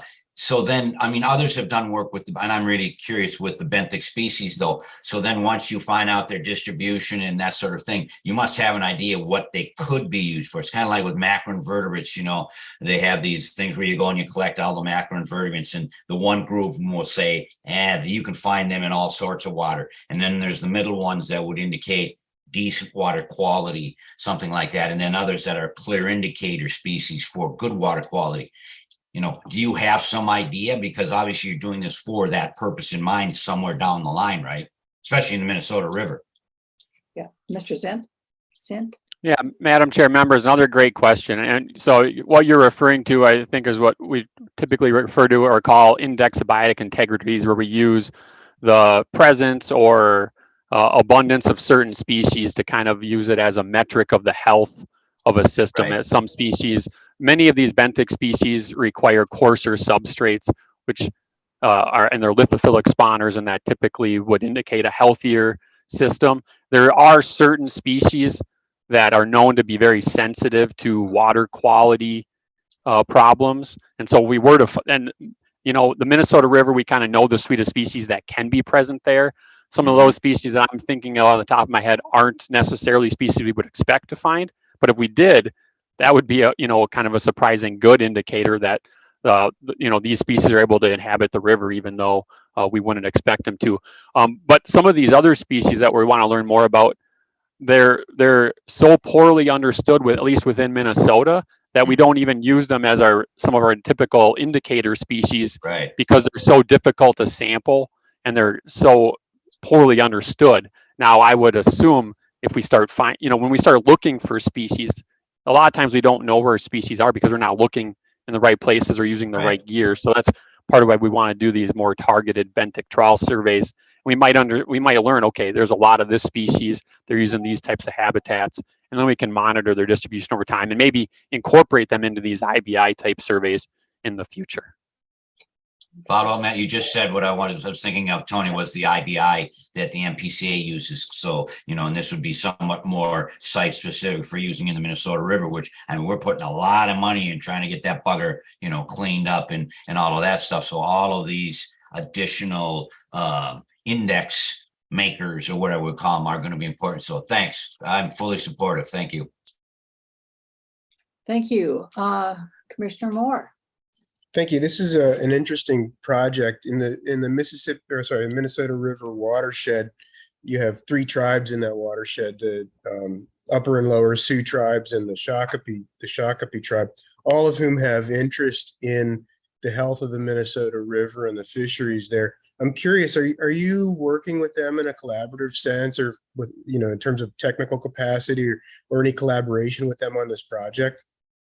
Mr. Sen? Yeah, Madam Chair, members, another excellent question. No, not directly with this particular project proposal. Certainly, we would be communicating our intentions of this project with them. Currently, I mainly just try to keep an open line of communication with the tribes, let them know annually when we're doing work in parts of the river that are in their area, and send them our annual reports, including things like our index of biointegrity, fish community surveys, and they've been very interested. Several of them have come out with us and helped us in the field on the boat. But yeah, for this particular proposal, we have not communicated with them yet, but certainly we would be, and there might be interest from them in helping in some way. Great, thanks. I appreciate that response. I know all 3 have fairly small environmental and natural resources departments and may not have a lot of time or energy available, but there's certainly interest, and there's in particular, there's interest in contaminants in Minnesota River fish. Thank you. Thank you. Any more questions? All right, Tony, Sint, thank you very much. Thank you, Madam Chair, members.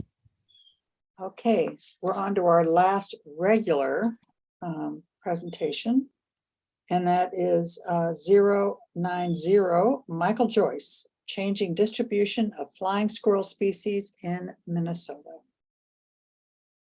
Madam Chair and members, good afternoon. My name is Michael Joyce. I'm a wildlife ecologist at the Natural Resources Research Institute. And I really appreciate the opportunity today to be in front of you presenting this proposal on flying squirrels. Thank you. We appreciate it. And we like the graphic behind you. This is a southern flying squirrel from Ohio. Thanks. So I'll jump right in. So those that are not familiar, we have 2 native species of flying squirrel in Minnesota, the southern and northern flying squirrel. And over the last few decades, there's a lot of evidence showing that southern flying squirrel is pushing north, moving their range north. And that's causing, in many cases, northern flying squirrels to move north in response. And so this displacement has been happening across the eastern United States, including Minnesota, prompting in some places concerns about the conservation of northern flying squirrels, and in fact resulting in northern flying squirrels being listed as an endangered species in 4 states and a species of special concern in Wisconsin and Michigan, so states that are very close to us. In Minnesota, neither species currently has any special conservation status, and part of that is that we don't right now have adequate data on the current distribution of either species to sound the alarm, but we do know that southern flying squirrels are moving north in Minnesota as well. There's also inadequate data on some of their habitat associations and their interactions in Minnesota to inform that. And so the main goal of this project is to collect foundational data to help fill these critical knowledge gaps on flying squirrel distribution, habitat use, and interactions. And so this project, if funded, would have 3 main parts. The first part would be to use existing acoustic data sampled very broadly across the forested region in Minnesota to better understand current distribution of both species. This is data that was largely collected as a past ENRTF Northern Long-Eared Bat project, and so we'd be able to leverage that data. And one of the cool things about that is it means we'd be able to get this summary and this updated information for relatively cheap compared to what it would cost if we were to go out and survey the over 350 sites, 600 different deployments, and over 275,000 calls available to us. Wow. The second thing we would do is do some additional acoustic surveys.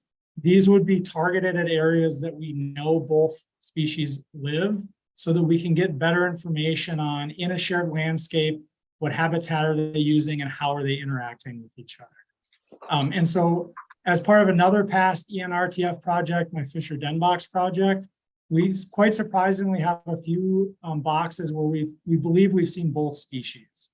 And so when you look at some of the literature and habitat work that's been done, that's not necessarily what you would expect. So there's some stuff that we need to learn about what they're doing. And it does suggest the potential for some coexistence, at least over some time scales. And then lastly, what we'll be doing is radio collaring some squirrels, tracking their movements and looking at habitat use and interactions. And that part of the project would really help us validate the acoustic survey work. And it would also give some of that finer scale habitat data that's very critical for wildlife management. So why is this project important? We think that there's at least 4 major outcomes and impacts of this project that makes it beneficial to the citizens of Minnesota. First, as I already mentioned, is the question of flying squirrel status in Minnesota. The data would be very helpful to help us further evaluate the current status. The DNR in the next 2 to 3 years is going to be re-reviewing information on all of the species as part of the state wildlife plan update. And having this information will be really critical to help guide that decision. We have discussed this project with non-game DNR mammologist Gerda Nordquist to make sure that the data we're collecting would be of high scientific value to that process. The second reason we think this is important is that if changing the status of northern flying squirrels is warranted, and we don't know if it is, the data that we collect would be of really high management value to help us build strategies to provide habitat while balancing other uses of the forest, including economic uses, recreational uses, and even habitat for other species. So like the former northern long-eared bat project that was funded by ENRTF, it makes sense to have this data before we need it so that if we need it, it's available for us. The third reason is that, acoustic monitoring is really big for tracking bats. There's a lot of acoustic data being collected, and the protocols and data that we collect from this it would be helpful for future efforts to monitor changing distributions of these species.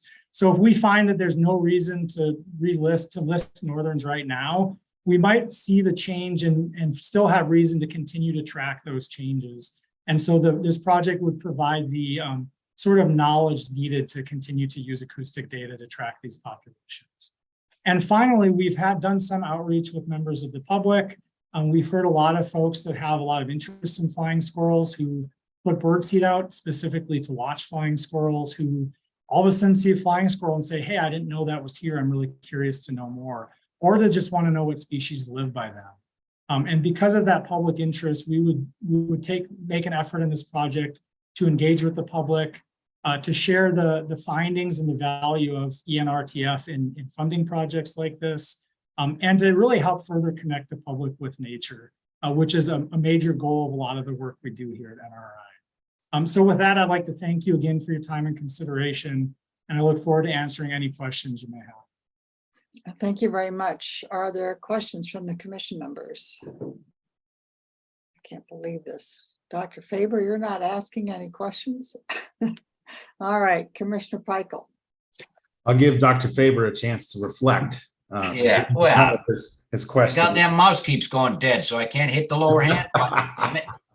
I beat you to the punch there, Bill. Yeah. So my question is about the extension of the Wisconsin and Michigan research, recognizing the overlap in the territory, are those shared occupancy incidents sharing the same cavity simultaneously? Or are we talking about a difference in time of use throughout the year? So you could gain from, a longer season of monitoring, or is this, you go out for the same 6 weeks to a plot and you're going to get both? Thanks. Yeah, Madam Chair, members, that's a really good question. The first thing I want to point out is that Michigan and Wisconsin are also somewhat data deficient when it comes to flying squirrels. They know that enough to know there's cause for concern, but they really don't have a good idea on the distribution or abundance of these species either. So this is a shared problem. One of our future visions with this project, should we get funding and go forth, is to potentially talk to them about doing more of a regional assessment with acoustic data. So I'm happy that you brought them up. To your question, there's a lot of speculation about what's driving this. In some cases, it looks like southern flying squirrels, although they're smaller, are actually more aggressive and might push northerns out of sites. And so with shared sites, that could be an issue. They do use sites. They would use the same cavity. They've been documented doing that in some studies. The southern may also carry a parasite that's not detrimental to it, but that might, if given to the northern, might lead to lower survival and help push the population north that way. There's been a lot of recent work on flying squirrels, especially in Ontario and Pennsylvania. And a lot of these questions are really important, really exciting questions that we just don't understand. A few studies show different things, especially about parasites. A recent study just showed that red squirrels might be a bigger vector than southern flying squirrels, in which case it's not southerns bringing it to the northerns. So what we know is that things are changing. And I view this project as a really important first step to digging into some of these other important questions. Thank you. Okay, Jeremy, follow up? Briefly, yeah, just a quick follow-up. And I just want to, if this is funded now, I don't remember the exact timeline of the Wildlife Action Plan update, but are they planning to hold the presses for these data? And will you be incorporating some of the acoustic information in a multimedia wildlife action plan? Good, thank you. Madam Chair, members, those are really good questions. I don't work directly on the Wildlife Action Plan. I know that I think it's 2025 is when the updated plan is due. So my understanding is that they're in the early stages of gathering information. Being in touch with non-game about this project, and the plan is to continue to engage with them on this. We want to make sure that as the information comes from this project, it can be delivered right to them so that they can have it kind of as we're understanding it, because we don't want to run up into timelines with the project's a little too late. That's one of the reasons why we think it's really important for this project to be funded now. And I hope I answered all your questions. Thank you. All right. Commissioner Faber. Make sure I'm unmuted. Thank you. Dr. Joyce, first of all, somewhat of a comment. Yeah, as you may know, so I participated for 3 years on the bat surveys in Camp Ripley, and that was where I handled a lot of flying squirrels because the bat nets were put up, the mist nets at night, and we caught a lot of flying squirrels. And I can assure you, and so I live not far from Camp Ripley here in central Minnesota, and so I've handled between those studies and chasing little fellers out of my fireplace in my house every year. They come in 2 or 3. I've never handled a northern flying squirrel, only southern flying squirrels. And I would have guessed we have both here. But that being said, they are extremely aggressive. And I remember when we were handling them along with the bats, we had to wear thick gloves because they are little gnawers like you can't even believe. So I can confirm the idea that they're aggressive little buggers. But I thought maybe it would be good for you to share with our friends what bioacoustics are. Many of us biology types know exactly what that is, but our friends may not. They go, what is this? I mean, it's really cool stuff, the way we can check the sounds out of these species. Now, could you go into a little more detail on it? And then I've got one quick follow-up if I have time, Madam Chair. Dr. Joyce. Yeah, Madam Chair, members, thanks. That's a great question. So there's various types of acoustic detectors that record sound. Some of them are in the range that we can hear. In this case, with flying squirrels and bats, we're talking about ultrasonic sound. So it's noise that we don't really hear. The cool thing is that there's filters because species have characteristic sound profiles that can be used. And I didn't emphasize this here, it is in the proposal, but there's been a lot of work on the Carolina flying squirrel, which is a federally endangered subspecies of the northern, to show that especially their trill call can be identified to species very accurately. And so, yeah, so it's essentially we put a piece of equipment out, it records ultrasonic sound, we bring it back, we process it.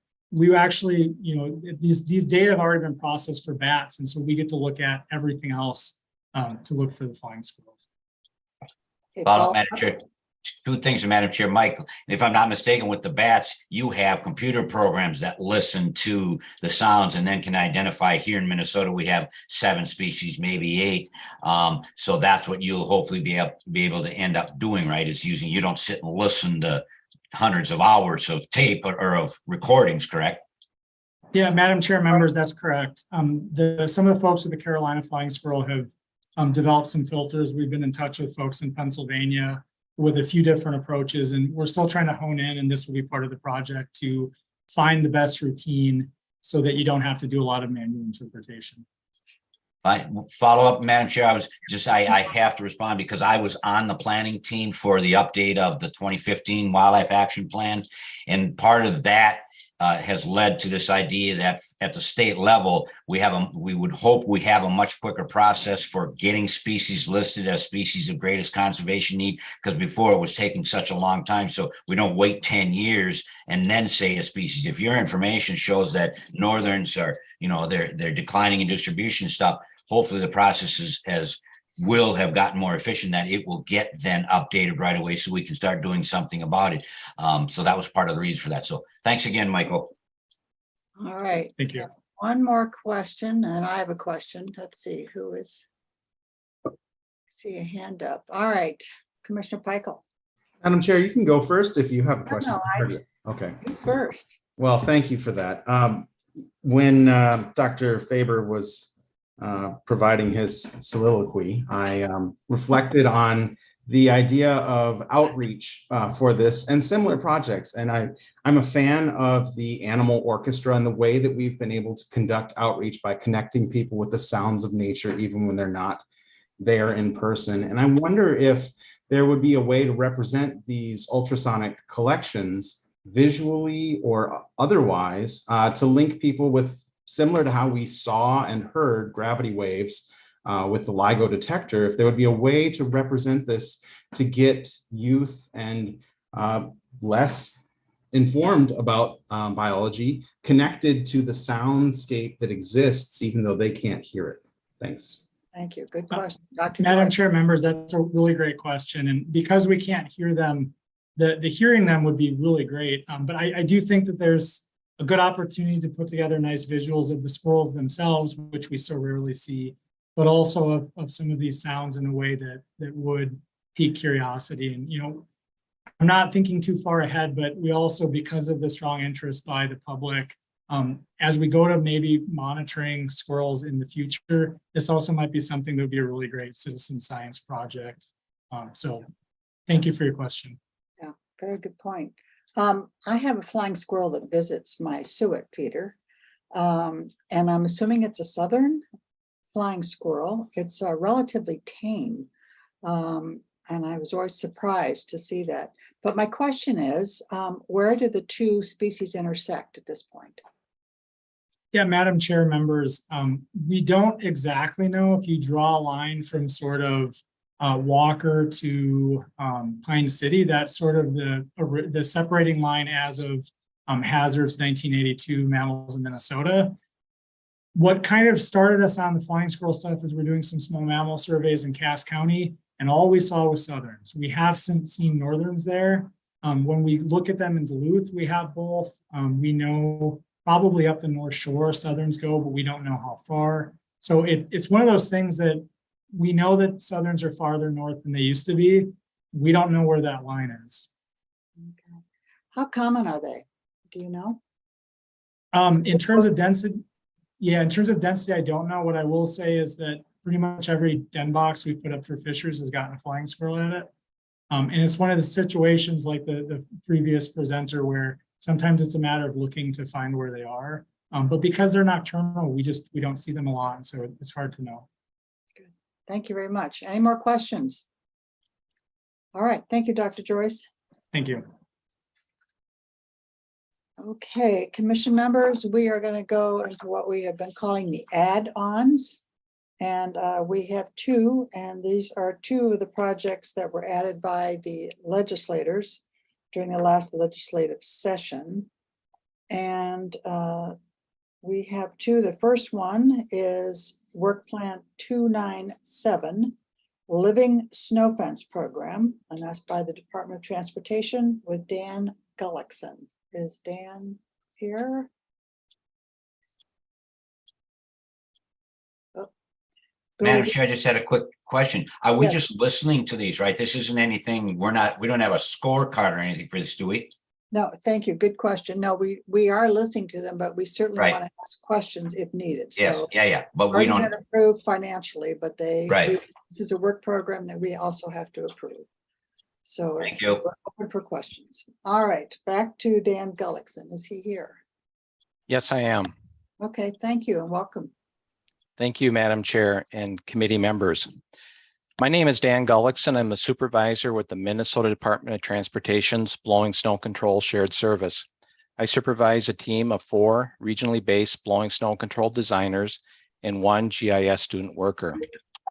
This project fits the Living Snow Fence program objectives of using Minnesota native plant material to reduce chlorides or salt use, reduce MnDOT snow removal carbon footprint, reduce crash severity during blowing snow events, reduce MnDOT's cost of snow and ice removal, and reduce the frequency of road closures and travel delays for goods and services. In the windswept areas of western and southern Minnesota, the volume of snow carried by the wind can be 100 times greater than the amount of snow falling from the sky. For those of you living in rural areas, you may recall after initial snowfall, the wind blows that snow around 3 days later, plugging up driveways, farmyards, and highways. While MnDOT deploys state-of-the-art snow removal equipment, has a well-trained snowplow operator workforce, uses weather forecasting to determine appropriate material, labor, and equipment needs, we use pre-treatments on our highways with brine. Our most effective tool for managing the wind is through snow fences. MnDOT welcomes your funding and building a relationship with LCCMR to create native living snow fence projects along Interstate 90 between Austin and Albert Lea. Interstate 90 carries 12,000 vehicles per day. MnDOT snowplow operators identified the need for snow fencing based on their experience fighting blowing snow and the effect it has had on road surface driving conditions, leading to spinouts and crashes, along with extra materials, labor, and equipment needed to regain bare pavement. Through this project, living snow fence plantings would be installed at the P-Trans Bridge interchange, which will protect a 1 mile segment of mainline Interstate 90, along with a half mile's worth of on and off ramps. And beneath the bridge, there's a 500-foot segment of railroad running parallel to the Freeborn County Highway that would benefit from this project. The other area that we'd be looking at deploying native living snow fencing would be west of Austin. There's a 3/4 mile long curve that transitions from an urban area that's protected from the wind that leads into the windswept areas across agricultural farm fields. And so by deploying the native living snow fence plantings, we can help the traveling motorists transition through those curves. These native living snow fence plantings will occur within MnDOT's existing right-of-way, so we won't need to buy additional right-of-way for it to work. These living snow fence plantings complement the MnDOT District 6 integrated roadside vegetation management activities of wild parsnip control and planting of native grasses and wildflowers for pollinators.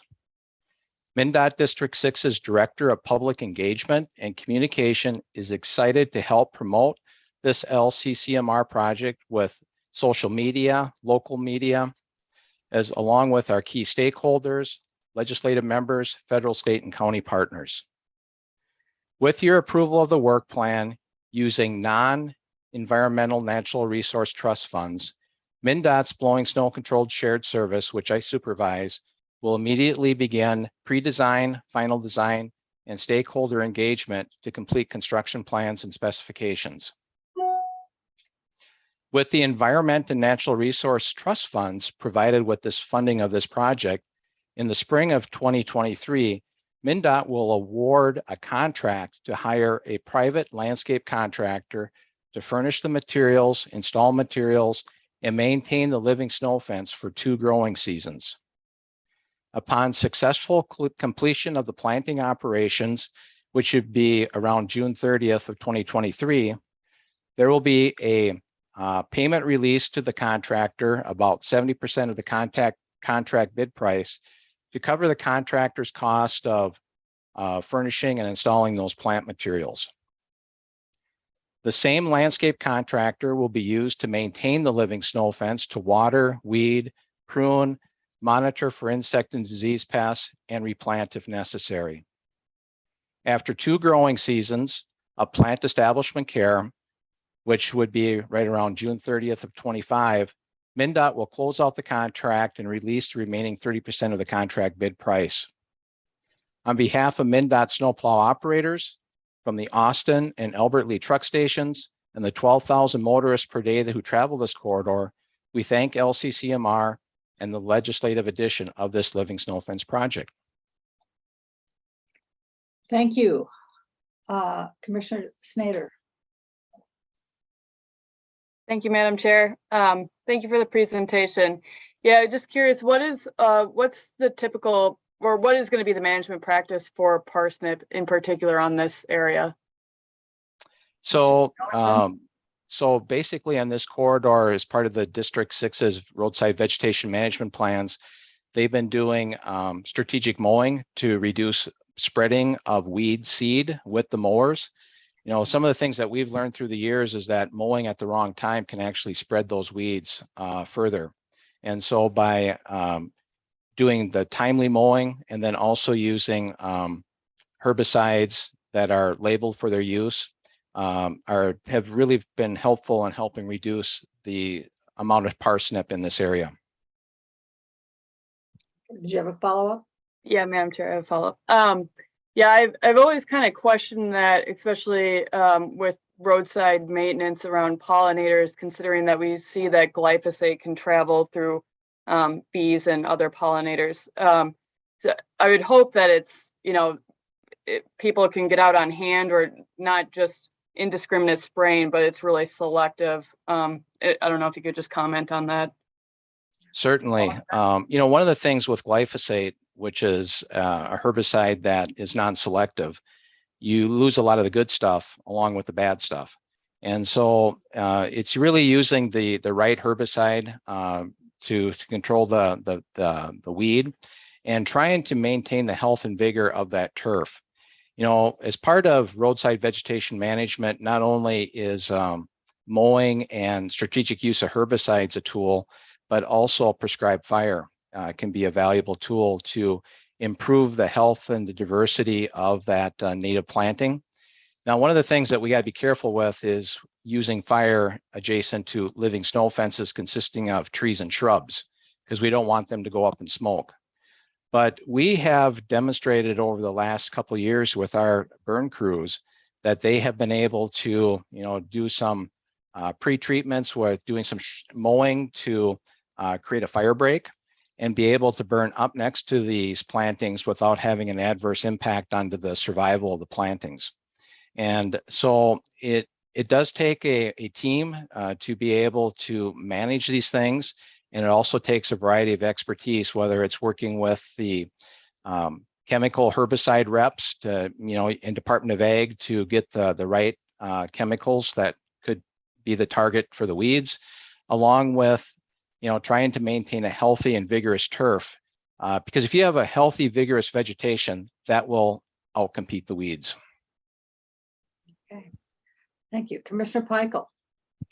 Thank you, Madam Chair. I'm curious if DOT is intending to extend the snow fence beyond their right-of-way and connect with local landowners to try to increase depth and diversity within those areas. Thank you. Gullickson. Thank you, Madam Chair and Commissioner. So, you know, looking at with the $200,000 that are available with this appropriation, we'd be focusing on those areas that we can get it to actually fit within MnDOT's existing right-of-way. And so there's relatively 10 miles between Austin and the P-Trans Bridge. And so, you know, in those areas, we would probably have to work with landowners to be able to have the living snow fences set back far enough from the road to provide the benefits that we need. Because we're beginning into a little more windswept areas, and the road profile is going to be such that we're going to have to work with those landowners to have that success. So anyway, to focus on what we have before us today, the $200,000 will allow us to do some very good work within our existing right-of-way. that with our public affairs director and communications expert, we can help communicate what's happening out there. One of the things that I've learned, because I also work with structural snow fencing, living snow fencing, standing corn row program, and the like. When we do living snow fences, oftentimes the public doesn't recognize that that is there for blowing snow control protection. They may assume it's there for beautification, roadside enhancement of landscaping, and they don't necessarily put two to two together that it's for the purpose of blowing snow control. So I think we have an opportunity with this project within the right-of-ways of MnDOT here, which we already own and control, to actually create some things that can, with your help, to provide outreach to the public that this here has a purpose of not only blowing snow control, but it also has the other values that it provides. Thank you. Commissioner Snyder. Thank you, Madam Chair. Yeah, Commissioner Peichel brought up a good question. Made me kind of wonder, we've had some issues with farmers here in Southeast Minnesota and MnDOT around ditch maintenance when they're an organic farm. And I would really love to see if there's a plan A and plan B for how you maintain ditches next to neighboring organic farms. Is that, I think there was some ongoing discussions within the state around that. Could you just comment some more, if you wouldn't mind? Mr. Yeah. Dawson. Yes, thank you, Commissioner. So I guess my first answer to the question is, I myself am the blowing snow controlled shared services supervisor. And so within the Department of Transportation, my role is to, find workable ways to integrate blowing snow control along our highways. And within MnDOT, we do have a team of experts within the Office of Environmental Stewardship that do provide that level of expertise that you're describing right there in terms of, providing training for our maintenance personnel on how to properly work with landowners and what types of products to use. And so I don't feel as though I'm the most qualified person within the DOT to answer your question, because it's a little outside of my wheelhouse. Okay. All right. Representative Hansen. Thank you, Madam Chair, and thank you, Mr. Gullickson. I was listening to your title, so it's the Blowing Snow Shared Services Supervisor. Is that right? That is correct. That's a great job. Thank you for the work you do. This isn't what we intended it to be. We wanted to have general fund programs here, and we wanted more money. I think there is federal money that came with the infrastructure for pollinator highways, where living snow fences could maybe complement that. So hopefully we can come back in future years, and it sounds like you're doing the best that you can with this particular appropriation. So I would move the work plan for program 2022-297. Thank you, Representative. I just had one quick question before we move to that motion. And Representative Hansen sort of touched on it. Did you consider going through regular environmental trust fund process? Are you asking me the question? Yes, I am, Mr. Gullickson. Thank you, Madam Chair. No, we did not originally plan on, soliciting through the Environmental Natural Resource Trust Fund. Okay, all right. Representative Hansen. Thank you, Madam Chair. And maybe just to clarify for the record, and I can only speak for the House, but this was House File 2904, introduced by Representative Lippert on January 31st. It was heard in the Environment and Natural Resources Committee on March 25th. It was heard again in the Transportation Committee on March 31st. It was included in the Transportation Finance Bill, which was heard on April 5th, 6th, and 7th, heard in Ways and Means on April 20th, and then rolled into House File 4293 and heard on the House floor and passed on April 26th, 2022. So that it wasn't MnDOT that came forward with the bill. It was a legislative bill that was introduced and moved through the process, and is currently in discussion of the transportation bill when the LCCMR bill cleared it. Okay, thank you. I appreciate that explanation. All right, we have a motion on the floor. Any more comments on the motion? All right, Diana, could you please take the roll call? Hanson. Aye. Hanson, yes. Ingebrigtsen. Ingebrigtsen. Excused. Ingebrigtsen excused. Acomb. Aye. Acomb, yes. Albrecht. Albrecht, yes. Albrecht, yes. Dames. Dames.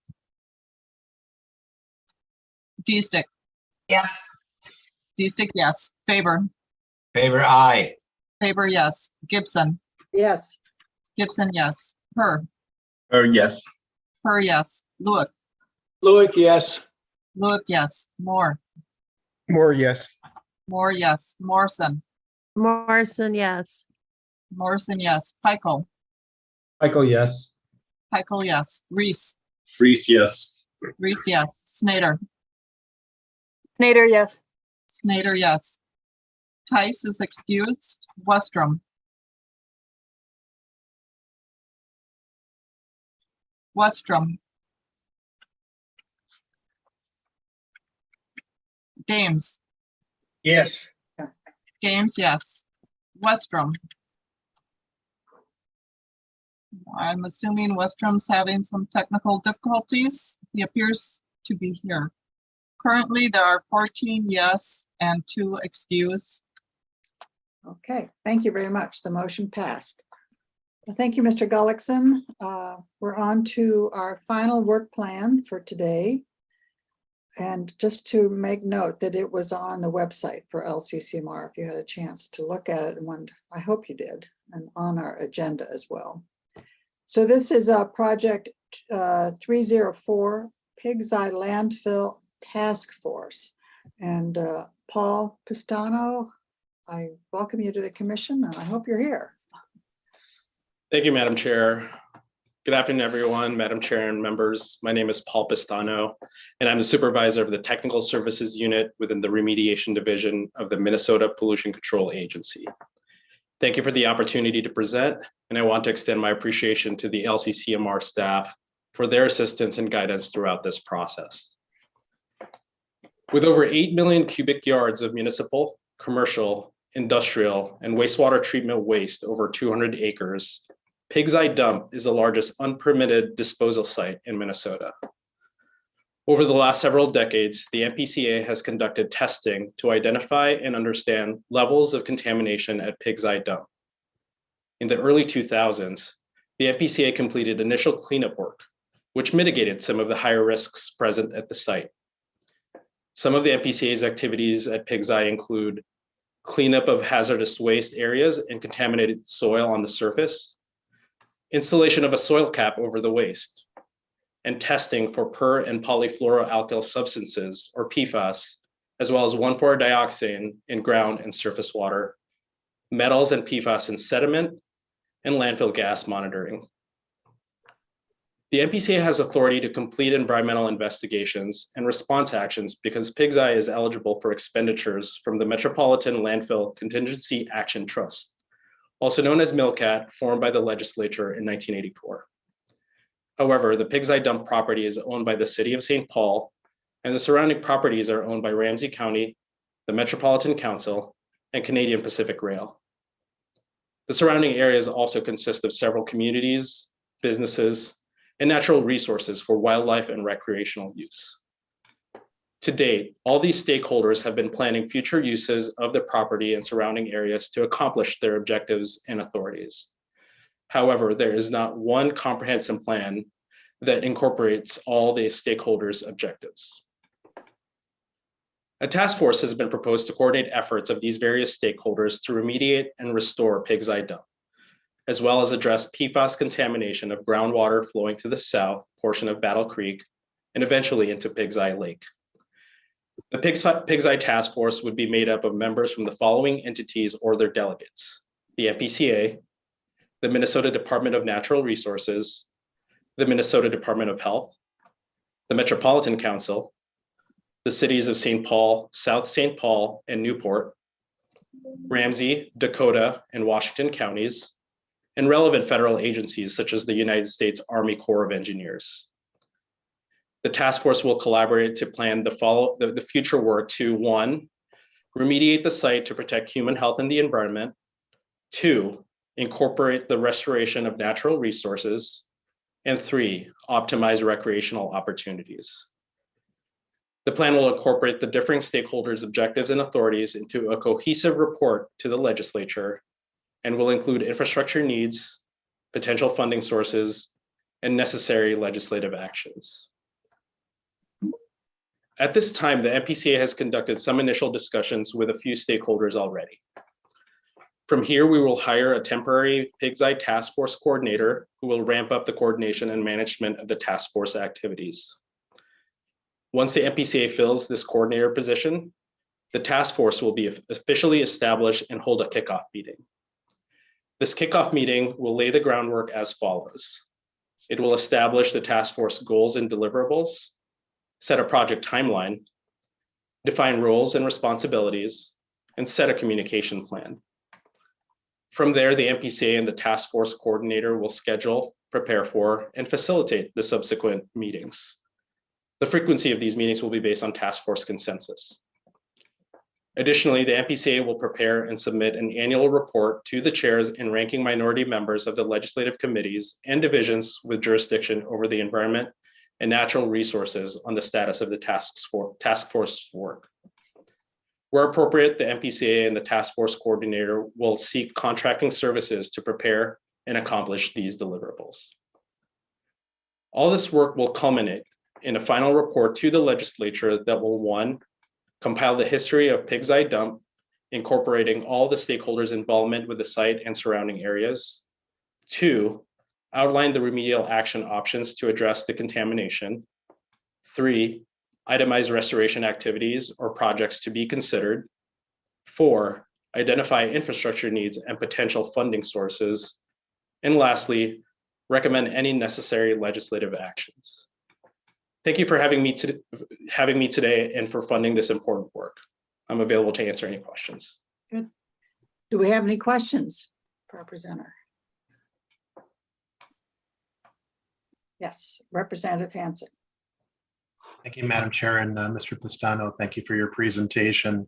You had mentioned as one of the components identifying infrastructure needs, and Chair Lee had asked me if that would include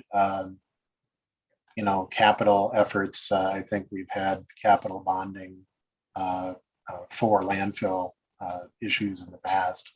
That would not be environmental trust fund using that. It would be traditional capital bonding, and also in the committees of jurisdiction where it says environment, also if you could include in your operations that the capital investment chairs would get the reports as well.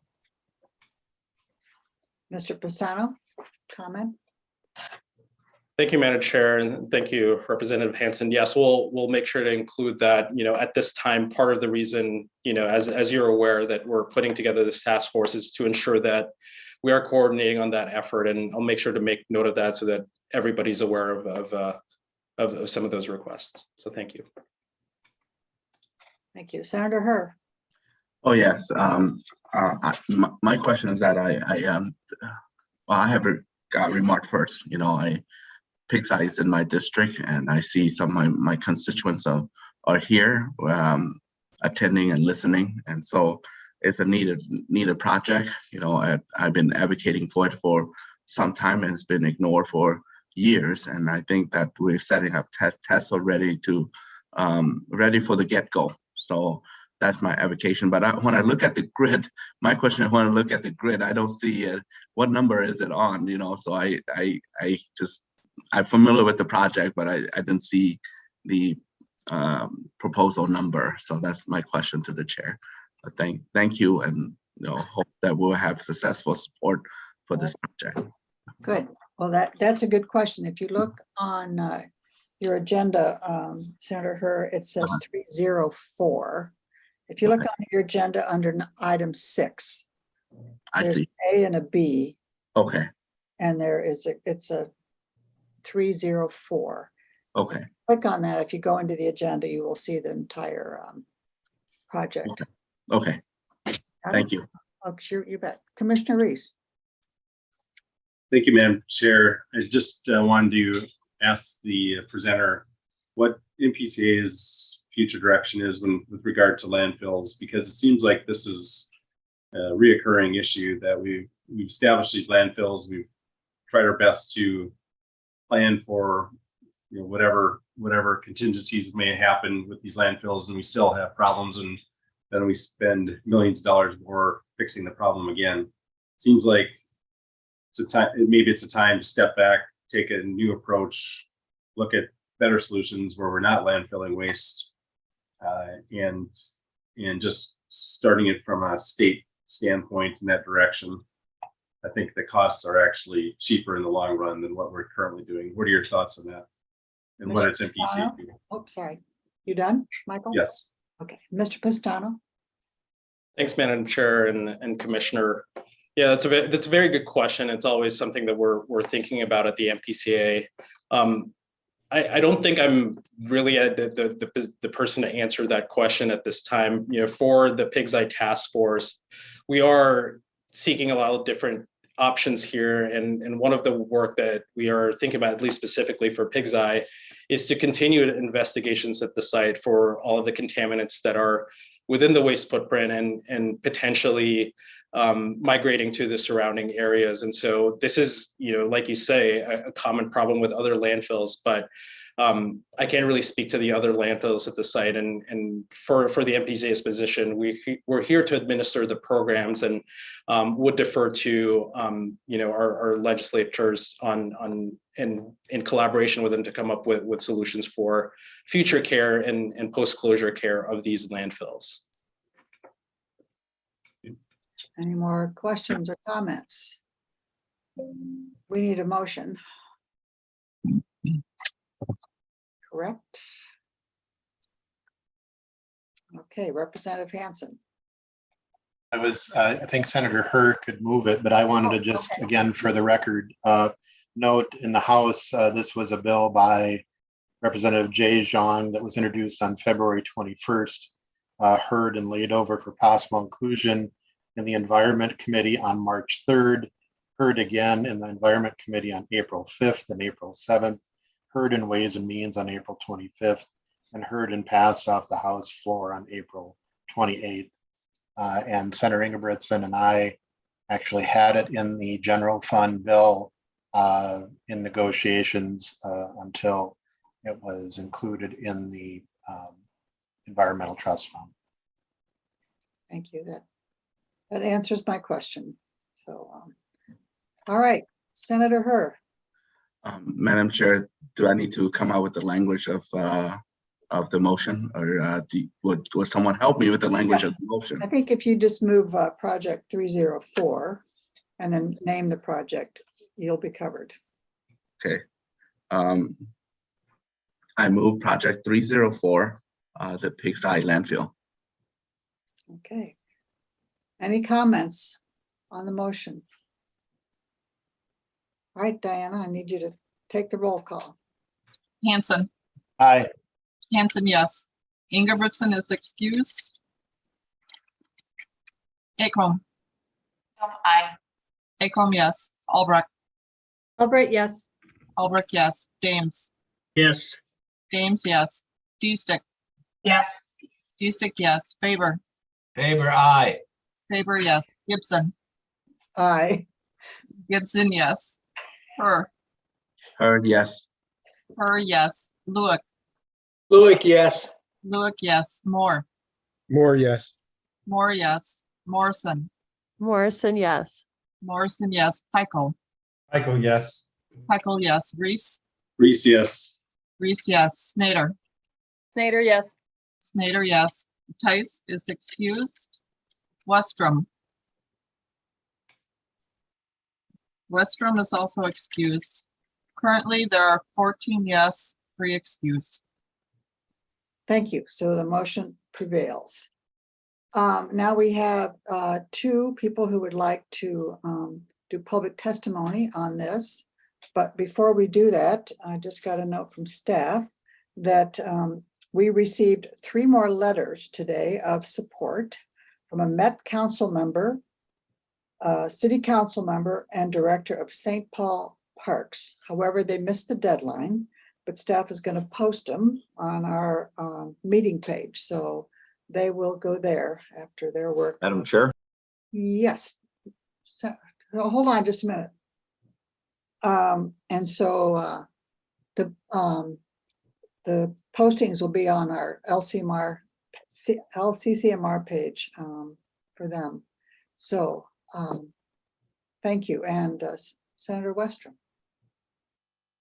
Madam Chair, I was trying to get in to vote on the last one. I'm a yes, if they can still register me as a yes, but somehow it wasn't letting me unmute on my audio. Okay, thank you. We will be so noted. Thank you. All right, so we have 2 presenters and Senator Herr.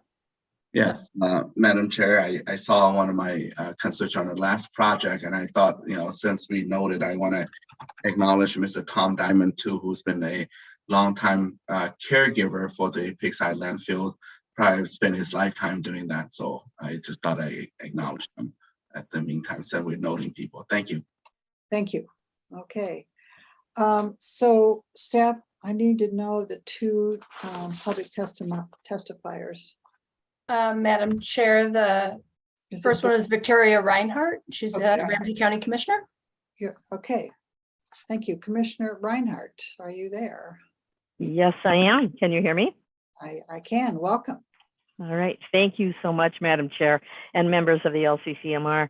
I'm Ramsey County Commissioner Victoria Reinhardt, and I am really pleased at the vote that was just taken.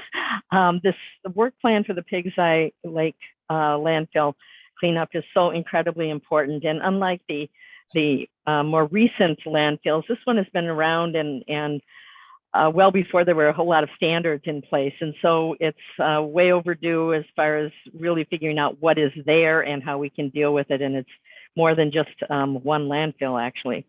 So anyhow, I really appreciate the inclusion of Senator Herr's vision to create this task force and coordinate the efforts and remediate and restore the Pigside landfill site. And because we really need to address the perfluoroalkyl and PFAS contamination and other contaminants that are there as well. I was thinking I was going to be reading or providing testimony before the vote, so I'm going to try to skip through because I know that you've had a long day already.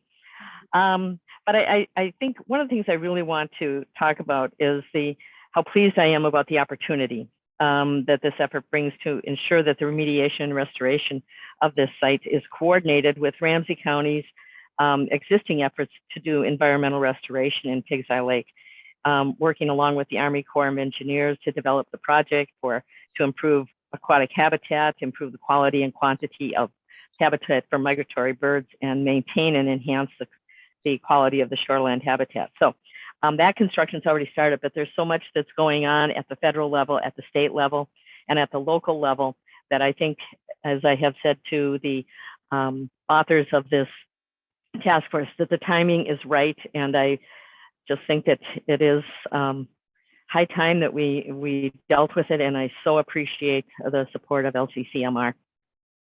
Thank you. Thank you. Any questions for the Commissioner Reinhardt? Senator Herr, I see your hand up. That was from earlier, Madam Chair. Okay, all right. Senator Westrom. Madam Chair, Commissioner, just generally, how soon do you think you can get started with all of the proceedings and cleaning this up? And just any time response, how soon and how long will it take? Commissioner Thank you. Thank you. The timing, well, the project that we are working on right now to improve the aquatic, the migratory birds and the aquatic quality, improving the quality there is already happening. However, the biggest thing with this task force is to really know what is there. And because we were talking about things that are in some cases 40 or more years old, we really needed to know what we're dealing with. And that's one of the biggest things that this task force is going to be able to provide us with, because it is a much bigger issue than just one project. And so there are different things that are happening at different times. So one of the projects is going forward right now, but the task force, and the main reason for that is to really figure out, okay, what is it that we have and how can we address, it's probably going to be multiple items within this, and then bringing that back to the legislature. So I think, you know, the deadline on the task force and getting the reports in, I believe it's annual reports. Hopefully we'll make substantial progress as soon as we get started. And I know that people are really ready, willing, and able to get started right away. So I'm hoping, and the PCA and its work plan basically has, I think, a 3-year timeline on this, but there will be action that will take, and I hope anyhow will be taken before that, including what's happening right now. Very good. Thank you for your answer. Thank you. Okay, thank you. Next, we have Tom Diamond. If you are completed, Commissioner Breinhardt, are you done? Oh, sorry. Yes, thank you for the time. Okay, thank you very much. All right, Tom Diamond, I believe, is here. He's a resident. He would also like to testify in favor of it. Is he here? All right. Madam Chair, Yes, that's the reason I noted him, because I saw him pops up and disappear. He got disconnected. So I thought I mentioned his work and effort and caring for the Pigside Lake. If he didn't disappear from the screen, I may not have acknowledged him. All right, so it's all right if we proceed or go ahead and adjourn without talking to him? Are you comfortable with that, Senator Her? Or us to try to reconnect with him? If he's still here, we could give him a maybe last round call. But Mr. Tom Diamond, if I can again continue on speaking on his effort, he really cared about the Battle Creek area and the Pigside landfills.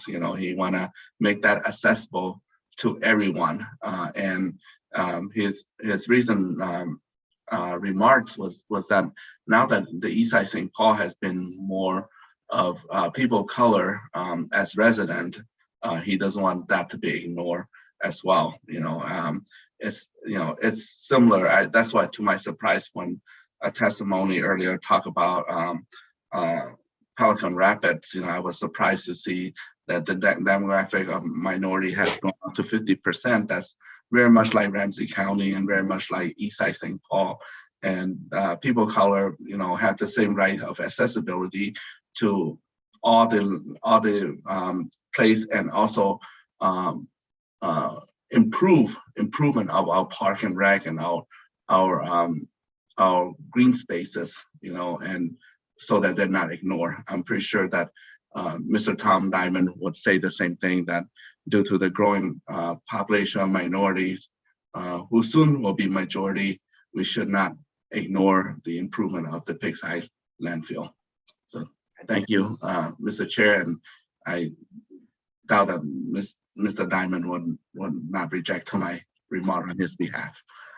All right, I appreciate that. Staff, is he on or we lost him? Madam Chair, I think he dropped off. We have a staff member who's on the phone with him right now, but are we sufficiently covered? I think so. Okay, perfect. All right, are there any more comments, questions for the commission meeting today? Seeing none, I just want to, there's the subcommittee meeting after this, correct, staff? And we appreciate their good work. So for this commission meeting, we are adjourned.